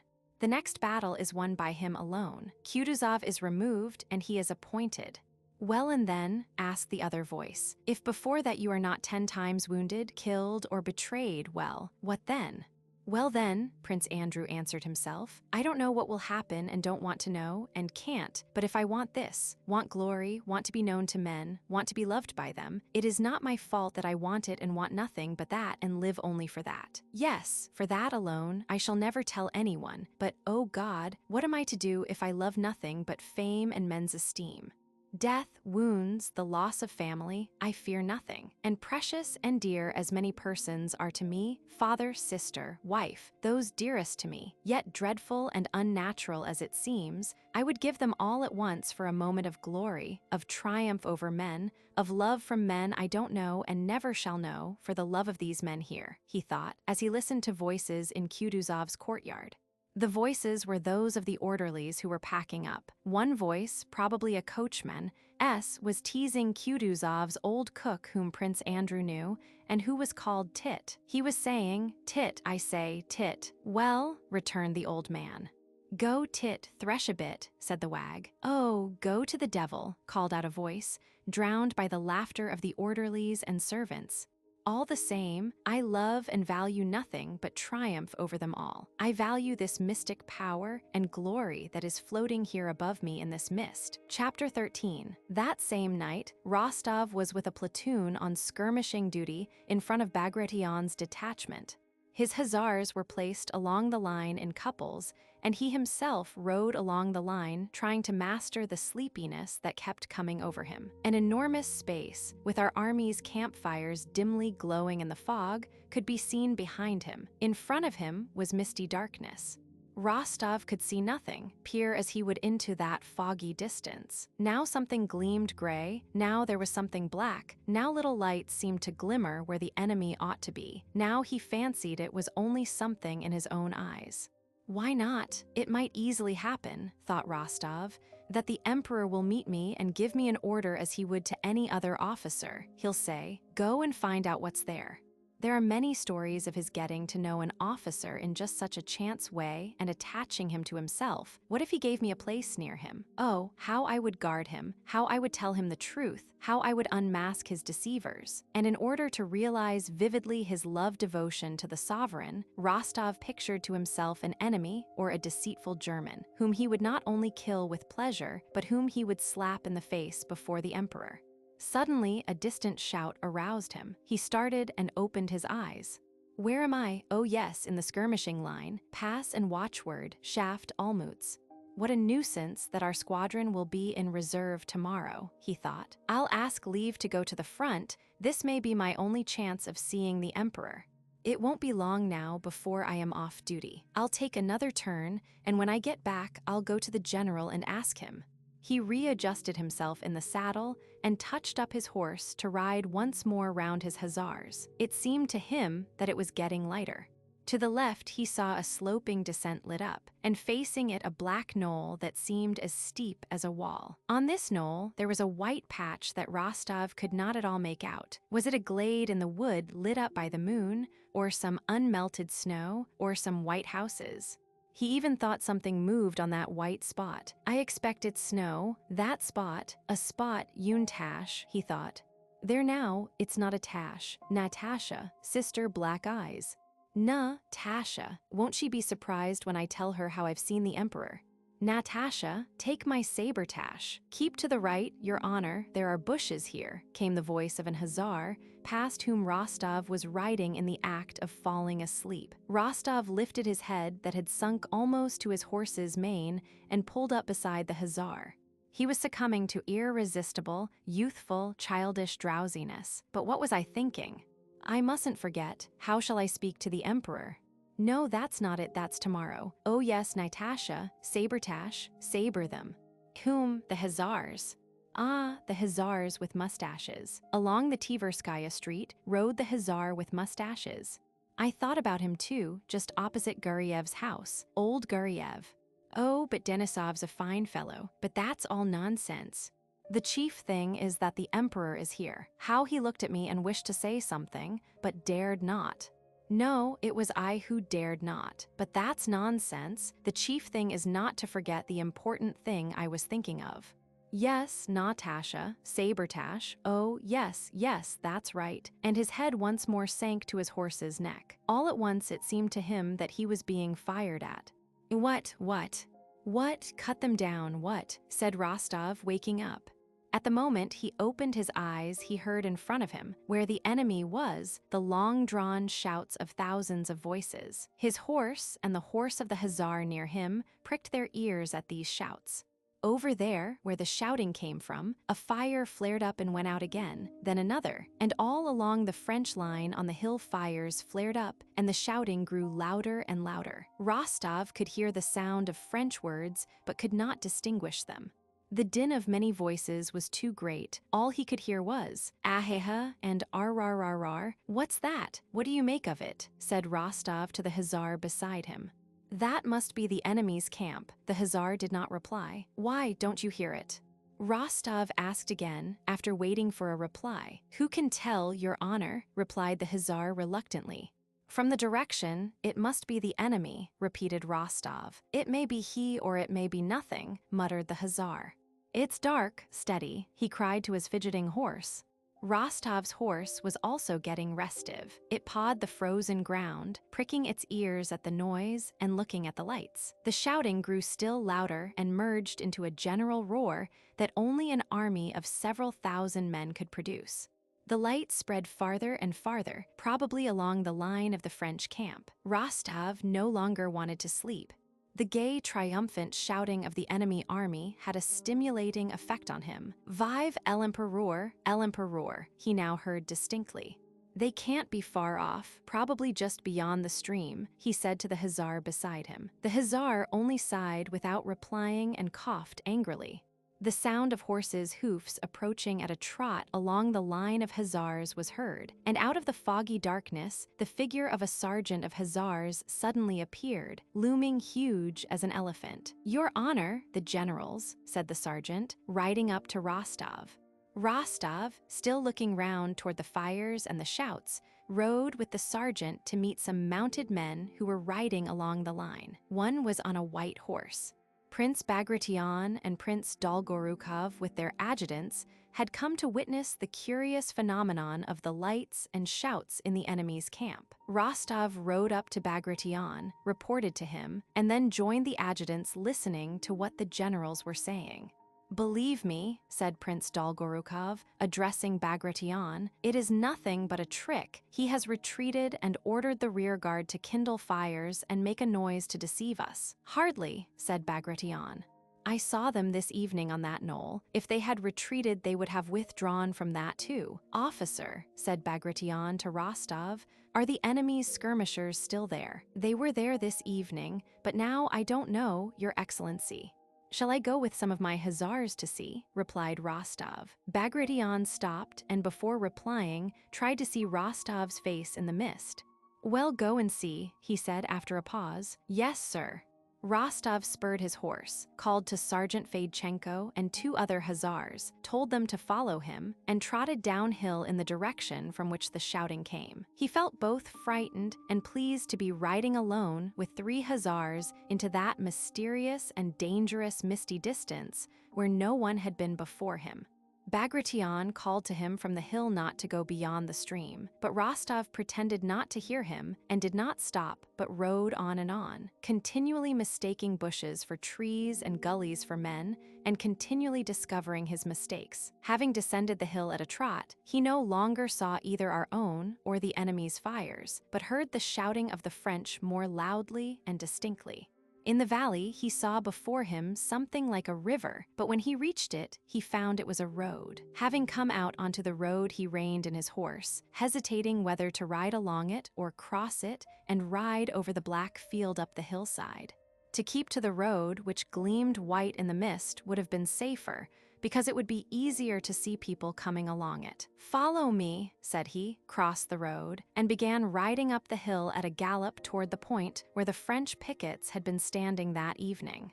"Your Honor, there he is," cried one of the hussars behind him. And before Rostov had time to make out what the black thing was that had suddenly appeared in the fog, there was a flash, followed by a report, and a bullet whizzing high up in the mist with a plaintive sound passed out of hearing. Another musket missed fire but flashed in the pan. Rostov turned his horse and galloped back.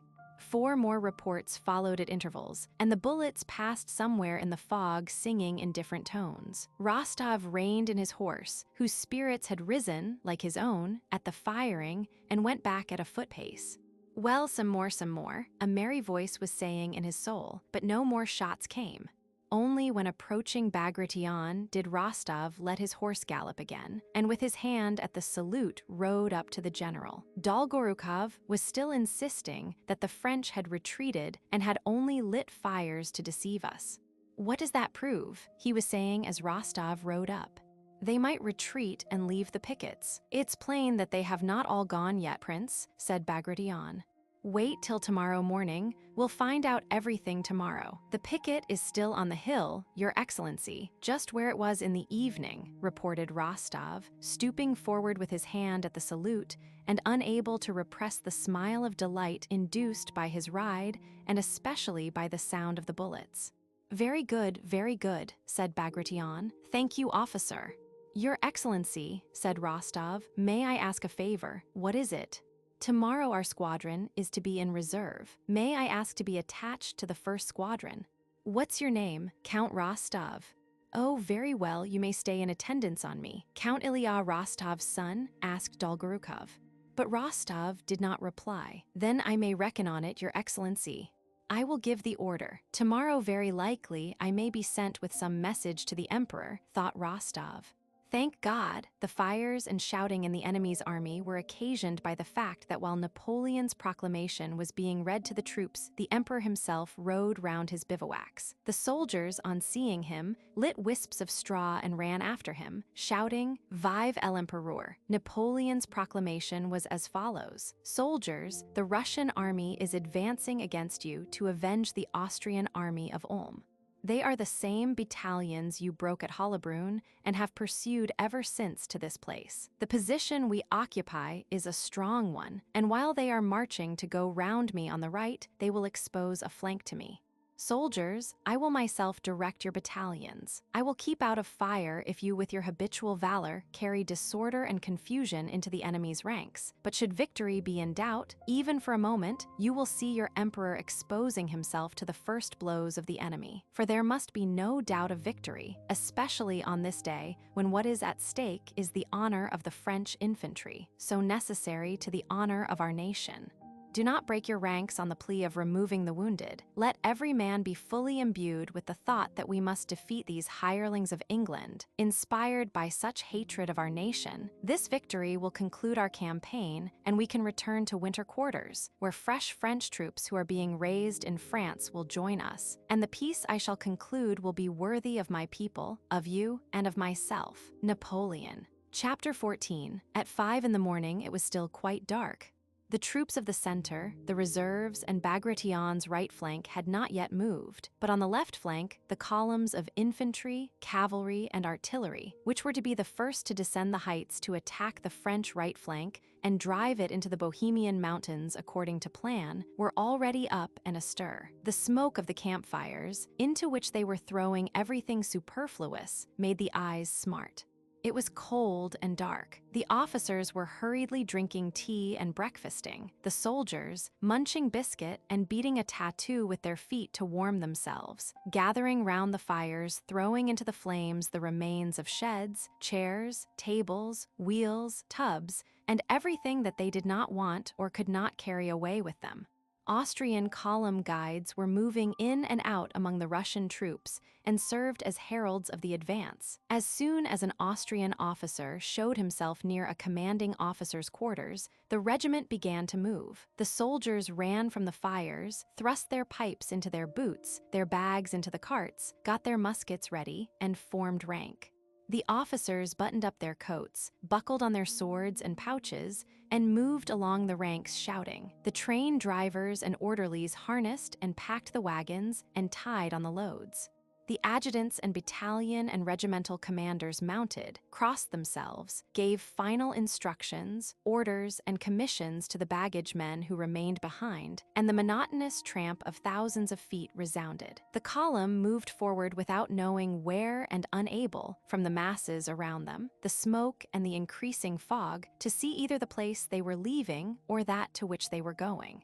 A soldier on the march is hemmed in and borne along by his regiment as much as a sailor is by his ship. However far he has walked, whatever strange, unknown, and dangerous places he reaches, just as a sailor is always surrounded by the same decks, masts, and rigging of his ship, so the soldier always has around him the same comrades, the same ranks, the same Sergeant Major Ivan Mitrich, the same company dog Jack, and the same commanders. The sailor rarely cares to know the latitude in which his ship is sailing, but on the day of battle, heaven knows how and whence, a stern note of which all are conscious sounds in the moral atmosphere of an army, announcing the approach of something decisive and solemn, and awakening in the men an unusual curiosity. On the day of battle, the soldiers excitedly try to get beyond the interests of their regiment. They listen intently, look about, and eagerly ask concerning what is going on around them. The fog had grown so dense that though it was growing light, they could not see 10 paces ahead. Bushes looked like gigantic trees and level ground like cliffs and slopes. Anywhere, on any side, one might encounter an enemy invisible 10 paces off. But the columns advanced for a long time, always in the same fog, descending and ascending hills, avoiding gardens and enclosures, going over new and unknown ground, and nowhere encountering the enemy.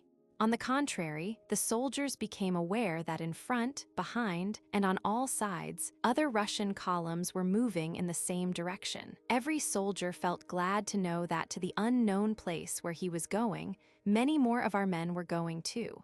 There now, the Kurskis have also gone past, was being said in the ranks. It's wonderful what a lot of our troops have gathered, lads. Last night I looked at the campfires, and there was no end of them.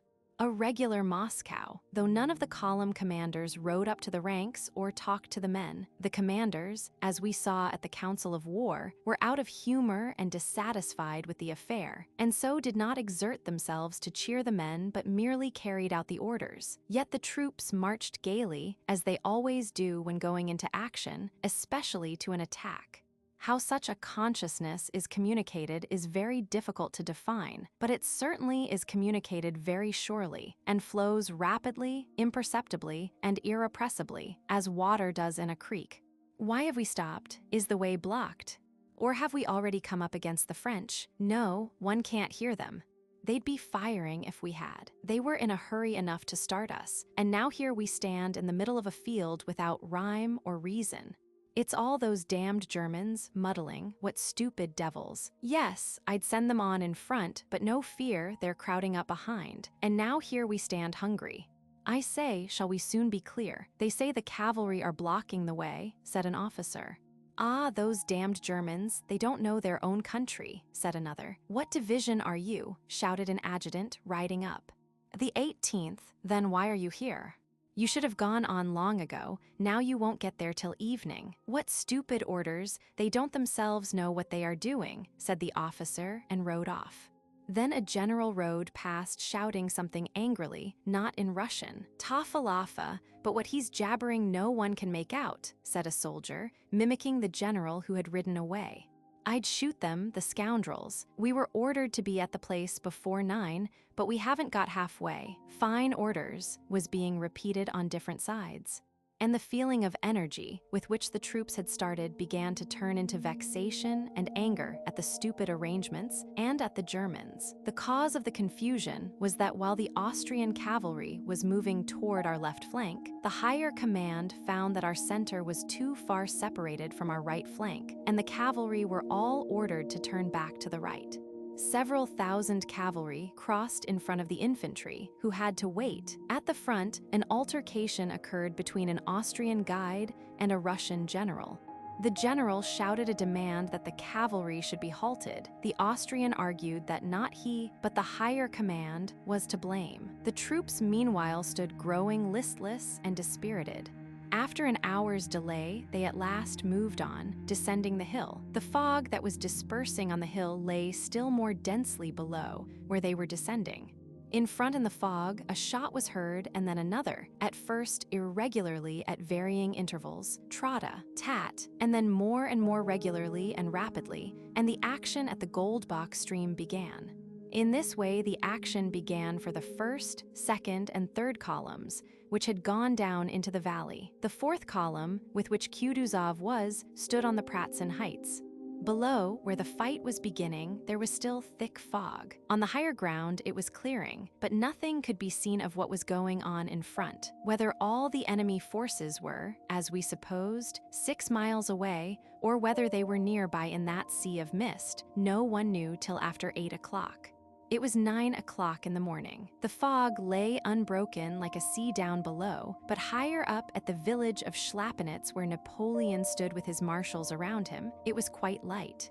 Above him was a clear blue sky, and the sun's vast orb quivered like a huge hollow, crimson float on the surface of that milky sea of mist. The whole French army, and even Napoleon himself with his staff, were not on the far side of the streams and hollows of Sokolnitz and Schlappenitz, beyond which we intended to take up our position and begin the action, but were on this side, so close to our own forces that Napoleon with the naked eye could distinguish a mounted man from one on foot. Napoleon, in the blue cloak which he had worn on his Italian campaign, sat on his small gray Arab horse a little in front of his marshals. He gazed silently at the hills which seemed to rise out of the sea of mist, and on which the Russian troops were moving in the distance, and he listened to the sounds of firing in the valley. Not a single muscle of his face, which in those days was still thin, moved. His gleaming eyes were fixed intently on one spot. His predictions were being justified. Part of the Russian force had already descended into the valley toward the ponds and lakes, and part were leaving these Pratzen Heights, which he intended to attack and regarded as the key to the position. He saw over the mist that in a hollow between 2 hills near the village of Pratzen, the Russian columns, their bayonets glittering, were moving continuously in one direction toward the valley and disappearing one after another into the mist. But still, he did not begin the engagement. Today was a great day for him, the anniversary of his coronation. Before dawn, he had slept for a few hours, and refreshed, vigorous, and in good spirits, he mounted his horse and rode out into the field in that happy mood in which everything seems possible and everything succeeds. He sat motionless, looking at the heights visible above the mist, and his cold face wore that special look of confident, self-complacent happiness that one sees on the face of a boy happily in love. The marshals stood behind him, not venturing to distract his attention. He looked now at the Pratzen Heights, now at the sun floating up out of the mist. When the sun had entirely emerged from the fog, and fields and mist were aglow with dazzling light, as if he had only awaited this to begin the action, he drew the glove from his shapely white hand, made a sign with it to the marshals, and ordered the action to begin. Chapter 15. At 8 o'clock, Kutuzov rode to Pratzen at the head of the 4th column, Miloradovich S., the one that was to take the place of Przebyszeowski's and Langeron's columns, which had already gone down into the valley. He greeted the men of the foremost regiment and gave them the order to march, thereby indicating that he intended to lead that column himself. When he had reached the village of Pratzen, he halted. Prince Andrew was behind, among the immense number forming the commander-in-chief's suite. He was in a state of suppressed excitement and irritation, though controlledly calm as a man is at the approach of a long-awaited moment. He was firmly convinced that this was the day of his Toulon or his Bridge of Arcola. How it would come about he did not know, but he felt sure it would do so. The locality and the position of our troops were known to him as far as they could be known to anyone in our army. His own strategic plan, which obviously could not now be carried out, was forgotten. Now, entering into Werther's plan, Prince Andrew considered possible contingencies and formed new projects such as might call for his rapidity of perception and decision. To the left down below in the mist, the musketry fire of unseen forces could be heard. It was there Prince Andrew thought the fight would concentrate. There we shall encounter difficulties, and there, thought he, I shall be sent with a brigade or division, and there, standard in hand, I shall go forward and break whatever is in front of me. He could not look calmly at the standards of the passing battalions. Seeing them, he kept thinking, that may be the very standard with which I shall lead the army. In the morning, all that was left of the night mist on the heights was a hoar frost now turning to dew, but in the valleys it still lay like a milk-white sea. Nothing was visible in the valley to the left into which our troops had descended, and from whence came the sounds of firing. Above the heights was the dark clear sky, and to the right the vast orb of the sun. In front, far off on the farther shore of that sea of mist, some wooded hills were discernible, and it was there the enemy probably was, for something could be descried. On the right the guards were entering the misty region with a sound of hoofs and wheels, and now and then a gleam of bayonets. To the left, beyond the village, similar masses of cavalry came up and disappeared in the sea of mist. In front and behind moved infantry.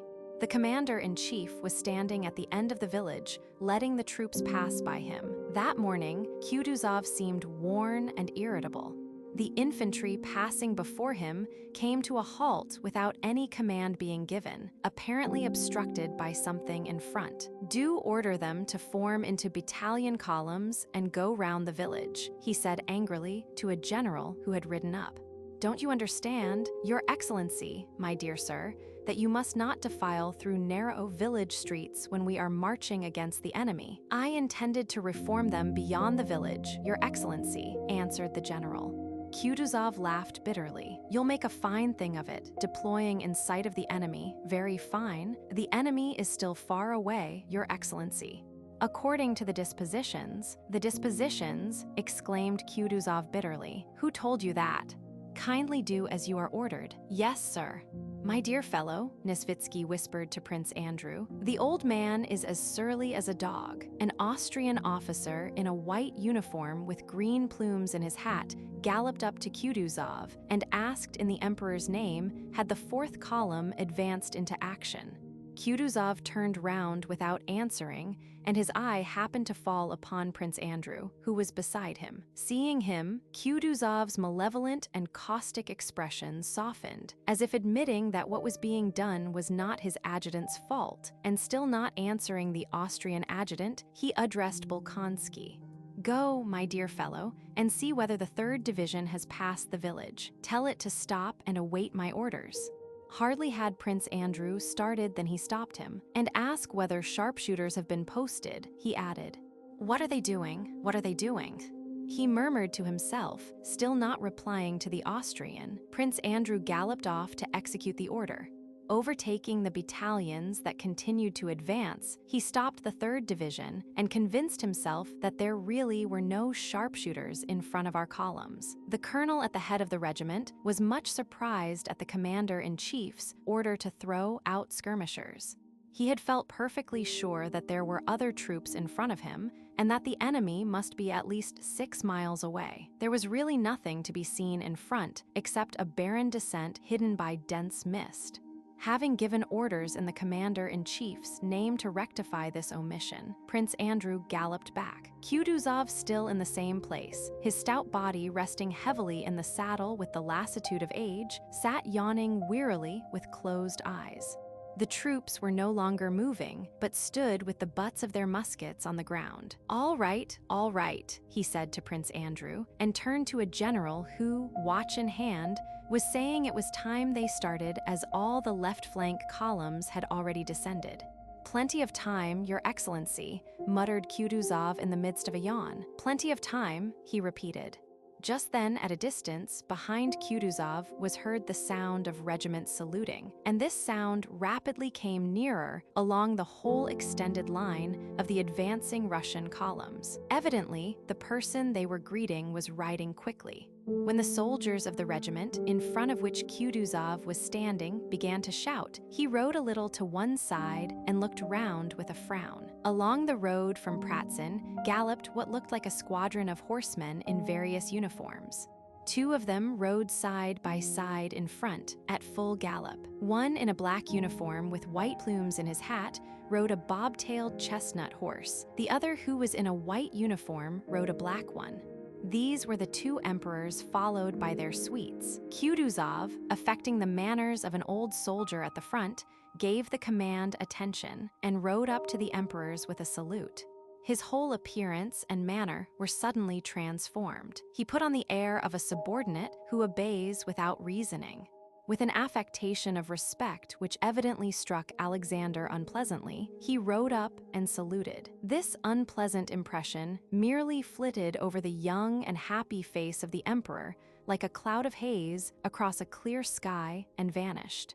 After his illness, he looked rather thinner that day than on the field of Olmütz, where Bolkonsky had seen him for the first time abroad. But there was still the same bewitching combination of majesty and mildness in his fine gray eyes, and on his delicate lips the same capacity for varying expression and the same prevalent appearance of good-hearted innocent youth. At the Olmütz review, he had seemed more majestic. Here he seemed brighter and more energetic.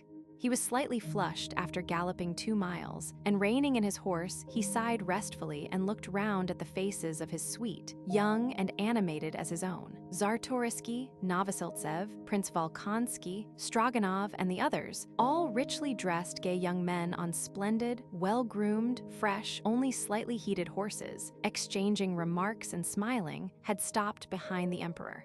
The Emperor Francis, a rosy, long-faced young man, sat very erect on his handsome black horse, looking about him in a leisurely and preoccupied manner. He beckoned to one of his white adjutants and asked some question. Most likely he is asking at what o'clock they started, thought Prince Andrew, watching his old acquaintance with a smile he could not repress as he recalled his reception at Brünn. In the emperor's suite were the picked young orderly officers of the guard and line regiments, Russian and Austrian. Among them were grooms leading the Tsar's beautiful relay horses covered with embroidered cloths. As when a window is opened, a whiff of fresh air from the fields enters a stuffy room, so a whiff of youthfulness, energy, and confidence of success reached Kutuzov's cheerless staff with the galloping advent of all these brilliant young men. "Why aren't you beginning, Michael Illarionovich?" said the Emperor Alexander hurriedly to Kutuzov, glancing courteously at the same time at the Emperor Francis. "I am waiting, Your Majesty," answered Kutuzov, bending forward respectfully. The emperor, frowning slightly, bent his ear forward as if he had not quite heard. "Waiting, Your Majesty," repeated Kutuzov. Prince Andrew noted that Kutuzov's upper lip twitched unnaturally as he said the word waiting.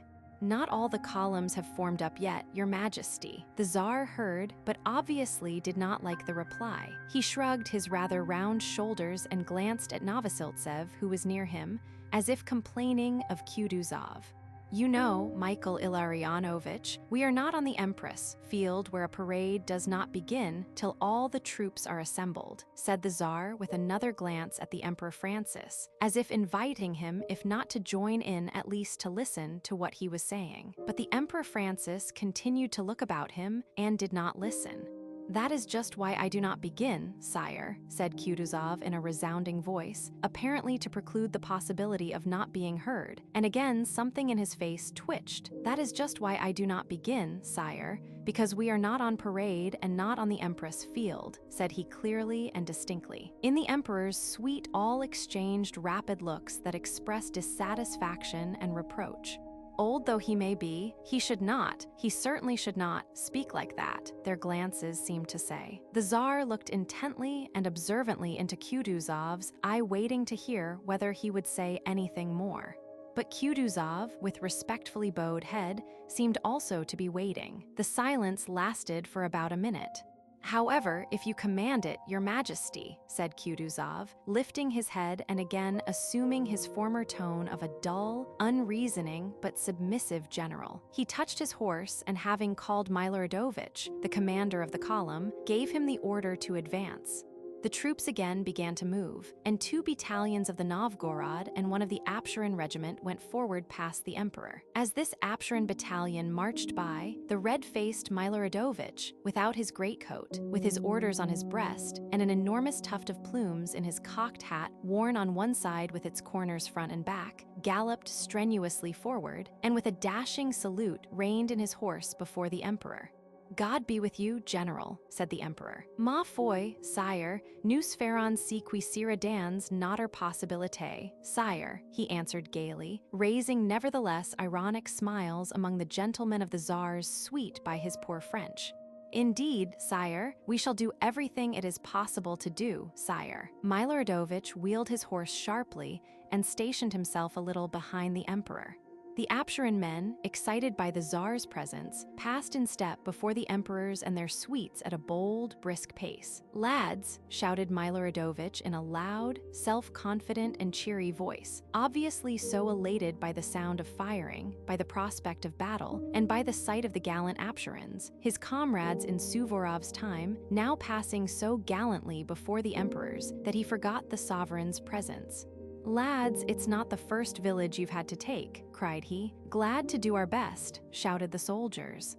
The emperor's horse started at the sudden cry. This horse that had carried the sovereign at reviews in Russia bore him also here on the field of Austerlitz, enduring the heedless blows of his left foot and pricking its ears at the sound of shots just as it had done on the Empress field, not understanding the significance of the firing, nor of the nearness of the Emperor Francis, Black Cobb, nor of all that was being said, thought, and felt that day by its rider. The emperor turned with a smile to one of his followers and made a remark to him, pointing to the gallant Apsherons. Chapter 16. Kutuzov, accompanied by his adjutants, rode at a walking pace behind the carabineers.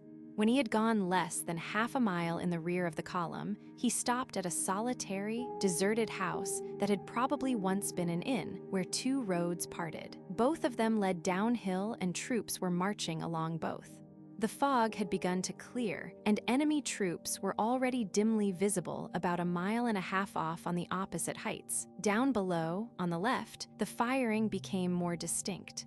Kutuzov had stopped and was speaking to an Austrian general. Prince Andrew, who was a little behind looking at them, turned to an adjutant to ask him for a field glass.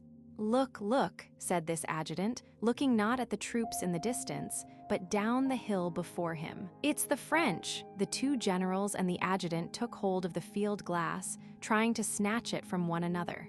The expression on all their faces suddenly changed to one of horror. The French were supposed to be a mile and a half away, but had suddenly and unexpectedly appeared just in front of us.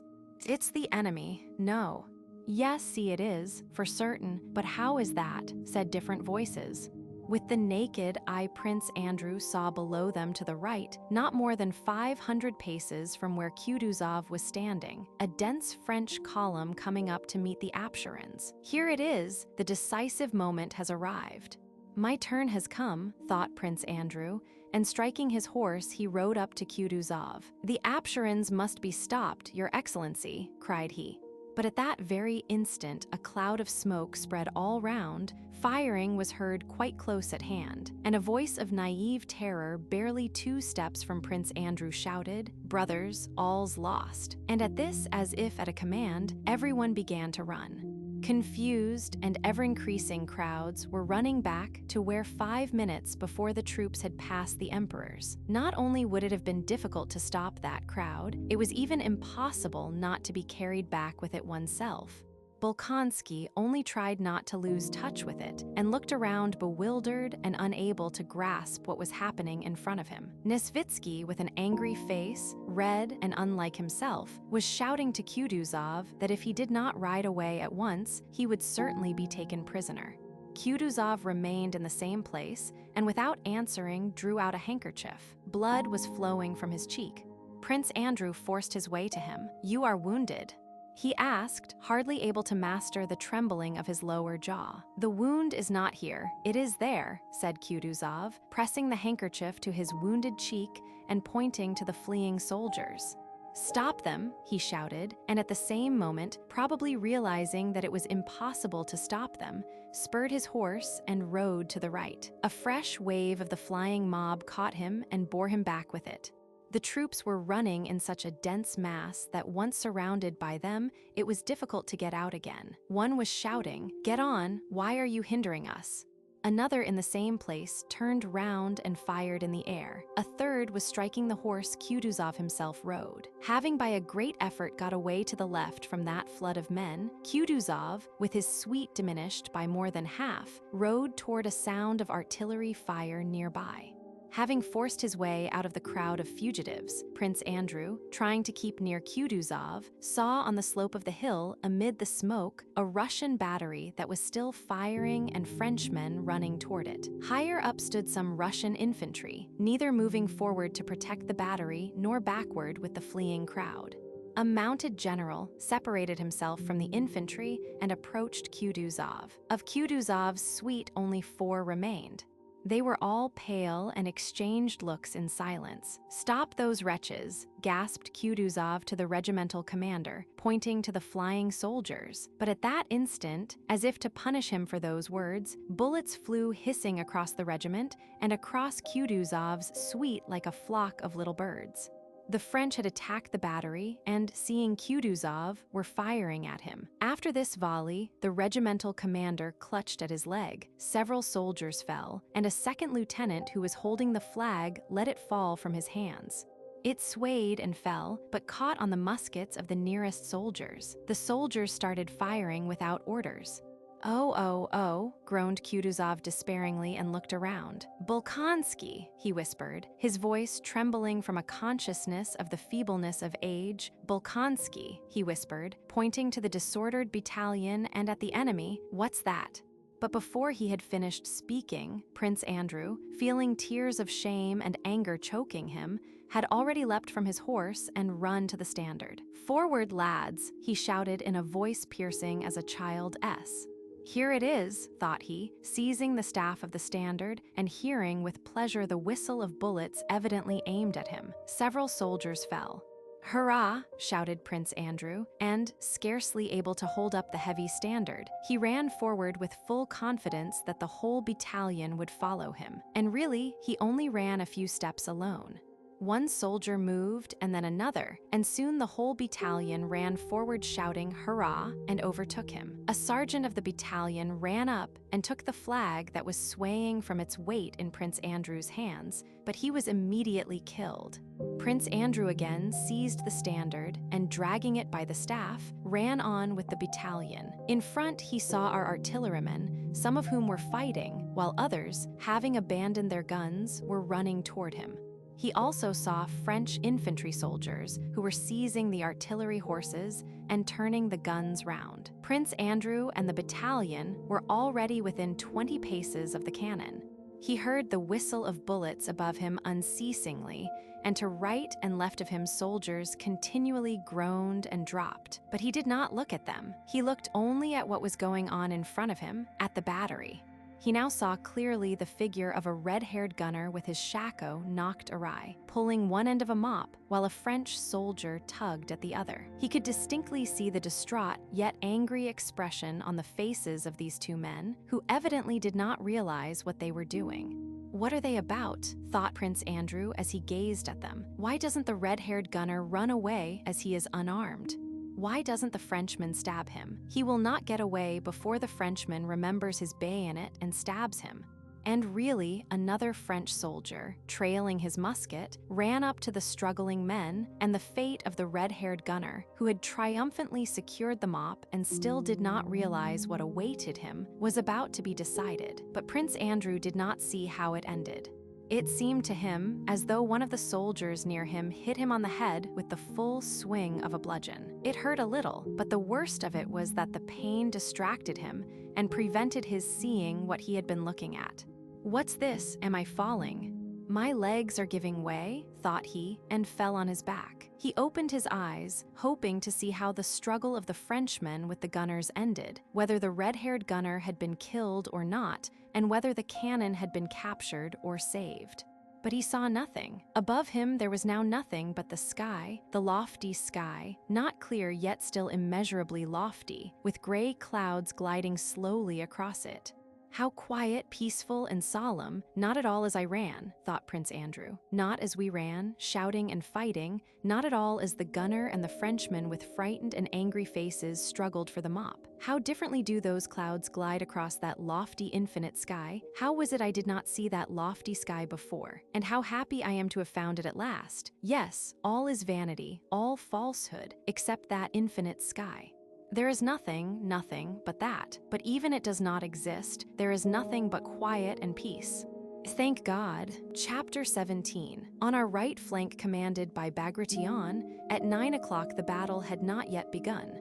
Not wishing to agree to Dolgorukov's demand to commence the action, and wishing to avert responsibility from himself, Prince Bagration proposed to Dolgorukov to send to inquire of the commander-in-chief. Bagration knew that as the distance between the two flanks was more than 6 miles, even if the messenger were not killed, which he very likely would be, and found the commander-in-chief, which would be very difficult, he would not be able to get back before evening.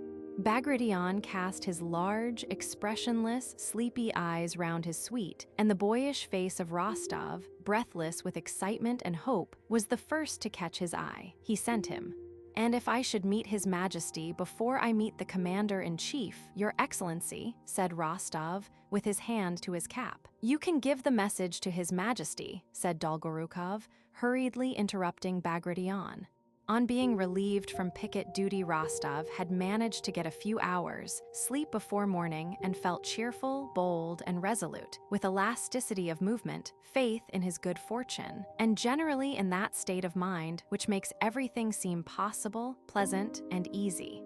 The morning was bright, he had a good horse under him, and his heart was full of joy and happiness. On receiving the order, he gave his horse the rein and galloped along the line.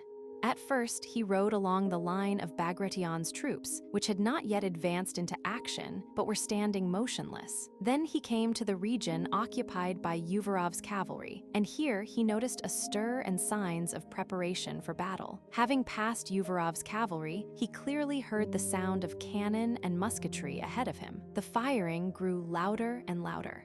In the fresh morning air were now heard, not 2 or 3 musket shots at irregular intervals as before, followed by 1 or 2 cannon shots, but a roll of volleys of musketry from the slopes of the hill before Pratzen, interrupted by such frequent reports of cannon that sometimes several of them were not separated from one another, but merged into a general roar. He could also, by the gleam of bayonets visible through the smoke, make out moving masses of infantry and narrow lines of artillery with green caissons. Rostov stopped his horse for a moment on a hillock to see what was going on, but strain his attention as he could not understand or make out anything of what was happening. There in the smoke, men of some sort were moving about. In front and behind moved lines of troops, but why, whither, and who they were, it was impossible to make out. These sights and sounds had no depressing or intimidating effect on him. On the contrary, they stimulated his energy and determination. Go on, give it them," he mentally exclaimed at these sounds, and again proceeded to gallop along the line, penetrating farther and farther into the region where the army was already in action. "How it will be there I don't know, but all will be well," thought Rostov. After passing some Austrian troops, he noticed that the next part of the line, the Guards, was already in action. "So much the better, I shall see it close," he thought. He was riding almost along the front line. A handful of men came galloping toward him. They were our Uhlans who with disordered ranks were returning from the attack. Rostov got out of their way, involuntarily noticed that one of them was bleeding, and galloped on. That is no business of mine, he thought. He had not ridden many hundred yards after that before he saw to his left, across the whole width of the field, an enormous mass of cavalry in brilliant white uniforms, mounted on black horses, trotting straight toward him and across his path. Rostov put his horse to full gallop to get out of the way of these men, and he would have got clear had they continued at the same speed, but they kept increasing their pace, so that some of the horses were already galloping. Rostov heard the thud of their hoofs and the jingle of their weapons, and saw their horses, their figures, and even their faces more and more distinctly. They were our horse guards, advancing to attack the French cavalry that was coming to meet them. The horse guards were galloping, but still holding in their horses. Rostov could already see their faces and heard the command, "Charge!" shouted by an officer who was urging his thoroughbred to full speed. Rostov, fearing to be crushed or swept into the attack on the French, galloped along the front as hard as his horse could go, but still was not in time to avoid them. The last of the horse guards, a huge pockmarked fellow, frowned angrily on seeing Rostov before him, with whom he would inevitably collide. This guardsman would certainly have bowled Rostov and his Bedouin over. Rostov felt himself quite tiny and weak compared to these gigantic men and horses, had it not occurred to Rostov to flourish his whip before the eyes of the guardsman's horse. The heavy black horse, 16 hands high, shied, throwing back its ears, but the pockmarked guardsman drove his huge spurs in violently, and the horse, flourishing its tail and extending its neck, galloped on yet faster. Hardly had the horse guards passed Rostov before he heard them shout, "Hurrah!" and looking back saw that their foremost ranks were mixed up with some foreign cavalry with red epaulets, probably French. He could see nothing more, for immediately afterwards cannon began firing from somewhere, and smoke enveloped everything. At that moment, as the horse guards, having passed him, disappeared in the smoke, Rostov hesitated whether to gallop after them or to go where he was sent. This was the brilliant charge of the horse guards that amazed the French themselves. Rostov was horrified to hear later that of all that mass of huge and handsome men, of all those brilliant, rich youths, officers, and cadets, who had galloped past him on their 1,000-ruble horses, only 18 were left after the charge. Why should I envy them? My chance is not lost, and maybe I shall see the emperor immediately, thought Rostov, and galloped on.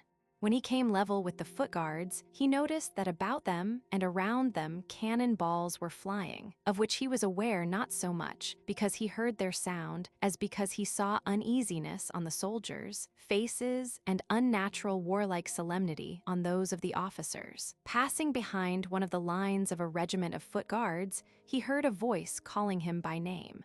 "Rostov, what?" he answered, not recognizing Boris. "I say, we've been in the front line, our regiment attacked," said Boris with the happy smile seen on the faces of young men who have been under fire for the first time.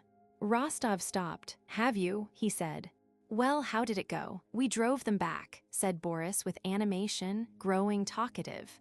"Can you imagine it?" And he began describing how the guards, having taken up their position and seeing troops before them, thought they were Austrians, and all at once discovered from the cannon balls discharged by those troops that they were themselves in the front line and had unexpectedly to go into action. Rostov, without hearing Boris to the end, spurred his horse. "Where are you off to?" asked Boris. "With a message to His Majesty." "There he is," said Boris, thinking Rostov had said His Highness, and pointing to the Grand Duke who, with his high shoulders and frowning brows, stood 100 paces away from them in his helmet and horse guards jacket, shouting something to a pale, white, uniformed Austrian officer. "But that's the Grand Duke, and I want the commander-in-chief or the emperor," said Rostov, and was about to spur his horse. "Count, Count," shouted Berg, who ran up from the other side as eager as Boris.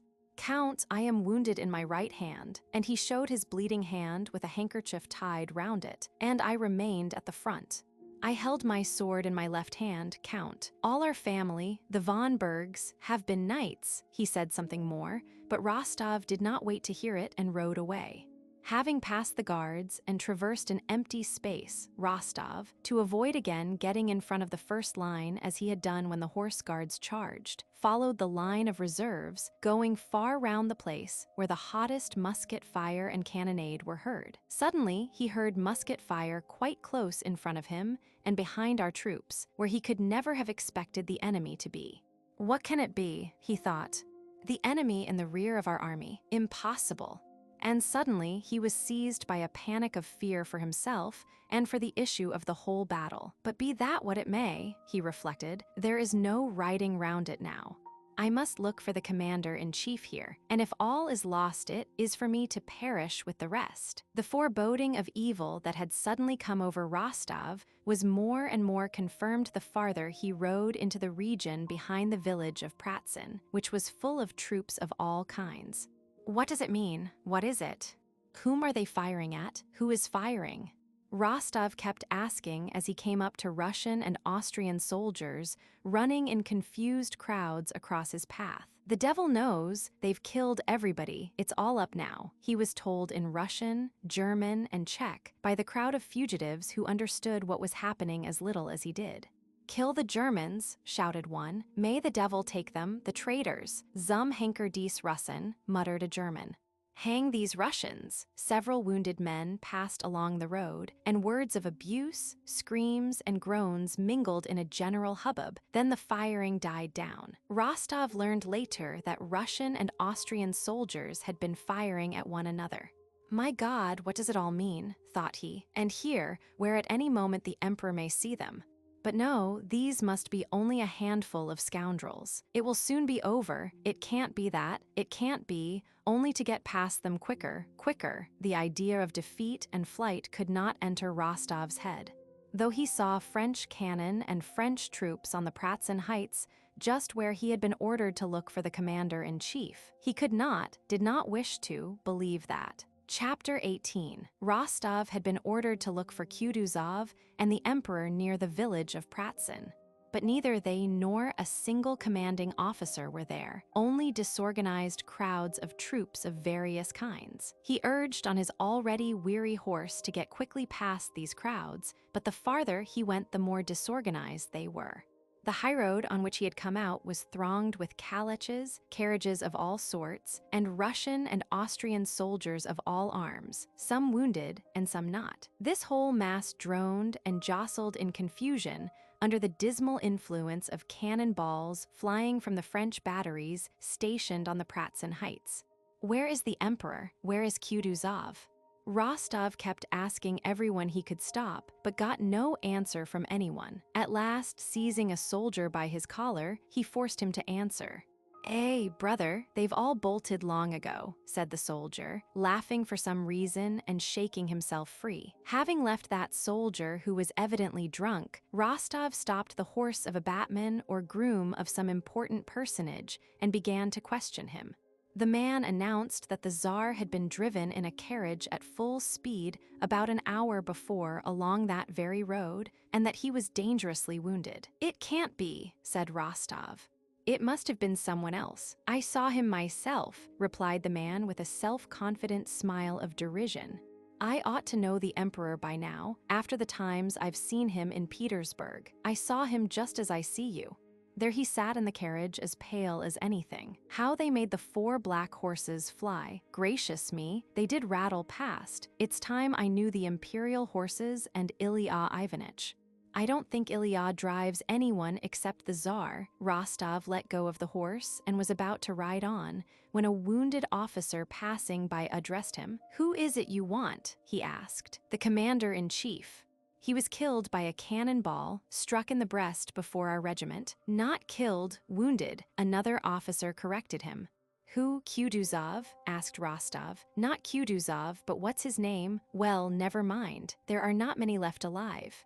"Go that way, to that village. All the commanders are there," said the officer, pointing to the village of Hostoradek, and he walked on. Rostov rode on at a foot-pace, not knowing why or to whom he was now going. The emperor was wounded, the battle lost. It was impossible to doubt it now. Rostov rode in the direction pointed out to him, in which he saw turrets and a church. What need to hurry? What was he now to say to the Tsar or to Kutuzov, even if they were alive and unwounded? "Take this road, Your Honor. That way you will be killed at once," a soldier shouted to him. "They'd kill you there." "Oh, what are you talking about?" said another. "Where is he to go?" "That way is nearer." Rostov considered and then went in the direction where they said he would be killed. "It's all the same now. If the emperor is wounded, am I to try to save myself?" he thought. He rode on to the region where the greatest number of men had perished in fleeing from Pratzen. The French had not yet occupied that region, and the Russians, the uninjured and slightly wounded, had left it long ago. All about the field, like heaps of manure on well-kept plowland, lay from 10 to 15 dead and wounded to each couple of acres. The wounded crept together in twos and threes, and one could hear their distressing screams and groans, sometimes feigned, or so it seemed to Rostov. He put his horse to a trot to avoid seeing all these suffering men, and he felt afraid not for his life, but for the courage he needed and which he knew would not stand the sight of these unfortunates. The French, who had ceased firing at this field strewn with dead and wounded where there was no one left to fire at, on seeing an adjutant riding over it trained a gun on him and fired several shots. The sensation of those terrible whistling sounds and of the corpses around him merged in Rostov's mind into a single feeling of terror and pity for himself. He remembered his mother's last letter. "What would she feel," thought he, "if she saw me here now on this field with the cannon aimed at me?" In the village of Hostoradek, there were Russian troops retiring from the field of battle, who, though still in some confusion, were less disordered. The French cannon did not reach there, and the musketry fire sounded far away. Here everyone clearly saw and said that the battle was lost. No one whom Rostov asked could tell him where the emperor or Kutuzov was. Some said the report that the emperor was wounded was correct, others that it was not, and explained the false rumor that had spread by the fact that the emperor's carriage had really galloped from the field of battle with the pale and terrified Oberhofmarschall Count Tolstoy, who had ridden out to the battlefield with others in the emperor's suite. One officer told Rostov that he had seen someone from headquarters behind the village to the left, and thither Rostov rode, not hoping to find anyone but merely to ease his conscience. When he had ridden about 2 miles and had passed the last of the Russian troops, he saw, near a kitchen garden with a ditch round it, 2 men on horseback facing the ditch.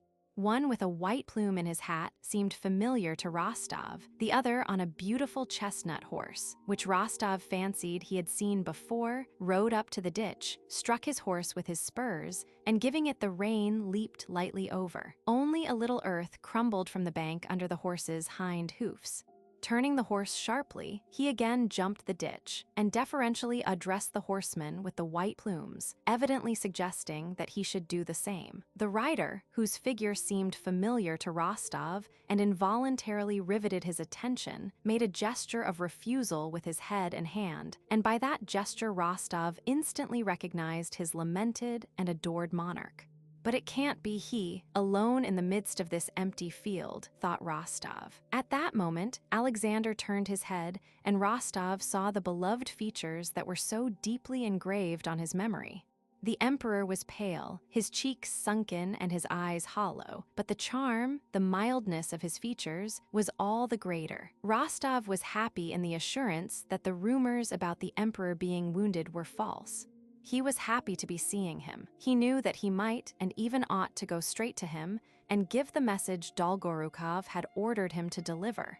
But as a youth in love trembles, is unnerved, and dares not utter the thoughts he has dreamed of for nights, but looks around for help or a chance of delay and flight when the longed-for moment comes, and he is alone with her. So Rostov, now that he had attained what he had longed for more than anything else in the world, did not know how to approach the emperor, and 1,000 reasons occurred to him why it would be inconvenient, unseemly, and impossible to do so. Not one of the innumerable speeches addressed to the emperor that he had composed in his imagination could he now recall. Those speeches were intended for quite other conditions. They were for the most part to be spoken at a moment of victory and triumph, generally when he was dying of wounds and the sovereign had thanked him for heroic deeds, and while dying he expressed the love his actions had proved.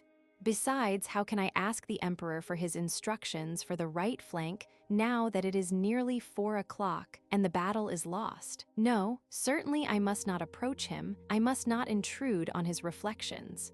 Better die 1,000 times than risk receiving an unkind look or bad opinion from him, Rostov decided. And sorrowfully and with a heart full of despair, he rode away, continually looking back at the Tsar, who still remained in the same attitude of indecision. While Rostov was thus arguing with himself and riding sadly away, Captain von Toll chanced to ride to the same spot, and seeing the emperor at once rode up to him, offered his services, and assisted him to cross the ditch on foot.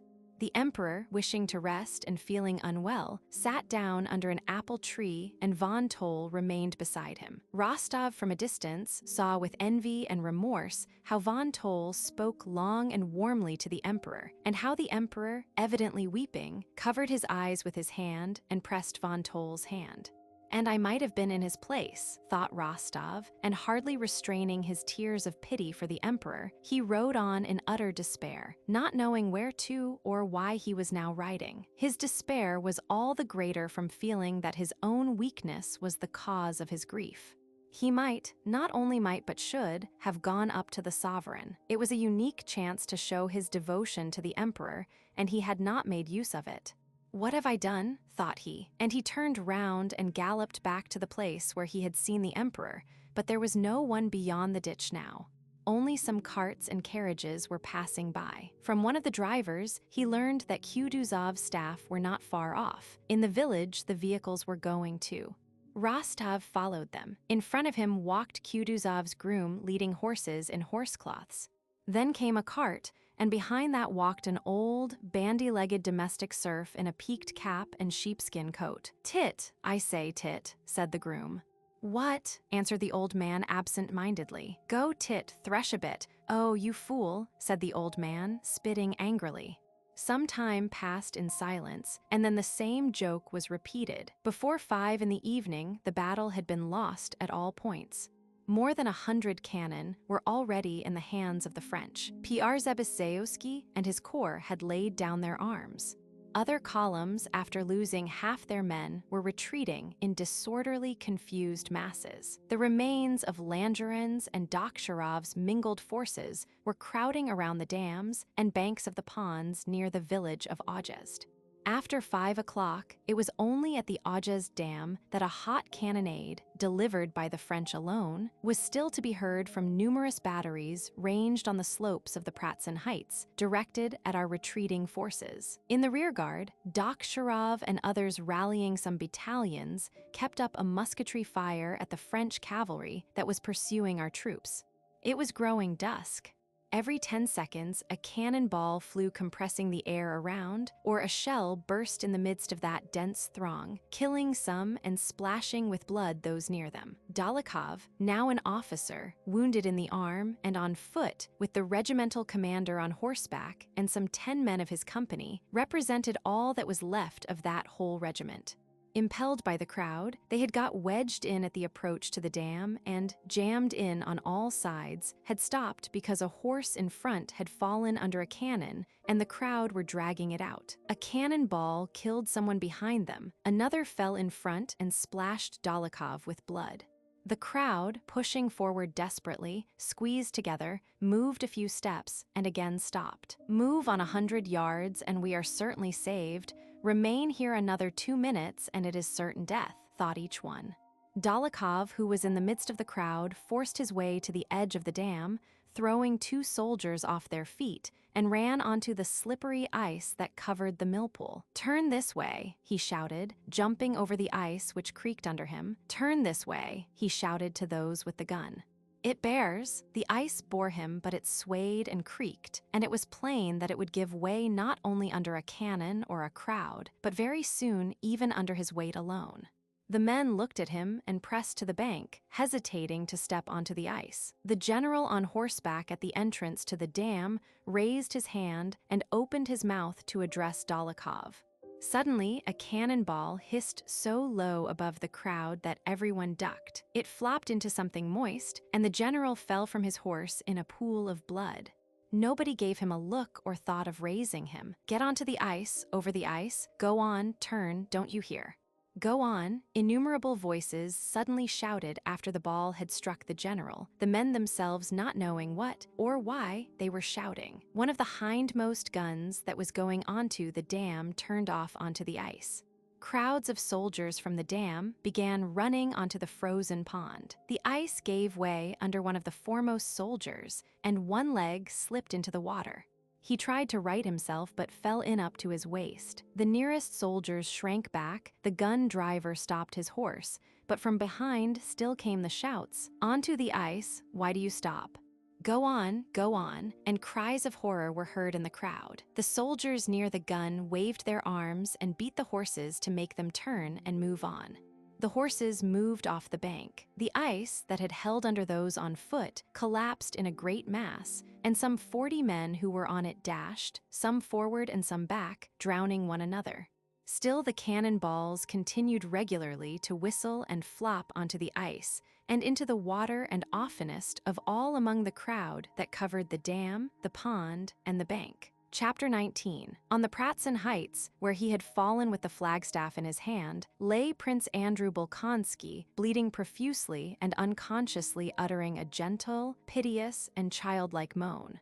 Toward evening, he ceased moaning and became quite still. He did not know how long his unconsciousness lasted.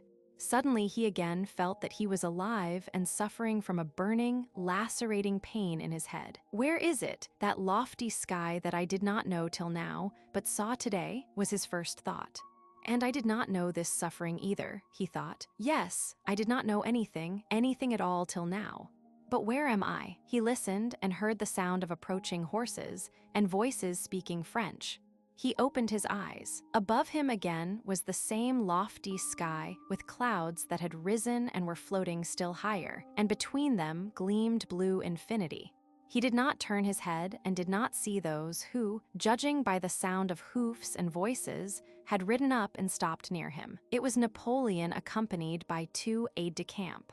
Bonaparte, riding over the battlefield, had given final orders to strengthen the batteries firing at the Audiobooks dam and was looking at the killed and wounded left on the field. "Fine men," remarked Napoleon, looking at a dead Russian grenadier, who, with his face buried in the ground and a blackened nape, lay on his stomach with an already stiffened arm flung wide. "The ammunition for the guns in position is exhausted, Your Majesty," said an adjutant who had come from the batteries that were firing at Audioboks. "Have some brought from the reserve," said Napoleon, and having gone on a few steps, he stopped before Prince Andrew, who lay on his back with the flagstaff that had been dropped beside him. The flag had already been taken by the French as a trophy. "That's a fine death," said Napoleon as he gazed at Bolkonsky. Prince Andrew understood that this was said of him, and that it was Napoleon who said it. He heard the speaker addressed as sire, but he heard the words as he might have heard the buzzing of a fly. Not only did they not interest him, but he took no notice of them and at once forgot them. His head was burning, he felt himself bleeding to death, and he saw above him the remote, lofty, and everlasting sky. He knew it was Napoleon, his hero, but at that moment Napoleon seemed to him such a small, insignificant creature compared with what was passing now between himself and that lofty, infinite sky with the clouds flying over it. At that moment, it meant nothing to him who might be standing over him or what was said of him. He was only glad that people were standing near him and only wished that they would help him and bring him back to life, which seemed to him so beautiful now that he had today learned to understand it so differently. He collected all his strength to stir and utter a sound.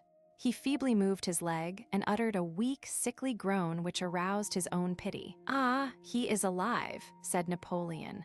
"Lift this young man up and carry him to the dressing station." Having said this, Napoleon rode on to meet Marshal Lannes, who, hat in hand, rode up smiling to the emperor to congratulate him on the victory.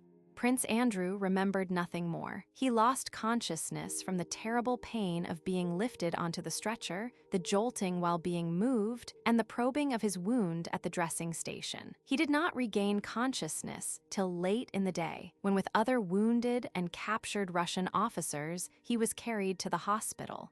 During this transfer, he felt a little stronger and was able to look about him and even speak. The first words he heard on coming to his senses were those of a French convoy officer, who said rapidly, "We must halt here. The emperor will pass here immediately. It will please him to see these gentlemen prisoners." "There are so many prisoners today, nearly the whole Russian army, that he is probably tired of them," said another officer. "All the same, they say this one is the commander of all the Emperor Alexander's guards," said the first one, indicating a Russian officer in the white uniform of the horse guards. Bolkonsky recognized Prince Repnin, whom he had met in Petersburg society. Beside him stood a lad of 19, also a wounded officer of the horse guards. Bonaparte, having come up at a gallop, stopped his horse. "Which is the senior?" he asked, on seeing the prisoners. They named the colonel, Prince Repnin. "You are the commander of the Emperor Alexander's regiment of horse guards?" asked Napoleon. "I commanded a squadron," replied Repnin. "Your regiment fulfilled its duty honorably," said Napoleon. "The praise of a great commander is a soldier's highest reward," said Repnin. "I bestow it with pleasure," said Napoleon. "And who is that young man beside you?" Prince Repnin named Lieutenant Sakhalin.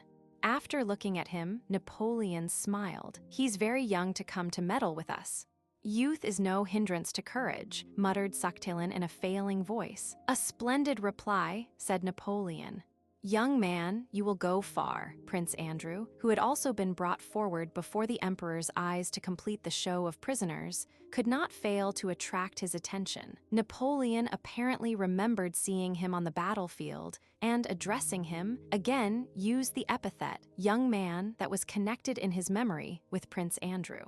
"Well, and you, young man," said he, "how do you feel, mon brave?" Though 5 minutes before, Prince Andrew had been able to say a few words to the soldiers who were carrying him, now with his eyes fixed straight on Napoleon, he was silent. So insignificant at that moment seemed to him all the interests that engrossed Napoleon, so mean did his hero himself with his paltry vanity and joy in victory appear, compared to the lofty, equitable, and kindly sky which he had seen and understood, that he could not answer him. Everything seemed so futile and insignificant in comparison with the stern and solemn train of thought that weakness from loss of blood, suffering, and the nearness of death aroused in him. Looking into Napoleon's eyes, Prince Andrew thought of the insignificance of greatness, the unimportance of life, which no one could understand, and the still greater unimportance of death, the meaning of which no one alive could understand or explain. The emperor, without waiting for an answer, turned away and said to one of the officers as he went, "Have these gentlemen attended to and taken to my bivouac. Let my doctor, Larry, examine their wounds. Au revoir, Prince Repnin," and he spurred his horse and galloped away. His face shone with self-satisfaction and pleasure. The soldiers who had carried Prince Andrew had noticed and taken the little gold icon Princess Mary had hung round her brother's neck. But seeing the favor the emperor showed the prisoners, they now hastened to return the holy image. Prince Andrew did not see how and by whom it was replaced, but the little icon with its thin gold chain suddenly appeared upon his chest outside his uniform. It would be good, thought Prince Andrew, glancing at the icon his sister had hung round his neck with such emotion and reverence. It would be good if everything were as clear and simple as it seems to Mary. How good it would be to know where to seek for help in this life, and what to expect after it beyond the grave. How happy and calm I should be if I could now say, "Lord, have mercy on me," but to whom should I say that? Either to a power indefinable, incomprehensible, which I not only cannot address, but which I cannot even express in words, the great all-or-nothing, said he to himself, or to that God who has been sewn into this amulet by Mary. There is nothing certain, nothing at all except the unimportance of everything I understand, and the greatness of something incomprehensible but all-important. The stretchers moved on. At every jolt, he again felt unendurable pain. His feverishness increased and he grew delirious. Visions of his father, wife, sister, and future son, and the tenderness he had felt the night before the battle, the figure of the insignificant little Napoleon, and above all this, the lofty sky, formed the chief subjects of his delirious fancies. The quiet home life and peaceful happiness of Bald Hills presented itself to him. He was already enjoying that happiness when that little Napoleon had suddenly appeared with his unsympathizing look of short-sighted delight at the misery of others, and doubts and torments had followed, and only the heavens promised peace. Toward morning, all these dreams melted and merged into the chaos and darkness of unconsciousness and oblivion, which, in the opinion of Napoleon's doctor, Larry, was much more likely to end in death than in convalescence. "He is a nervous, bilious subject," said Larry, "and will not recover." And Prince Andrew, with others fatally wounded, was left to the care of the inhabitants of